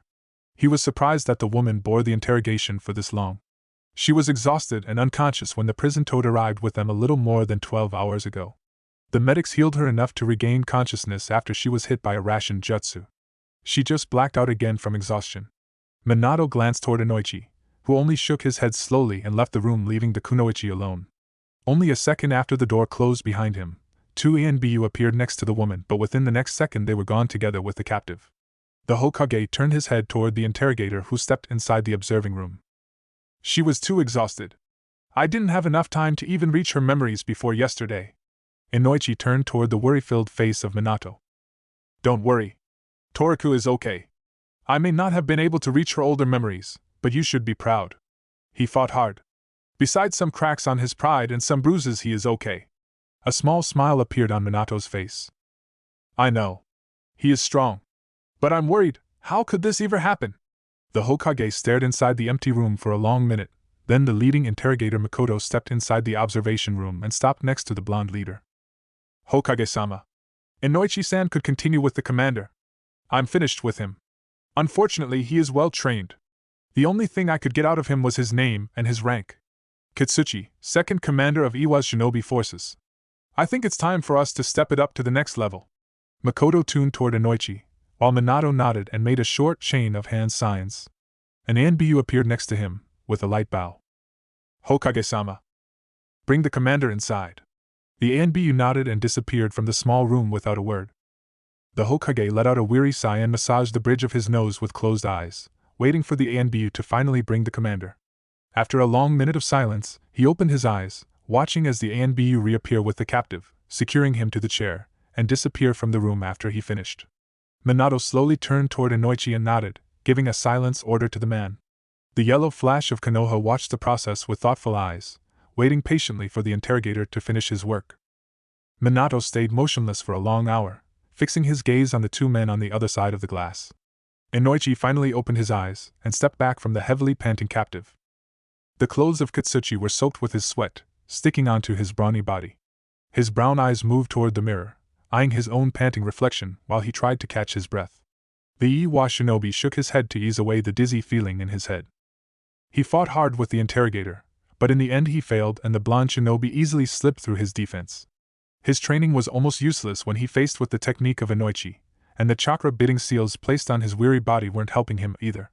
Numbness started to spread across his mind, he felt the world slip to the side when his head started to spin. The sensation finally died down after a long minute, which felt like eternity, and the commander braced himself and straightened his body.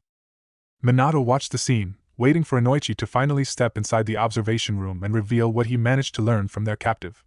He observed the shinobi in front of him, his fight to stay conscious, almost losing his battle, then in the end he finally straightened with pride in the seat. The interrogator stepped inside the room and the Hokage eyed him from head to toe. He looked obviously weary and exhausted. The Yamanaka clan's technique doesn't require a great amount of chakra, but more continuous concentration and control. Report! Minato stayed professional with his friend. Despite the fact that they'd become much closer after Toraku's sudden appearance, this is a serious situation. The Yamanaka took a seat to gather his thoughts for a short second with closed eyes, before he answered. The operation was discreet, only him, his team and the Kazekage know about it. However, it seems that he received only the most necessary information, which is odd. He is the second commander of Iwa, a high-level shinobi, furthermore the relative of the third Kazekage. Inoichi let out a weary sigh, while a frown appeared on Minato's face. Relative of the Kage, this could mess up everything. Or this could be an advantage. It would depend on how he used his cards. The voice of Inoichi pulled him out of his thoughts. It seems the old geezer does not trust him enough to reveal everything about his future plans. They were just operating. What is worrisome, they already knew about Toraku's mission the day our team departed from Konoha. This wasn't just an accidental opportunity they utilized. It was planned well in advance. Inoichi let out another weary sigh and the frown became deeper on Minato's face. I'm sorry, Minato, despite his heritage they were just small fries. I found nothing who leaked out the information about their mission. Minato nodded, his eyes fixed on the commander inside the interrogation room. Take a rest, Inoichi. I want a full report when you wake up and a full mind screen tomorrow. Maybe he's still storing some interesting information not concerned with this case. Inoichi nodded and left the room after a bow toward his friend and his respected leader. Minato waited for a long moment, and without a second thought, he left the room and entered the one behind the glass tenanting the Iiwa commander. The shinobi stiffened when the yellow flash of Konoha stepped inside the room, fixing his azure blue orbs on him, examining him from head to toe. Minato stayed calm, and he slowly moved closer to Katsuchi with an emotionless face. A shiver crawled up the commander's spine when he felt the drops of cold sweat slowly run down his back, while he forced his body to move and look up to the man who stood above him. Hatred took over the fear in his weary mind. His dark eyes started to burn with the flames of hate, his face turned into a mask of anger. His dark eyes locked with the azure blue orbs of the feared shinobi, the man who was directly responsible for the death of his wife and hundreds of his comrades. A soundless battle started between the two men. A battle of wills. The one to break eye contact first would lose. The sting in Katsuchi's eyes increased, but he forced down the urge to blink.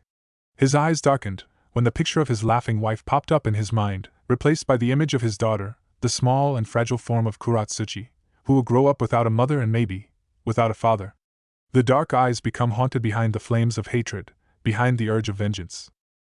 Suddenly the emotionless mask of the Hokage melted away, sadness spread across his face, and his ocean blue orbs mirrored only pity toward the captive. Katsuchi suddenly felt himself back at Kusa, lying in the dirt, his body secured with wires, glancing up to a very similar blonde shinobi. The same look, the same sparkle in their eyes, the same pity. Did you lose someone in the war? The Iiwa commander flinched when Minato's voice reached his ears and immediately averted his gaze, mentally cursing because of his softness, but the increasing sorrow slowly pushed out his other emotions. They stayed in complete silence for a long minute, before Katsuchi's weary and cracking voice broke it. I did. Then why? Why do you and your Kage threaten the peace between our nations? The Iiwa shinobi stayed in silence. Despite the vicinity of the man who had caused his pain, his suffering, and his mourning for his family, his hatred had simply wilted. The last bit of his burning hatred faded away, leaving him in the deep abyss of sorrow. Katsuchi forced his emotions to the back of his head, burrowing them deep inside his mind, locking away the picture of his wife, his brother-in-law. He didn't move his head as he fixed his gaze on the streaks and curves of the wooden table in front of him. Talking about peace while your hands are covered with the blood of my wife and hundreds of others. You and your brother are hypocrites. Minato stayed silent for a long minute, his eyes fixed on the profile of the commander in front of him. We are shinobi. Our hands, our souls are soaked in blood. The only thing that could wash it away and stop the circle of hatred is peace. With this, Minato turned around and left the room without looking back at the confused Katsuchi. Traveling back to Konoha was equal of torture. While they reached the post in one day, the way back to Konoha lasted almost two, because of his sore muscles and messed up chakra system. Kurama wasn't in a hurry to heal them completely, and Naruto got the feeling that this was his punishment for locking him up behind those barriers. The feared Bijou, the nine-tailed demon fox, was sulking like a small kid inside his mindscape, refusing every interaction. Well, he couldn't blame him, but it was still annoying to stop every 2 or 3 hours to rest at least 30 minutes on the first day, mostly a result of his trembling legs. Thank Kami, Kurama came to terms with him on the first night in the forest, and after a long hour of pleading he finally started to heal them properly. Aside from his annoyance at the almost continuous ache in his limbs, he was thankful for the 2-day delay before he arrived back in Konoha. His thoughts moved back to Sakura and he finally realized that his friends, almost every one of his friends, didn't exist here. At least not as he knew them. Kakashi was here, not much different from the adult one. Jiraiya, well, he was the same wonky pervert he remembered and loved so much. But the others didn't even know about him. Most of them weren't born or even conceived yet. No old friends. However, there were no insane, megalomaniac, immortal Uchiha and no brainless monsters with 10 tails. Only a snake and hopefully a very old and weaker version of Madara, without that annoying ability to rebuild his body countless times. He shook his head. He would have enough time to carefully think over everything when they reached Konoha. He needed to rest after this mission for sure, and it would provide a great opportunity to settle down to plan what he would need to do. And how. A sad smile appeared on his face as he watched the back of the Sannin in front of him.